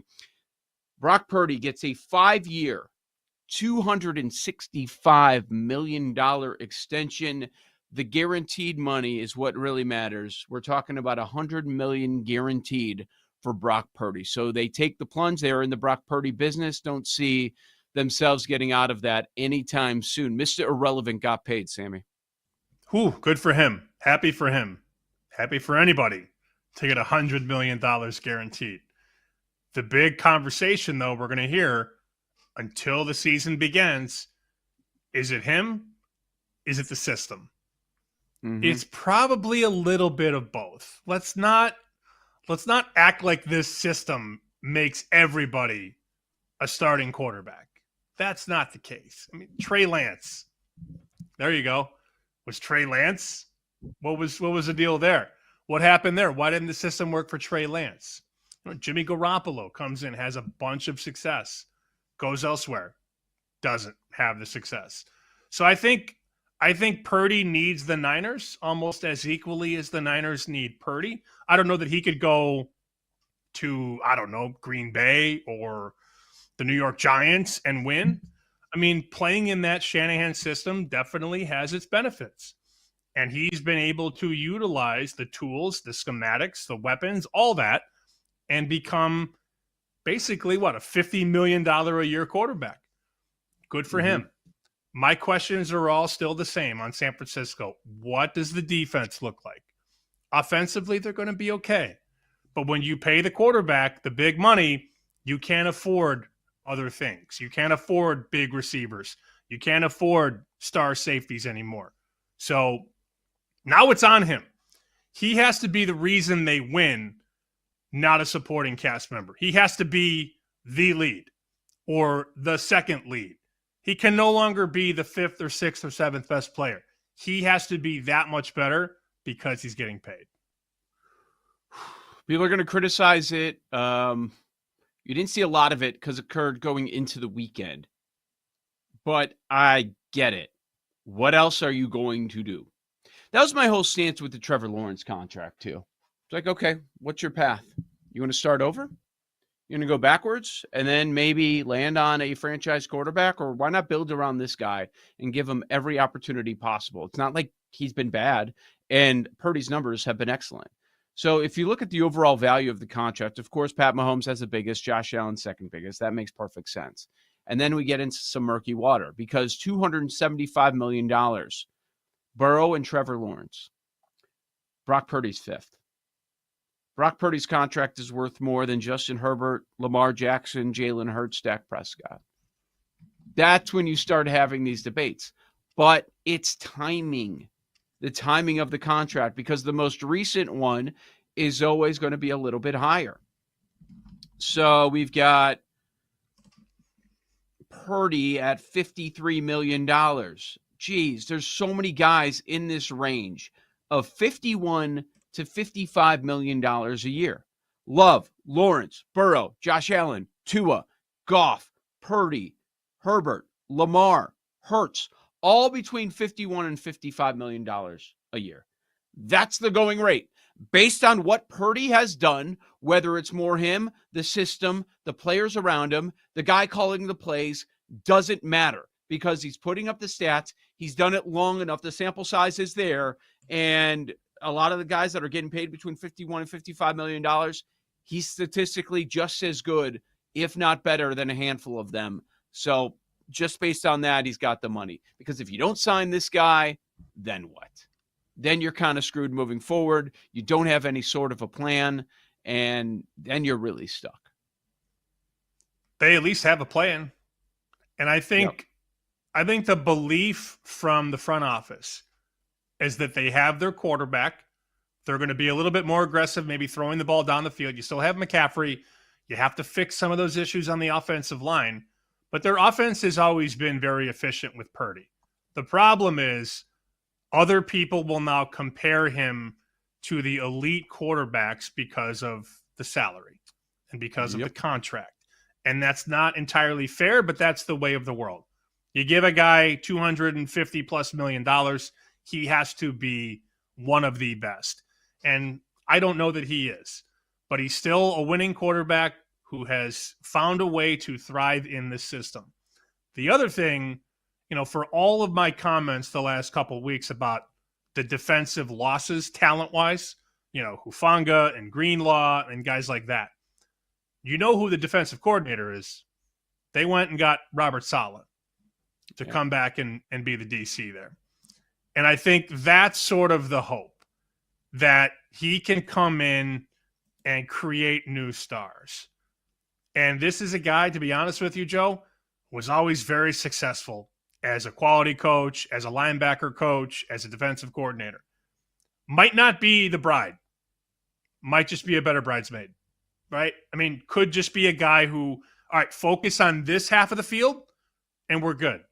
Maybe not a leader of the entire room. Maybe not a head coach, but a damn good defensive coordinator. And I think Kyle Shanahan is hoping that he can create the new wave of San Francisco defensive stars. Vic Fangio? Is that what he is? Sure. Could be. Yeah. Yeah, that would make a lot of sense. And the other thing, and I guess this is kind of related to Purdy, is they're expecting to have a very good year. We'll see what actually happens. If they are able to bounce back, you expect them to be healthier. All that makes sense. They're expecting a good year. By everybody's rankings projections, they have the easiest schedule in the NFL. If that plays out like many expect, that's the easiest schedule in the NFL. They're healthier than another year of bad luck with injuries to all of their star players. They end up winning the division, and then what? Purdy's more expensive. So they're kind of getting a head start on things, which makes sense to me.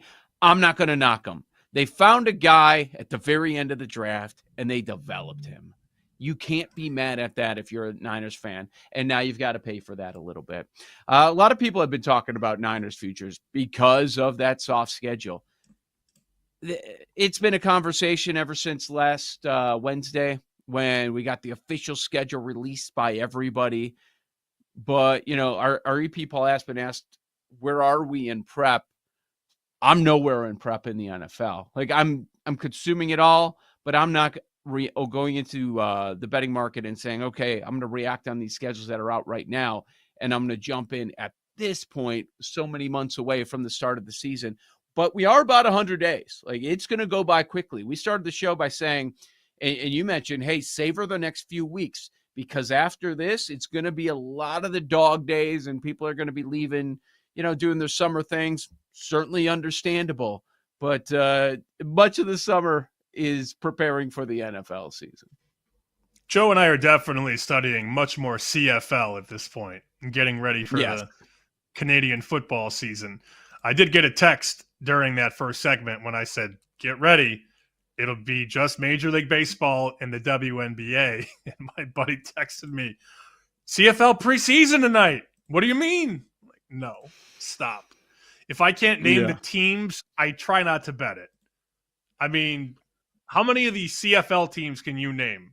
Not to put you on the spot. I can name 2, maybe. Argonauts? Argonauts are 1. Yep. Toronto Argonauts. Is there a Stampede? I believe it's the Stampeders. Close Stampeders. enough. Survey says it counts. I know the Edmonton Elks because Jordan Lynch played for the Elks. Oh, yeah. And I know the Winnipeg Blue Bombers. Oh, yeah. I recognize that one. It. I mean, if you put the list in front of me, I would I would say, oh, of course. Who did Tressman coach before he came over to Chicago? Alouettes. The Alouettes, right? Montreal. He was going to come in and bring his toolbox of Canadian Football League concepts to the Chicago Bears. What a time! What a time to be alive. Did I miss anybody? I mean, we missed a bunch, not that. I'm sure. Yeah, I missed some, but not that I'm mad about. Like, I wouldn't know the BC Lions off the top of my head. I wouldn't know the Saskatchewan Rough Riders off the top of my head. I've bet on the Rough Riders before. I don't think it went well. Have you? I What don't. about the Ottawa I Red don't Blacks? handicap. I don't think I bet on them. That seems like a name that shouldn't be a real name, but I'm not going to even go there. I don't handicap the CFL. I will bet it though, because I have some friends who bet obscure stuff. So do you. I can swallow a tough beat or a tough loss on the Dolphins or the Steelers. Or if you want to give me, hey, go bet Wake Forest on Saturday. That's fine. I can handle that. I have no issue with that. But when you send me a text to go bomb the Alouettes and they get killed, now we're fighting. Because I wasn't betting it until you told me to. Yeah. I've bet college lacrosse. That would probably be the one. It was like a month where I was betting it regularly, and it was a pain trying to find some of the scores. Man, high-scoring games. But, yeah, that's tough. Because when you have a bad day and you're just tailing, so I don't understand people that pay for picks. Like, it's probably a sport that you're paying attention to. You want some action on it, and you're just following somebody else's picks. And when you have a losing day and it's not even your decision, I don't know how you stomach that. But people do it. Well, people listen to our show and bet things that we talk about. I do pretty well in the FCS. We always find a couple teams here and there. No, I know it's different, right? I mean, it's CFL. We are having is a conversation level. about it. Like, it's just blind betting in these situations. I have no idea about anything in the CFL. So if I ever talk about, hey, bet this, it's from somebody who knows a thing or two about the CFL and probably wins in that league. But I get this all the time. I mean, when I give somebody Incarnate Word over, it happened last year. Incarnate Word was an awesome offense for the last few years. I remember giving out an Incarnate Word over 63 or something like that. Forget that it closed at 68. That doesn't matter. And it's 35-10. And people are just enraged because they never would have bet it if I didn't open my yapper. That's sort of how I feel when other people tell me to bet the CFL. I'm never going to wake up and go, I got to bet it. I got to bet it. I need it. I got to scratch my itch. No. If you give me CFL, I'll bet it. But I get mad at myself when it loses because I probably shouldn't have bet it in the first place. So we're down to, it's been confusing and probably difficult for people to follow over the last couple of years for the non-NFL football. So you've got the CFL, and now it's the UFL, which ended up being a merger, which was quite predictable that would happen. And that's it, right? There's no Vinnie Mac, no other leagues that are popping up. We're good there. I don't think so. Yeah. Yeah. So, I mean, honestly, I didn't even know that the UFL was going on. Did you? I did because I work at Fox. Oh, okay. Have you watched a game? Carry the games. Oh, yeah. I watch it all the time. Do they ask you to write a story? No. They used to ask me to do what was before the UFL because they combined another league. Right. I can't remember. All that bad football runs together, you know? I know. It's all bad. Yeah. They tried to make it. It's tough. It's just, with everything going on right now, we went for March Madness, went through all of these, whether it's the golf majors, now the playoffs of a couple of big leagues. Like, it's hard to compete with that. But, they think that they can. I understand. I found it.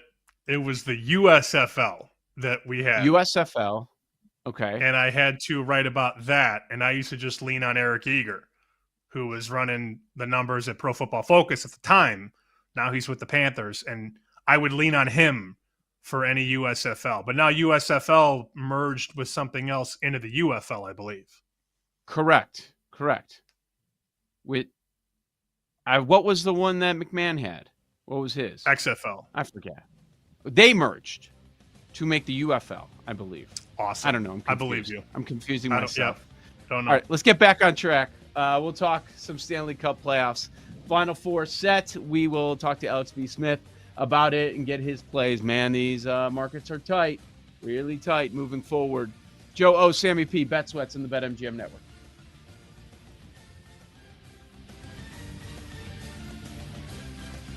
You're listening to Bet Sweats with Joe O and Sammy P on the BetMGM Network.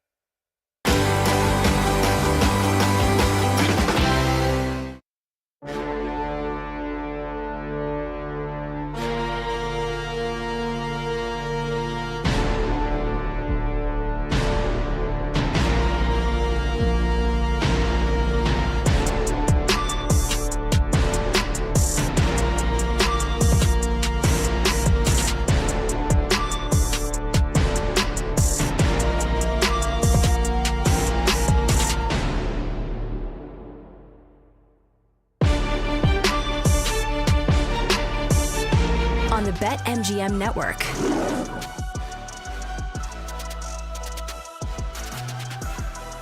Welcome back. You've got the BetMGM Network.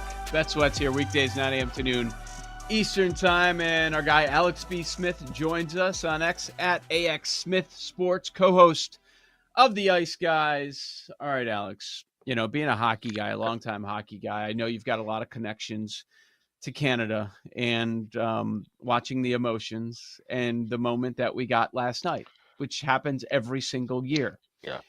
Did you laugh or did you show some compassion? Did you feel bad for Leafs fans?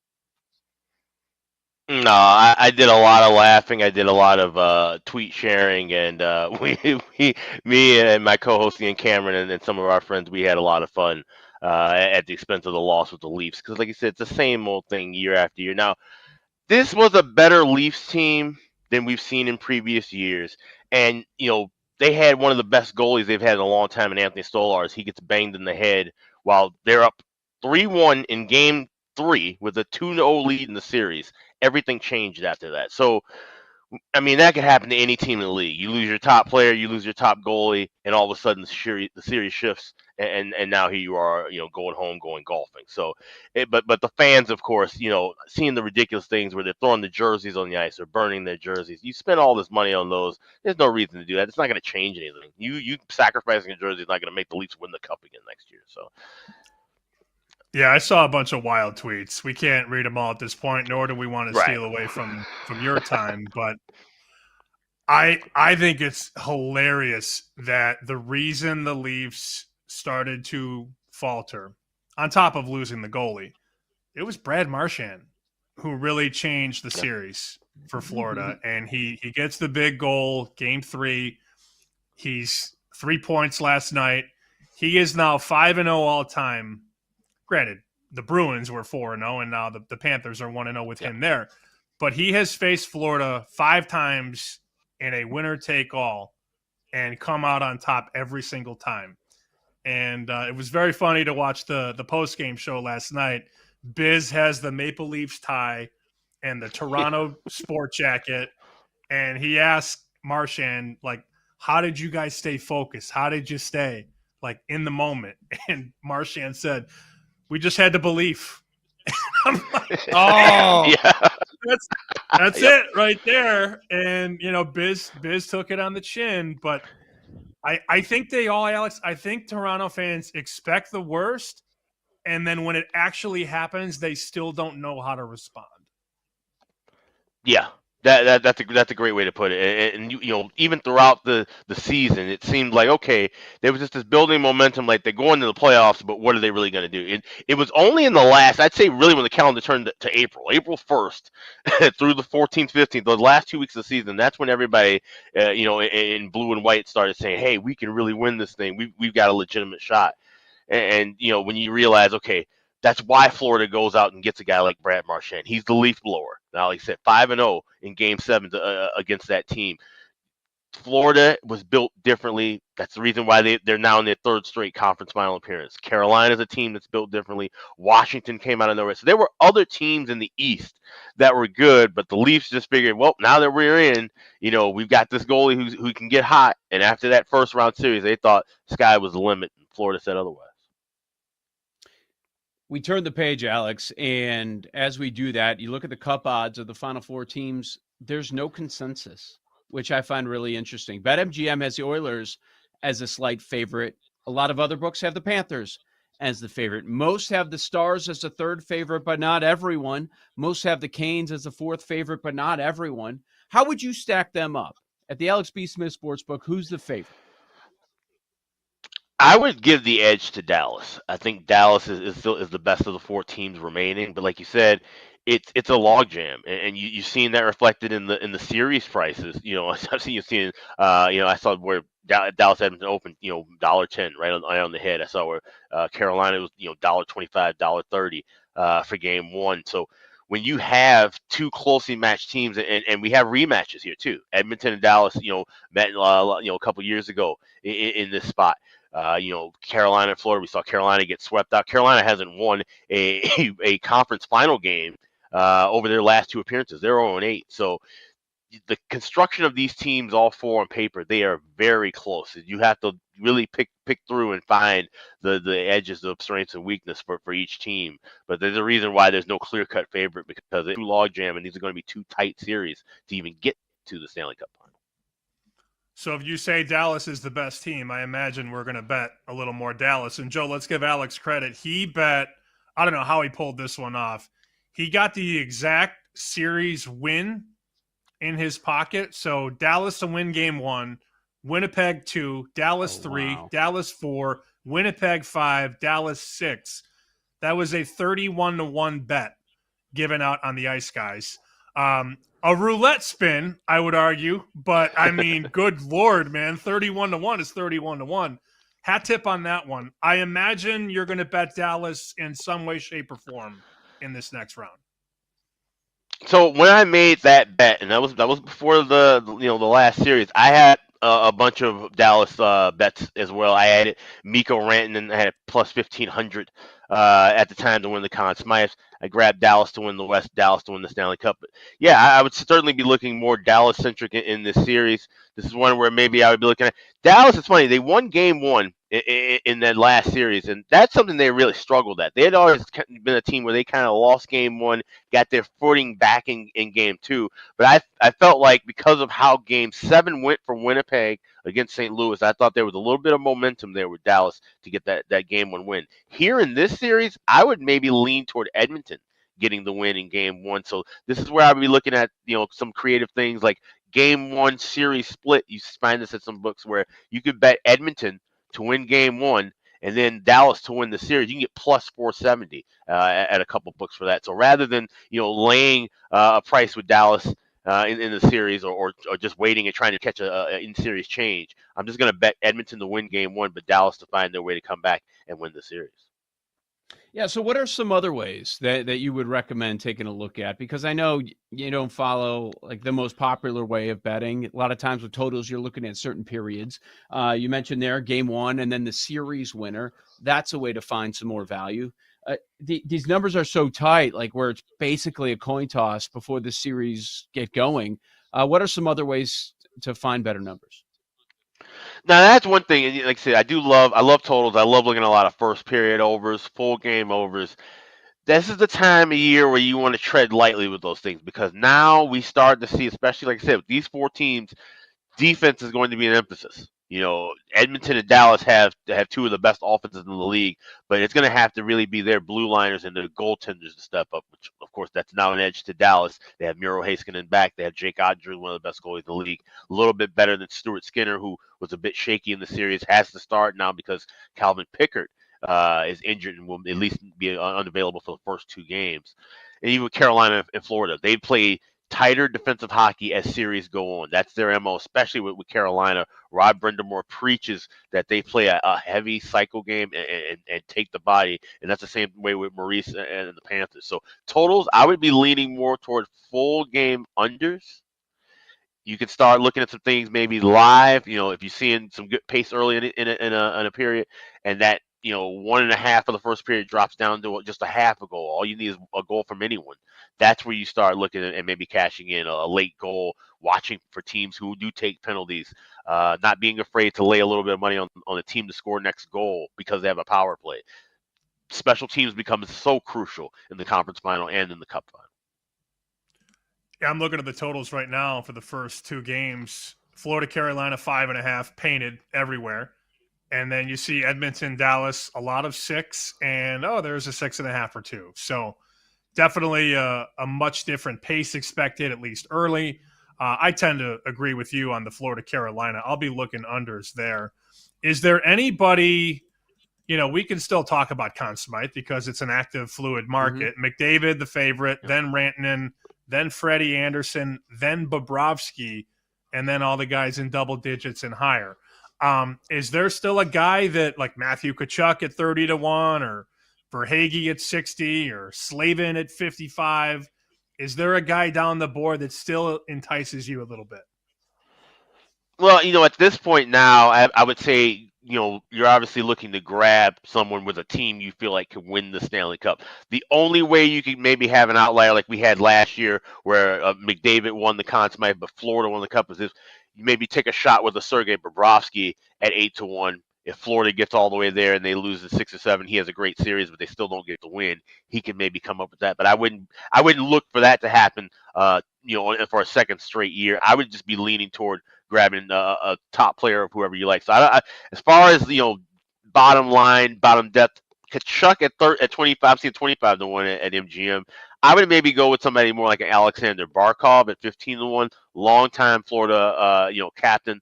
Yeah, I think you see where if he's a guy, he usually chips in, especially in late in the series closeout games. He's usually a guy who's always going to give you a point or a goal. He's going to be noticeable in those contests. So that may be somebody I would look with for him. As far as with Dallas, it's either Mikko Rantanen or Jake Ottinger. So I think the value would be an Ottinger at this point, 14-1. Like I said, I already grabbed the Mikko Rantanen at 15-1, and those numbers came plummeting down after he had the pair of hat tricks, with the Colorado series and then last series. So those would be the two things I would look at as far as if you're looking at Dallas. Yeah, that makes perfect sense. So throughout the playoffs, we've seen some furious comebacks, whether it's just forcing overtime or pulling out the outright victory. Live numbers. Are there any specific teams, if they fall down a couple of goals with plenty of time to go, that you would target as some pretty good value for a live bet? Yeah, I would say Florida and Edmonton are two teams that really kind of do well, and I noticed during the regular season where they bounce back. They don't hang their heads too low. They have the kind of like I said, especially with Florida, they have that heavy cycle play where they can just really wear on you, and they don't lose their composure too often. They know how to play physical within the rules and not get themselves in penalty trouble. That's the mark of a team that you can look for, down a goal, down 2 goals to try and rally and come back. Even just look at what happened yesterday in Game 7. Early in the third period, Max Domi gets a goal, and then it's Eetu Luostarinen gets the goal right back a minute later. They're a very resilient club. That's Alex B. Smith. Check out the Ice Guys every single day, and check out AX Smith Sports over on Twitter. Joe O, Sammy P, appreciate your time, Alex. Best of luck the rest of the way throughout the Stanley Cup playoffs. We'll talk again sometime soon. On the other side, a lot happened in Major League Baseball over the weekend, and we'll look at today's card on the BetMGM Network. You're listening to Bet Sweats with Joe O and Sammy P on the BetMGM Network.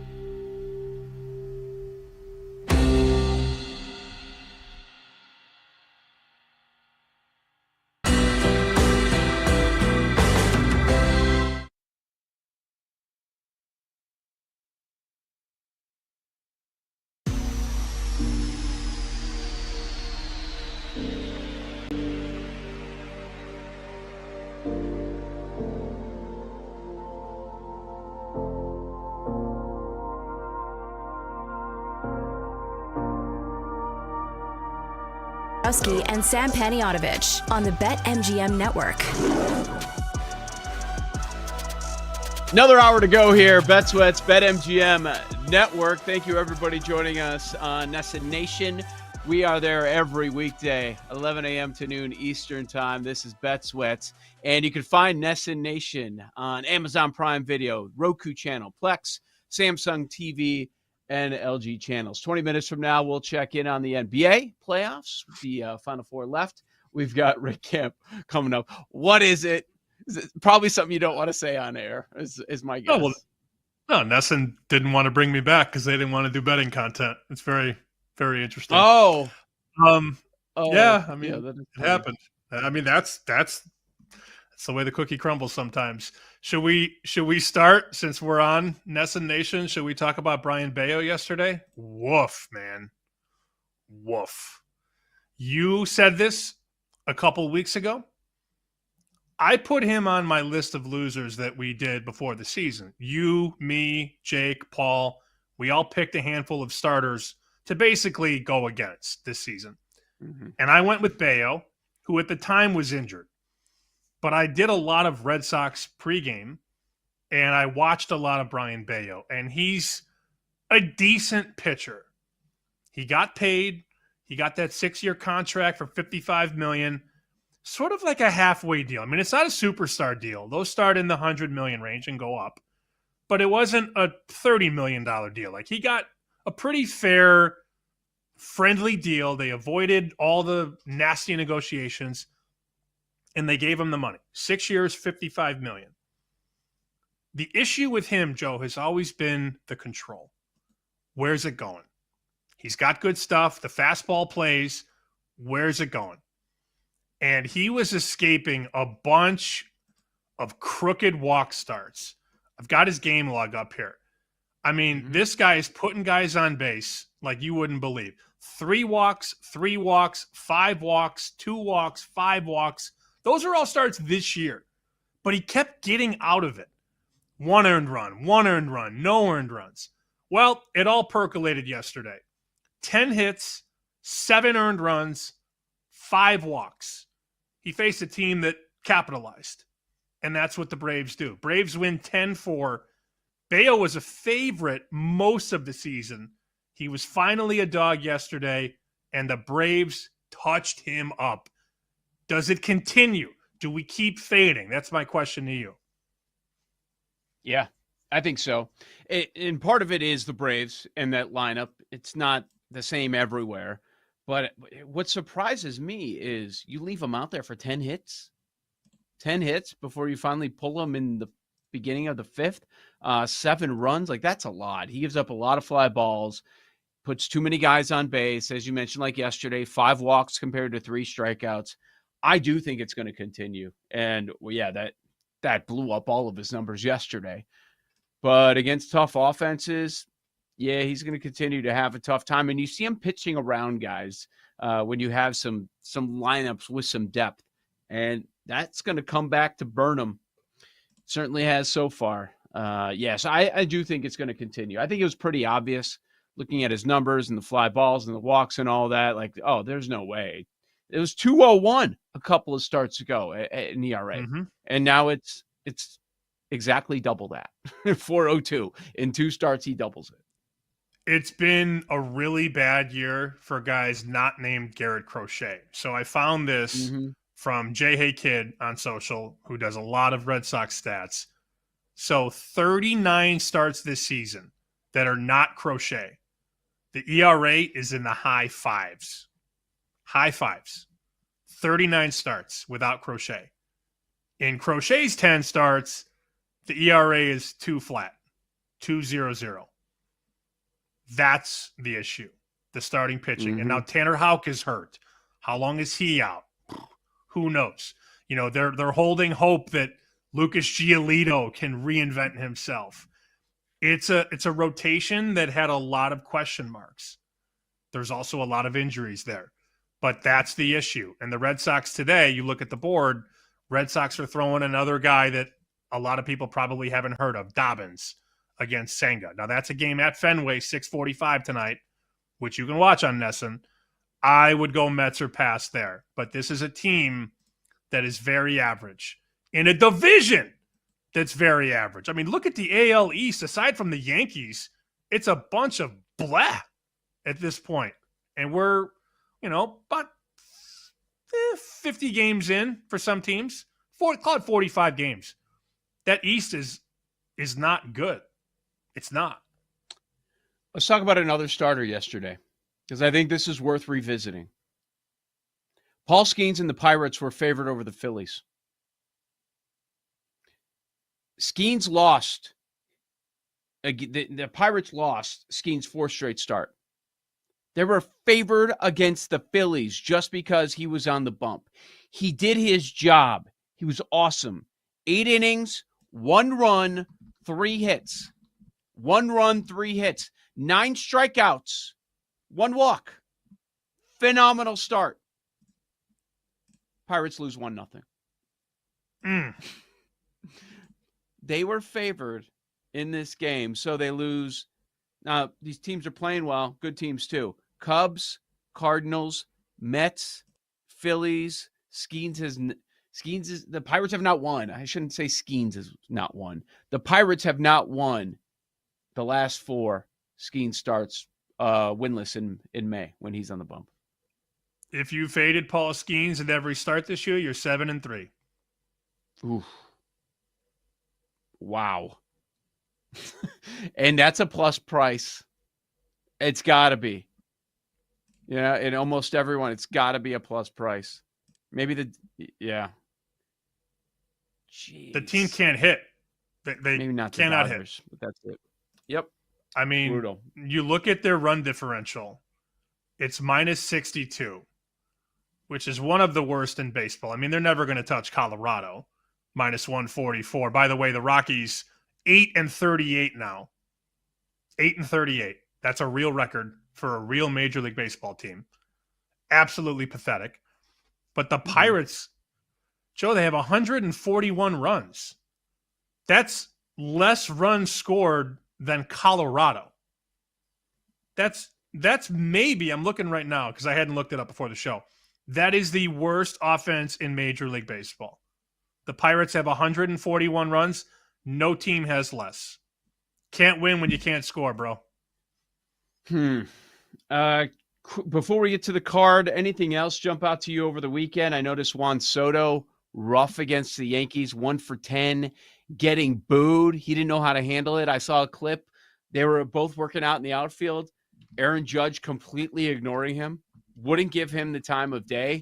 So, yeah, tough life with all that money. And he goes to the other side. Another manager was fired, Brandon Hyde. Yeah, that'll fix things for the O's. He gets fired. Wow, it's got to be some sort of a record at this point. And then rivalry weekend, we had a bunch of sweeps, including the Cubs over your White Sox. Dude, your guy PCA, he ran all over them yesterday. He embarrassed them so many times. I don't like him. I don't like their team. I never have. But they put it on too. And I actually on Friday, I bet a little piece of Chicago. The Cubs were minus 280. 280. Okay. And I'm thinking, all right, Smith is going. You know, he's been their best starter. I get plus 210.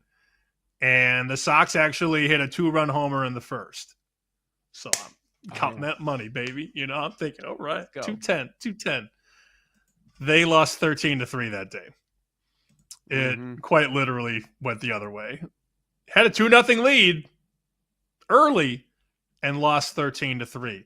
The Cubs outscored the White Sox 26-8. Ooh. Yeah.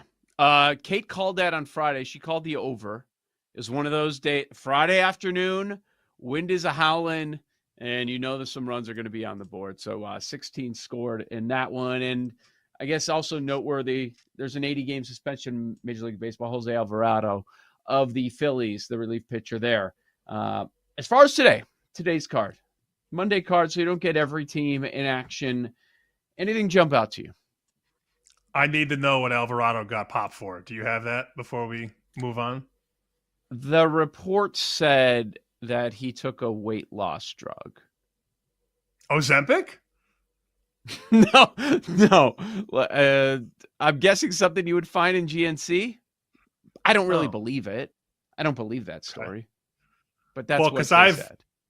I've had to face that guy. I've had a couple bets over the years, and he comes in late, and I'm like, we're not hitting that guy. So I didn't know what it was. I had a couple guesses, but I didn't want to throw that out there. Okay, so it's too bad that Jake isn't here because his guy, Sanchez, is going for the Phillies today in Colorado. I'm thinking about an over there, over 10 with Sanchez and Freeland. We're starting to get to that point now where these Rockies games are warming up. The temperatures are getting higher, which means the ball is going to fly a little bit more.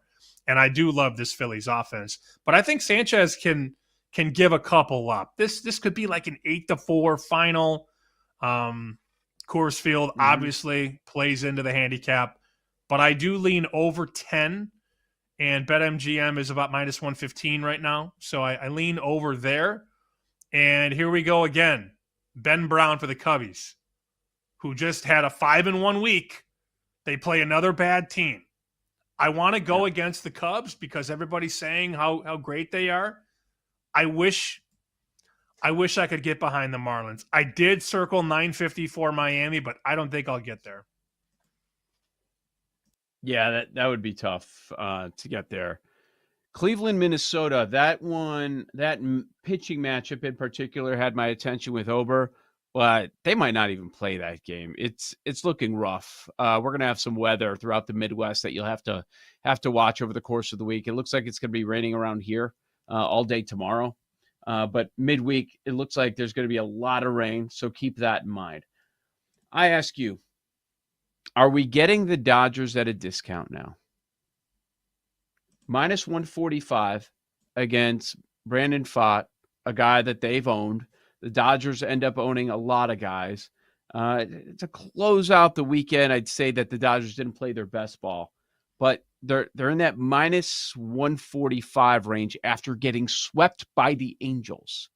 Like, they play well against the Angels. They take care of business. We know that price is much higher, but they get swept. They stay at home. They get a pitcher that they've gotten to in the past. Is this Dodgers at a discount minus 145 against Arizona? It is. People respect Pfaadt and the D-backs. They also don't really quite know what Knack is at this point.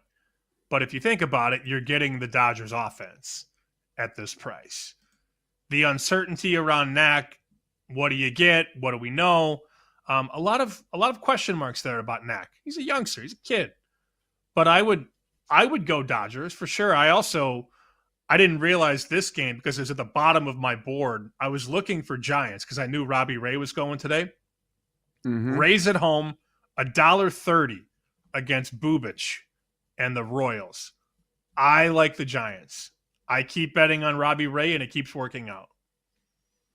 Yeah, I think Chelsea brought up this number, the number of times that they've won in Robbie Ray starts, San Francisco. Let's pull up his game log because I believe it's been a number. Yeah, 1, 2, 3. Whoa.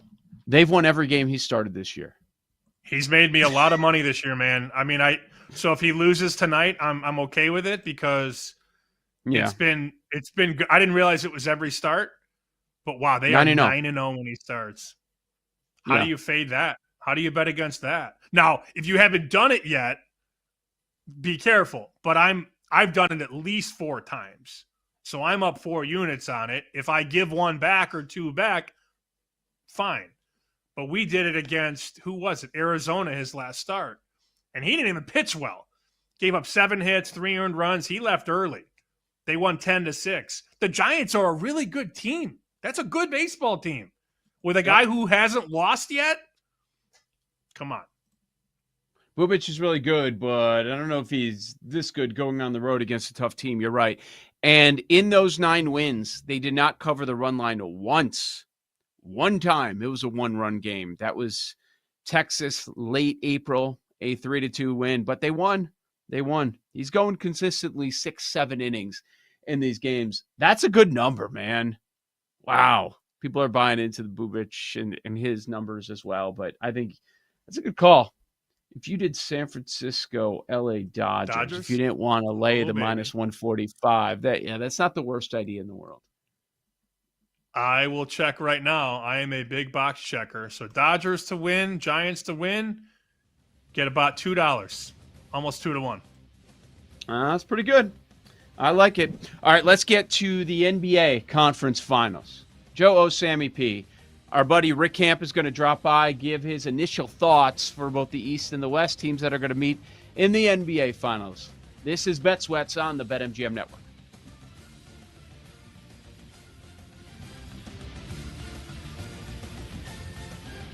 You're listening to Bet Sweats with Joe O and Sammy P on the BetMGM Network.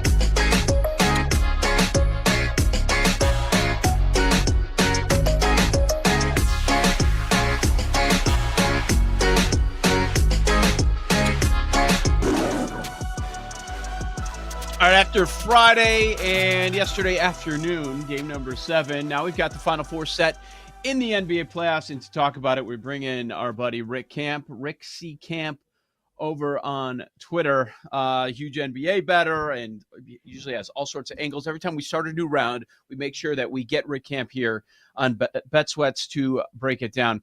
All right, so you grew up with the 90s Bulls, and you're used to Pacers competing, Knicks competing, but they were always turned away because they weren't quite at that level.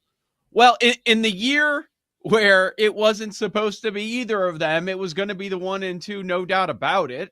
There wasn't much of a conversation to be had much of the regular season. They meet here in the conference finals. Number 1 and number 2 gone. And then on the other side, you got OKC. Minnesota kind of feels like turning the page on some of the old superstars. Young blood getting in. Overall, what are your thoughts? What do you think about the Final Four? A random anecdote from myself first, that you know how sometimes you're in you think about a certain bet, but then you have to be in a certain state of mind or influence to end up placing the bet. Mm-hmm. I kind of forgot that until I checked bets like what I had outstanding like a week later, that in the middle of the first round, I'd bet Oklahoma City to beat Indiana for the championship at 60-1. So what? Yeah. I think that's going to happen. I'm sure hoping it does, because it's one of those where I bet it like between, I think it was game 2 and 3 of the Bucks Pacers series. And then I go like a week later and check, all my stuff that hasn't settled yet. And it's sitting there and I'm like, when did I do this? So I just completely lucked into something that I really liked this Indiana team, but this was before I saw a true path for them getting there, because we didn't necessarily know about Boston or Cleveland injury stuff at that point in time. I'm happy it's fallen this way, but I also feel bad that I wasn't able to really give it out to anybody because I didn't remember I placed the bet to begin with. But that does lead into how I feel about these series, because I do like Indiana. I've liked their style. I like the way they play. And even though they haven't had the most success against the Knicks, there's an obvious path, I think, for them to win this series. But what makes it cool is I think it's a long series, because I absolutely think the Knicks can win as well. The Knicks should dominate the glass in this series. I almost even wonder if there are times where they're able to go to a double big setup. Not that often, not for that many minutes, but just to really drive home, hey, maybe in lineups where you have the bigs out there, like Siakam, are they going to trust Siakam or dare Siakam to shoot? And basically say, okay, Cat's going to be on him, Mitchell Robinson's going to be underneath the basket, something like that, and have that happen, and just basically say, we're not going to let you run because we're not going to let you get a rebound. And I think that could be a way that the Knicks end up winning. And if just the combination of Nesmith and Nembhard are not able to do enough when it comes to holding down Brunson enough and making him inefficient enough to get the job done. Joe can't wait. He's a big Knicks guy. He can't wait to go sit between Lenny Kravitz and Timothy Chalamet. He's all excited. Put on the orange, put on the blue. It sounds like, I don't want to speak for you, so let's just ask the question. You're not going to hedge off that position. It doesn't sound like you're going to take any Knicks series. I've thought about it, but at least right now, I'm not going to. Obviously, however the series starts to play out, like if there's anything I trust early in this series, especially like game 1, I haven't bet it yet, but I'm looking at the over, or at least might look at props with the thought of it being more of an over, just because each of these series resets. I think there's things each team can do offensively against each other, but also I think the adjustments are going to be fairly minimal coming into the series. We've seen in pretty much every series, you start out not totally vanilla, but a very surface level set of adjustments for how you want to play a specific team, and then move off of that. So I think this could be, at least early, an over series with the Pacers wanting to push the pace, and the Pacers defensively probably wanting to do their thing where they're not really switching a ton. They would like to have their guys stick, and then maybe the Knicks are able to have some success early, and the Pacers have to adjust as the series progresses. But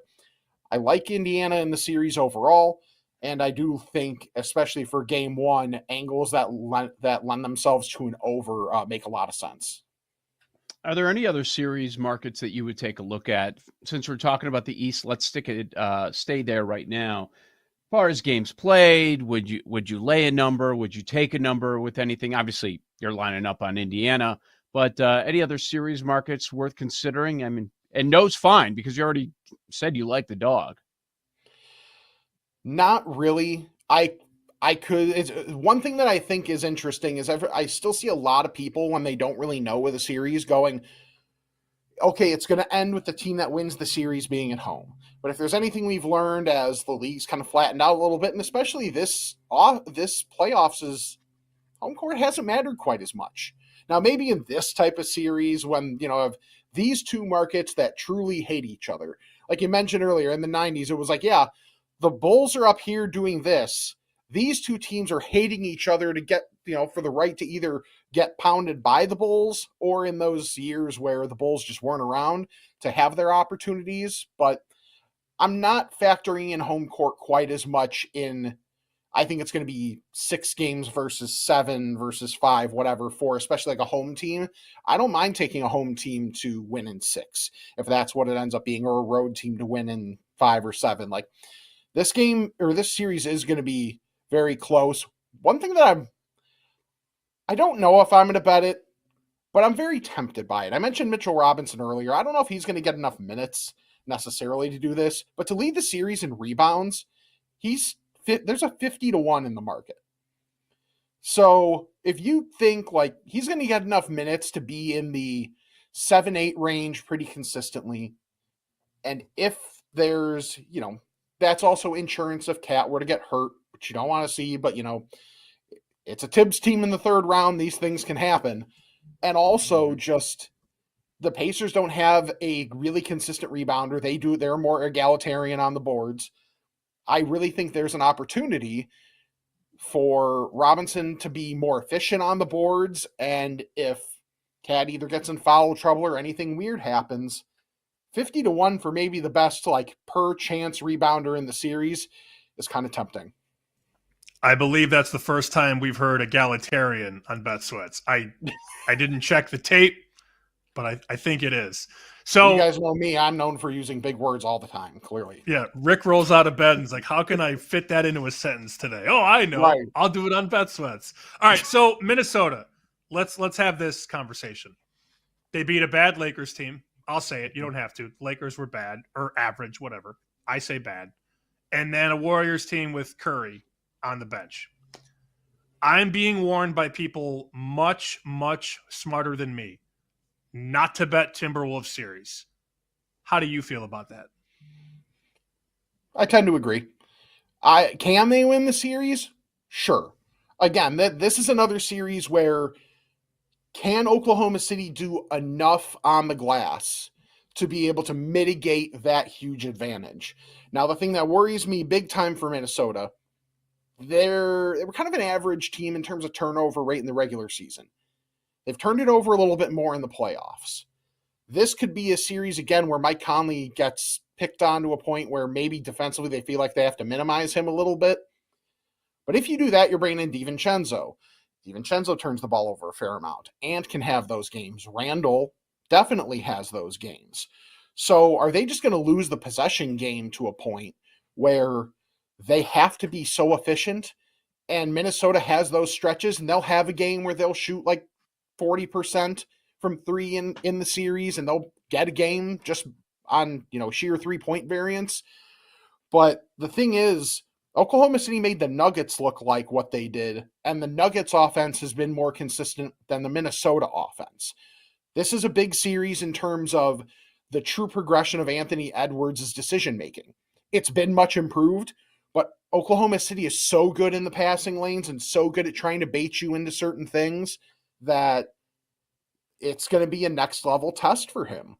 So I just think there's going to be some nasty stretches where you're going to have 4 minutes in this game where neither team gets a field goal. It's going to really have a tournament feel to it, but with actual talent on the floor. So I think there's going to be those stretches, and those could swing games to where maybe at some point, if you can get a live, hit the dog on a live spread, maybe there's an opportunity for something like that in like the middle of a third quarter when there's probably going to be certain lineups or certain stretches where, one team is really going to struggle offensively. I think like the rebounding, like just any sort of offensive consistency, and can Rudy Gobert stay on the floor? Because they're going to need him to be the rim protector because Oklahoma City loves to get to the rim so much. I think he can, but then also what you give up as a result of him being on the court still is going to rely on Oklahoma City hitting some shots. So I like Oklahoma City in this series. The -1.5 games is juiced a little too much for my liking. I think there's around a -160 I saw on the market, but I do like the Thunder to win that. Rick Camp with us at Rick C. Camp on X. This is Bet Sweats, Joe Ostrowski, Sam Panayonovich, getting you set for the conference finals of the NBA playoffs. Anything else in the Western Conference? Sometimes you like series props on players. Is there any particular player or market that you'll be watching game by game that you expect to be betting? Anything else on the West? So far, I've made one bet for game one, and it is going to be something I'm going to kind of monitor, and I'm being a little conservative by not trying to attack any sort of alt for it. Julius Randle over 3.5 turnovers. There's a +128 in the market, which seems kind of insane to me because when he played a pretty full minute load in the last series against a Warriors team who was similar in terms of being able to force turnovers, 4, 4, and 5 turnovers. And he's going to need to create, especially if Mike Conley's not going to be able to be on the floor and be, as much of a guy that can hold the turnovers down and hold that offense together a little bit just in terms of organization. So I really do think that Randle is going to turn the ball over a lot in this series, even in games where he's playing well.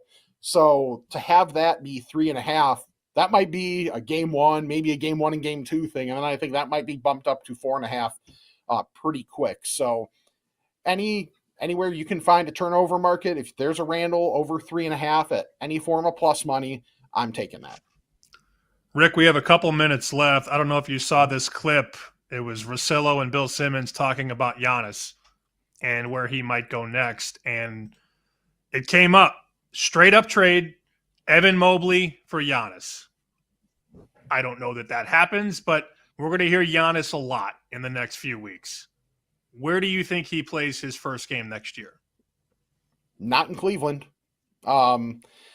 Some of the reporting out there has said he wants to stay out east. He wants to have a lot of influence on who becomes a part of that team with him. I've seen Brooklyn thrown out there a lot, but after what they just went through with Kyrie and Kevin Durant, I know a lot of people are like, well, Giannis is totally different. Giannis is still a superstar that clearly wants to assert some power right now, which is his prerogative. Also, I just don't know that they have enough around. Like after making a trade, Brooklyn was bad anyway. So I don't know that makes sense if Giannis is trying to maximize and win ASAP. I really think Houston's going to make a big push. If I was, I'm still not 100% set on him getting traded. Maybe he tries to wait it out till closer to the deadline or something, which I think would be kind of foolish for Giannis, but Houston has the ammo. Houston had a lack of success relatively in this postseason. They know they need to upgrade. Giannis maybe isn't the perfect fit for the type of guy that they need, but I really think that if they can't get a guy like Devin Booker, they don't want 37-year-old Kevin Durant. Giannis is going to cost a lot, but they have a lot to give and can still be a very competitive team after that type of deal. So I think I would say they're most likely. I just wonder if San Antonio is willing to pull that trigger and take that big of a step forward in their progression right now, because that number 2 pick, some of the stuff they have around it, future picks, they could also make a very good deal. So I tend to think, even though it's the West, I think that the state of Texas is probably a good logical spot for Giannis to end up. Rick, 30 seconds or less. Is there any way, don't forget the conference MVPs is a thing, NBA Finals MVP, of course. Not the obvious pick for any of these teams. They all have one superstar that's obvious. Is there anybody else in the conversation? Boy, I'm very tempted by Andrew Nembhard, but I also wonder if that's just me really liking him as a player. I don't know if he's going to put up enough. That's you. Yeah. Hey, Yeah, if Halliburton's getting guarded hard, you saw last series, he had games where he was 20 plus and like close to 10, like putting up the Halliburton numbers. He may get a lot of opportunities running pick and roll. So I don't think it's as crazy as it probably sounds. At Rick Seacamp over on Twitter. Make sure you're giving him a follow. Thank you, Rick. We'll talk soon, definitely before we get to the NBA Finals. Joe Sammy P. We've got our lightning bets for this Monday. That is next on the BetMGM Network.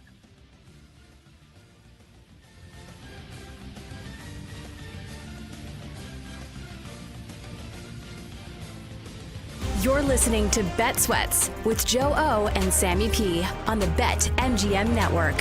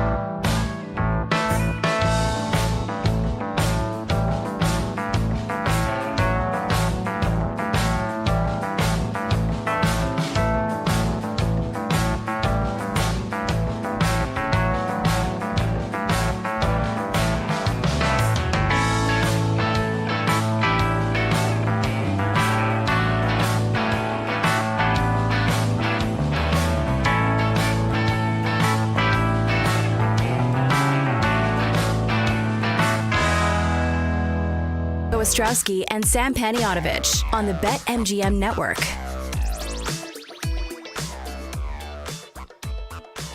BetMGM account holders will receive an Any Sport Parlay Boost token, score a bigger payout if your wager with the Parlay Boost token hits. Tokens can be used on parlays and SGPs over at BetMGM. Joe Ostrowski, Sam Panayotovich, on this Monday. We'll get to our lightning bets coming up in just a few minutes here for this Monday. And Sam, something we didn't get into, probably because it was happening on Friday and we were talking about the celebrities, non-celebrities that are now out and about with the Knicks winning, claiming the New York Knicks. They are in the conference finals.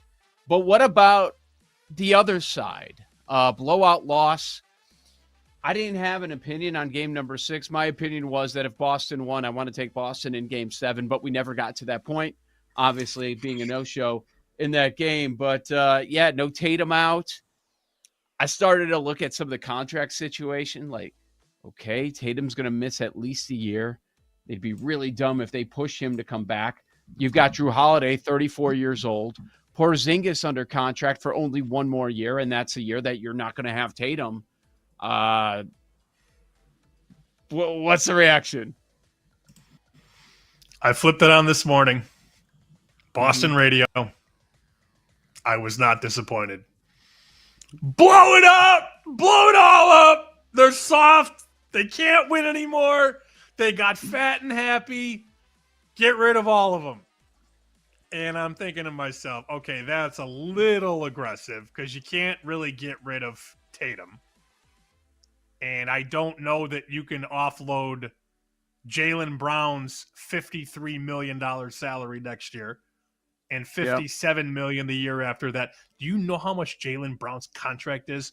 It's unbelievable. $53 million next year, $57 million the year after that, $61 million in 28, $64.9 million in 29. Really? Who wants that contract? Yeah, he makes more than Tatum. So Holiday makes $32 million next year. Porzingis makes 30, and Derek White makes 28. There's no blowing it up. Who wants those contracts? And I don't know that other teams are going to want to help Boston. I mean, you'll get some taker if you want to ship them to Sacramento or something. But this team is, I mean, they won a championship last year, and by the looks of it right now, probably never going to get back as a group. And people in town are ready to blow it up. Because their star player got hurt, right? They probably weren't winning. They probably weren't winning anyway. Yeah. I don't know that that's a fair comment to make because, you know, it's hypothetical. I mean, they got absolutely pounded by 40 points. I don't know that Jason Tatum helps that. No, but would they be screaming blow it up if Tatum wasn't hurt for next year? Like, that's why they're saying it, because they're not going to win the championship next year either. I don't know. I'm not from here. I don't bleed green, but it's a very wild 180 from where we were this time last year, preparing to win a championship. A full calendar year later, it's blow it up. That's what fans do. That's what they end up doing. Fans also bet on their teams. And there was a fan that bet on the Leafs last night. Bet a lot of money. Oh, buddy. Uh-huh. Why don't you share? I wasn't even going to bet. Wasn't going to play it. I don't like Game 7s to begin with. And then I saw Drake come out of the wood chip and bet $1 million. $1 million on Toronto over Florida. Bad bet. He's a bad better. I've had many people actually ask me, do you know anybody that knows Drake? No. Why? I want to book him. I said, Drake has made a lot of bets that don't win, and that's been well chronicled. So he bet $1 million on the money line, and then also bet, I don't know why he bet this. He was feeling so good. He bet another $250,000 that Toronto wins by at least 2 goals. So he lost 1.25 million in one game last night. So we talk about the Drake curse. And it's one of those guys. Like, there are a lot of rich celebrities that are just bad bettors that if you find out they bet one specific side, you want to run to the other. Is Floyd one of those guys, or does he have wins? Or does he only post his wins? I was told Floyd only posts wins.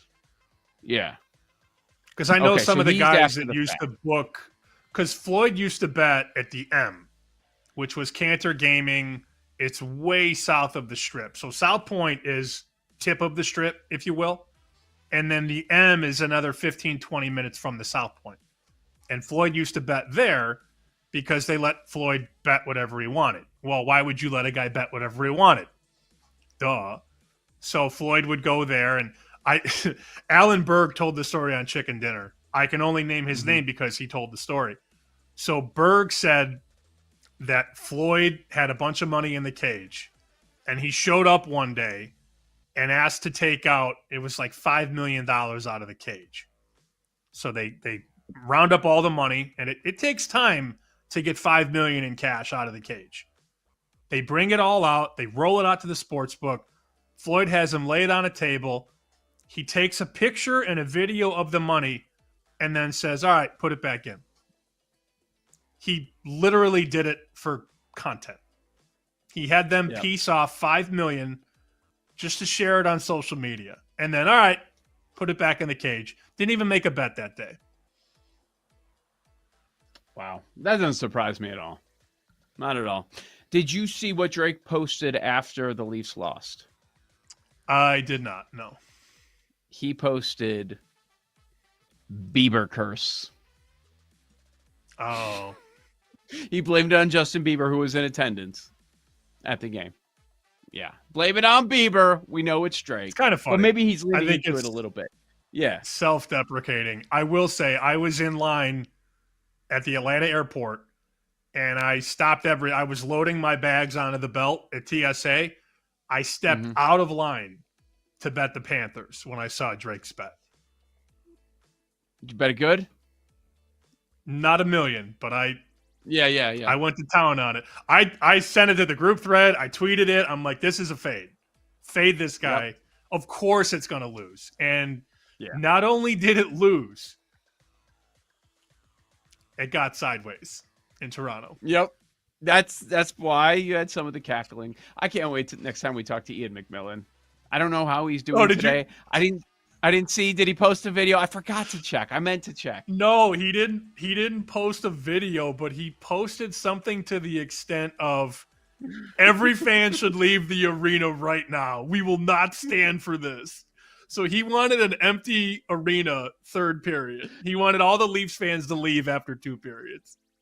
Dude, there was a lot of booing at sporting events this weekend. Like, it was going on everywhere. Last night, like, if you flip between the channels, you got to go in Game 7 there with the Leafs, and then you also have it happening with Soto with Major League Baseball at the same time. Like, there was booing everywhere. That was hilarious. All right, lightning bets for today. Where are you going? I'm really sad we didn't have time for my my plane rant. Maybe we can do that later this week. I've had it up to here with people that try and run off the plane early and cut everybody. Ugh. I hate them. I took a stance for mankind yesterday. There's not enough time. We'll talk about it. Maybe I stuck my foot out. Maybe I did. We'll see. We'll talk about it later this week. So I'm only going to make one bet today. I'll have more tomorrow. I'm going to go with the New York Mets. I look at how the Red Sox had to get into the bullpen yesterday. Not ideal. Bayo gets pounded. You gotta burn some arms. It was a very taxing weekend on the Red Sox bullpen. So now they give the ball to Dobbins at home, and this Mets team comes in. And you know they want to win in the worst of ways. I like that lineup against Dobbins. MGM is -125. I'm going to do the Mets on the money line, and that's it for tonight. Mets to win against the Red Sox. Okay, like it. Our buddy Ian did post this poll question. Which of my teams will be the first to win a championship in my lifetime? Maple Leafs, Falcons, Blue Jays, or you'll die with no rings? You know what I voted for? 72% agree. No, He I will don't die. know what you voted for. Oh, die? Come on. Okay. Oh, yeah, dead. Yeah. Well, I like the I Falcons guess this I year, but should've. they're not winning the Super Bowl. Well, I thought that was you zigging while everybody. I thought this was a "Where's the room" type question. 5% said Maple Leafs. It's a Canadian guy. No, nobody's saying Maple Leafs will end up winning it. By the way, did you see Biz's parlay last night? You know, Biz is a big sports bettor. Yeah. Maple Leafs to win, Marner to score a goal, Matthews point, Nylander point, Tavares point. Did not hit. Man. All right. A couple bets today. Like I mentioned, you've got to lay some decent prices on games that I like. You know, for the Dodgers game, you can find a minus 142. That's the cheapest I see. After getting swept over the weekend, I think that's like the basement that you can get. I like the Dodgers over the D-backs today. Minus 142 is not a bad price to me. And you brought up the Robbie Ray angle and how they are going for their 10th win, a perfect 10-0 when he is on the bump today. That is a short number. You could find minus 126 out there. If you parlay the two together, plus 205. So I like both games, but if you put them together you get 2-1. And you know what? I'm gonna say it. Thunder over the Pacers plus 250. It's a ridiculous difference between the Knicks and the Pacers, and we'll get into that price and some of those series props over the next couple of days. But I do like the Thunder over the Pacers. I mentioned that earlier on the show. Rick Camp came on; he agreed. So yeah, let's get down on that. Paul Aspen, do you have anything for today's lightning bets or maybe PGA Championship thought? Anything? Nick Castellanos still is not homered since the Pope. There's been a new Pope. He now has a new kid. He has 3 home runs and 17 at bats against Kyle Freeland. Kyle Freeland's on my list of losers. They're at Coors Field tonight. Castellanos plus 470. Tonight's the night. Yes. Tonight's the night. Okay. All right, there you go. Very good. Joe O. Sammy P. We'll be back tomorrow morning. Bet Sweats, 9 a.m. Eastern, right here on the BetMGM Network.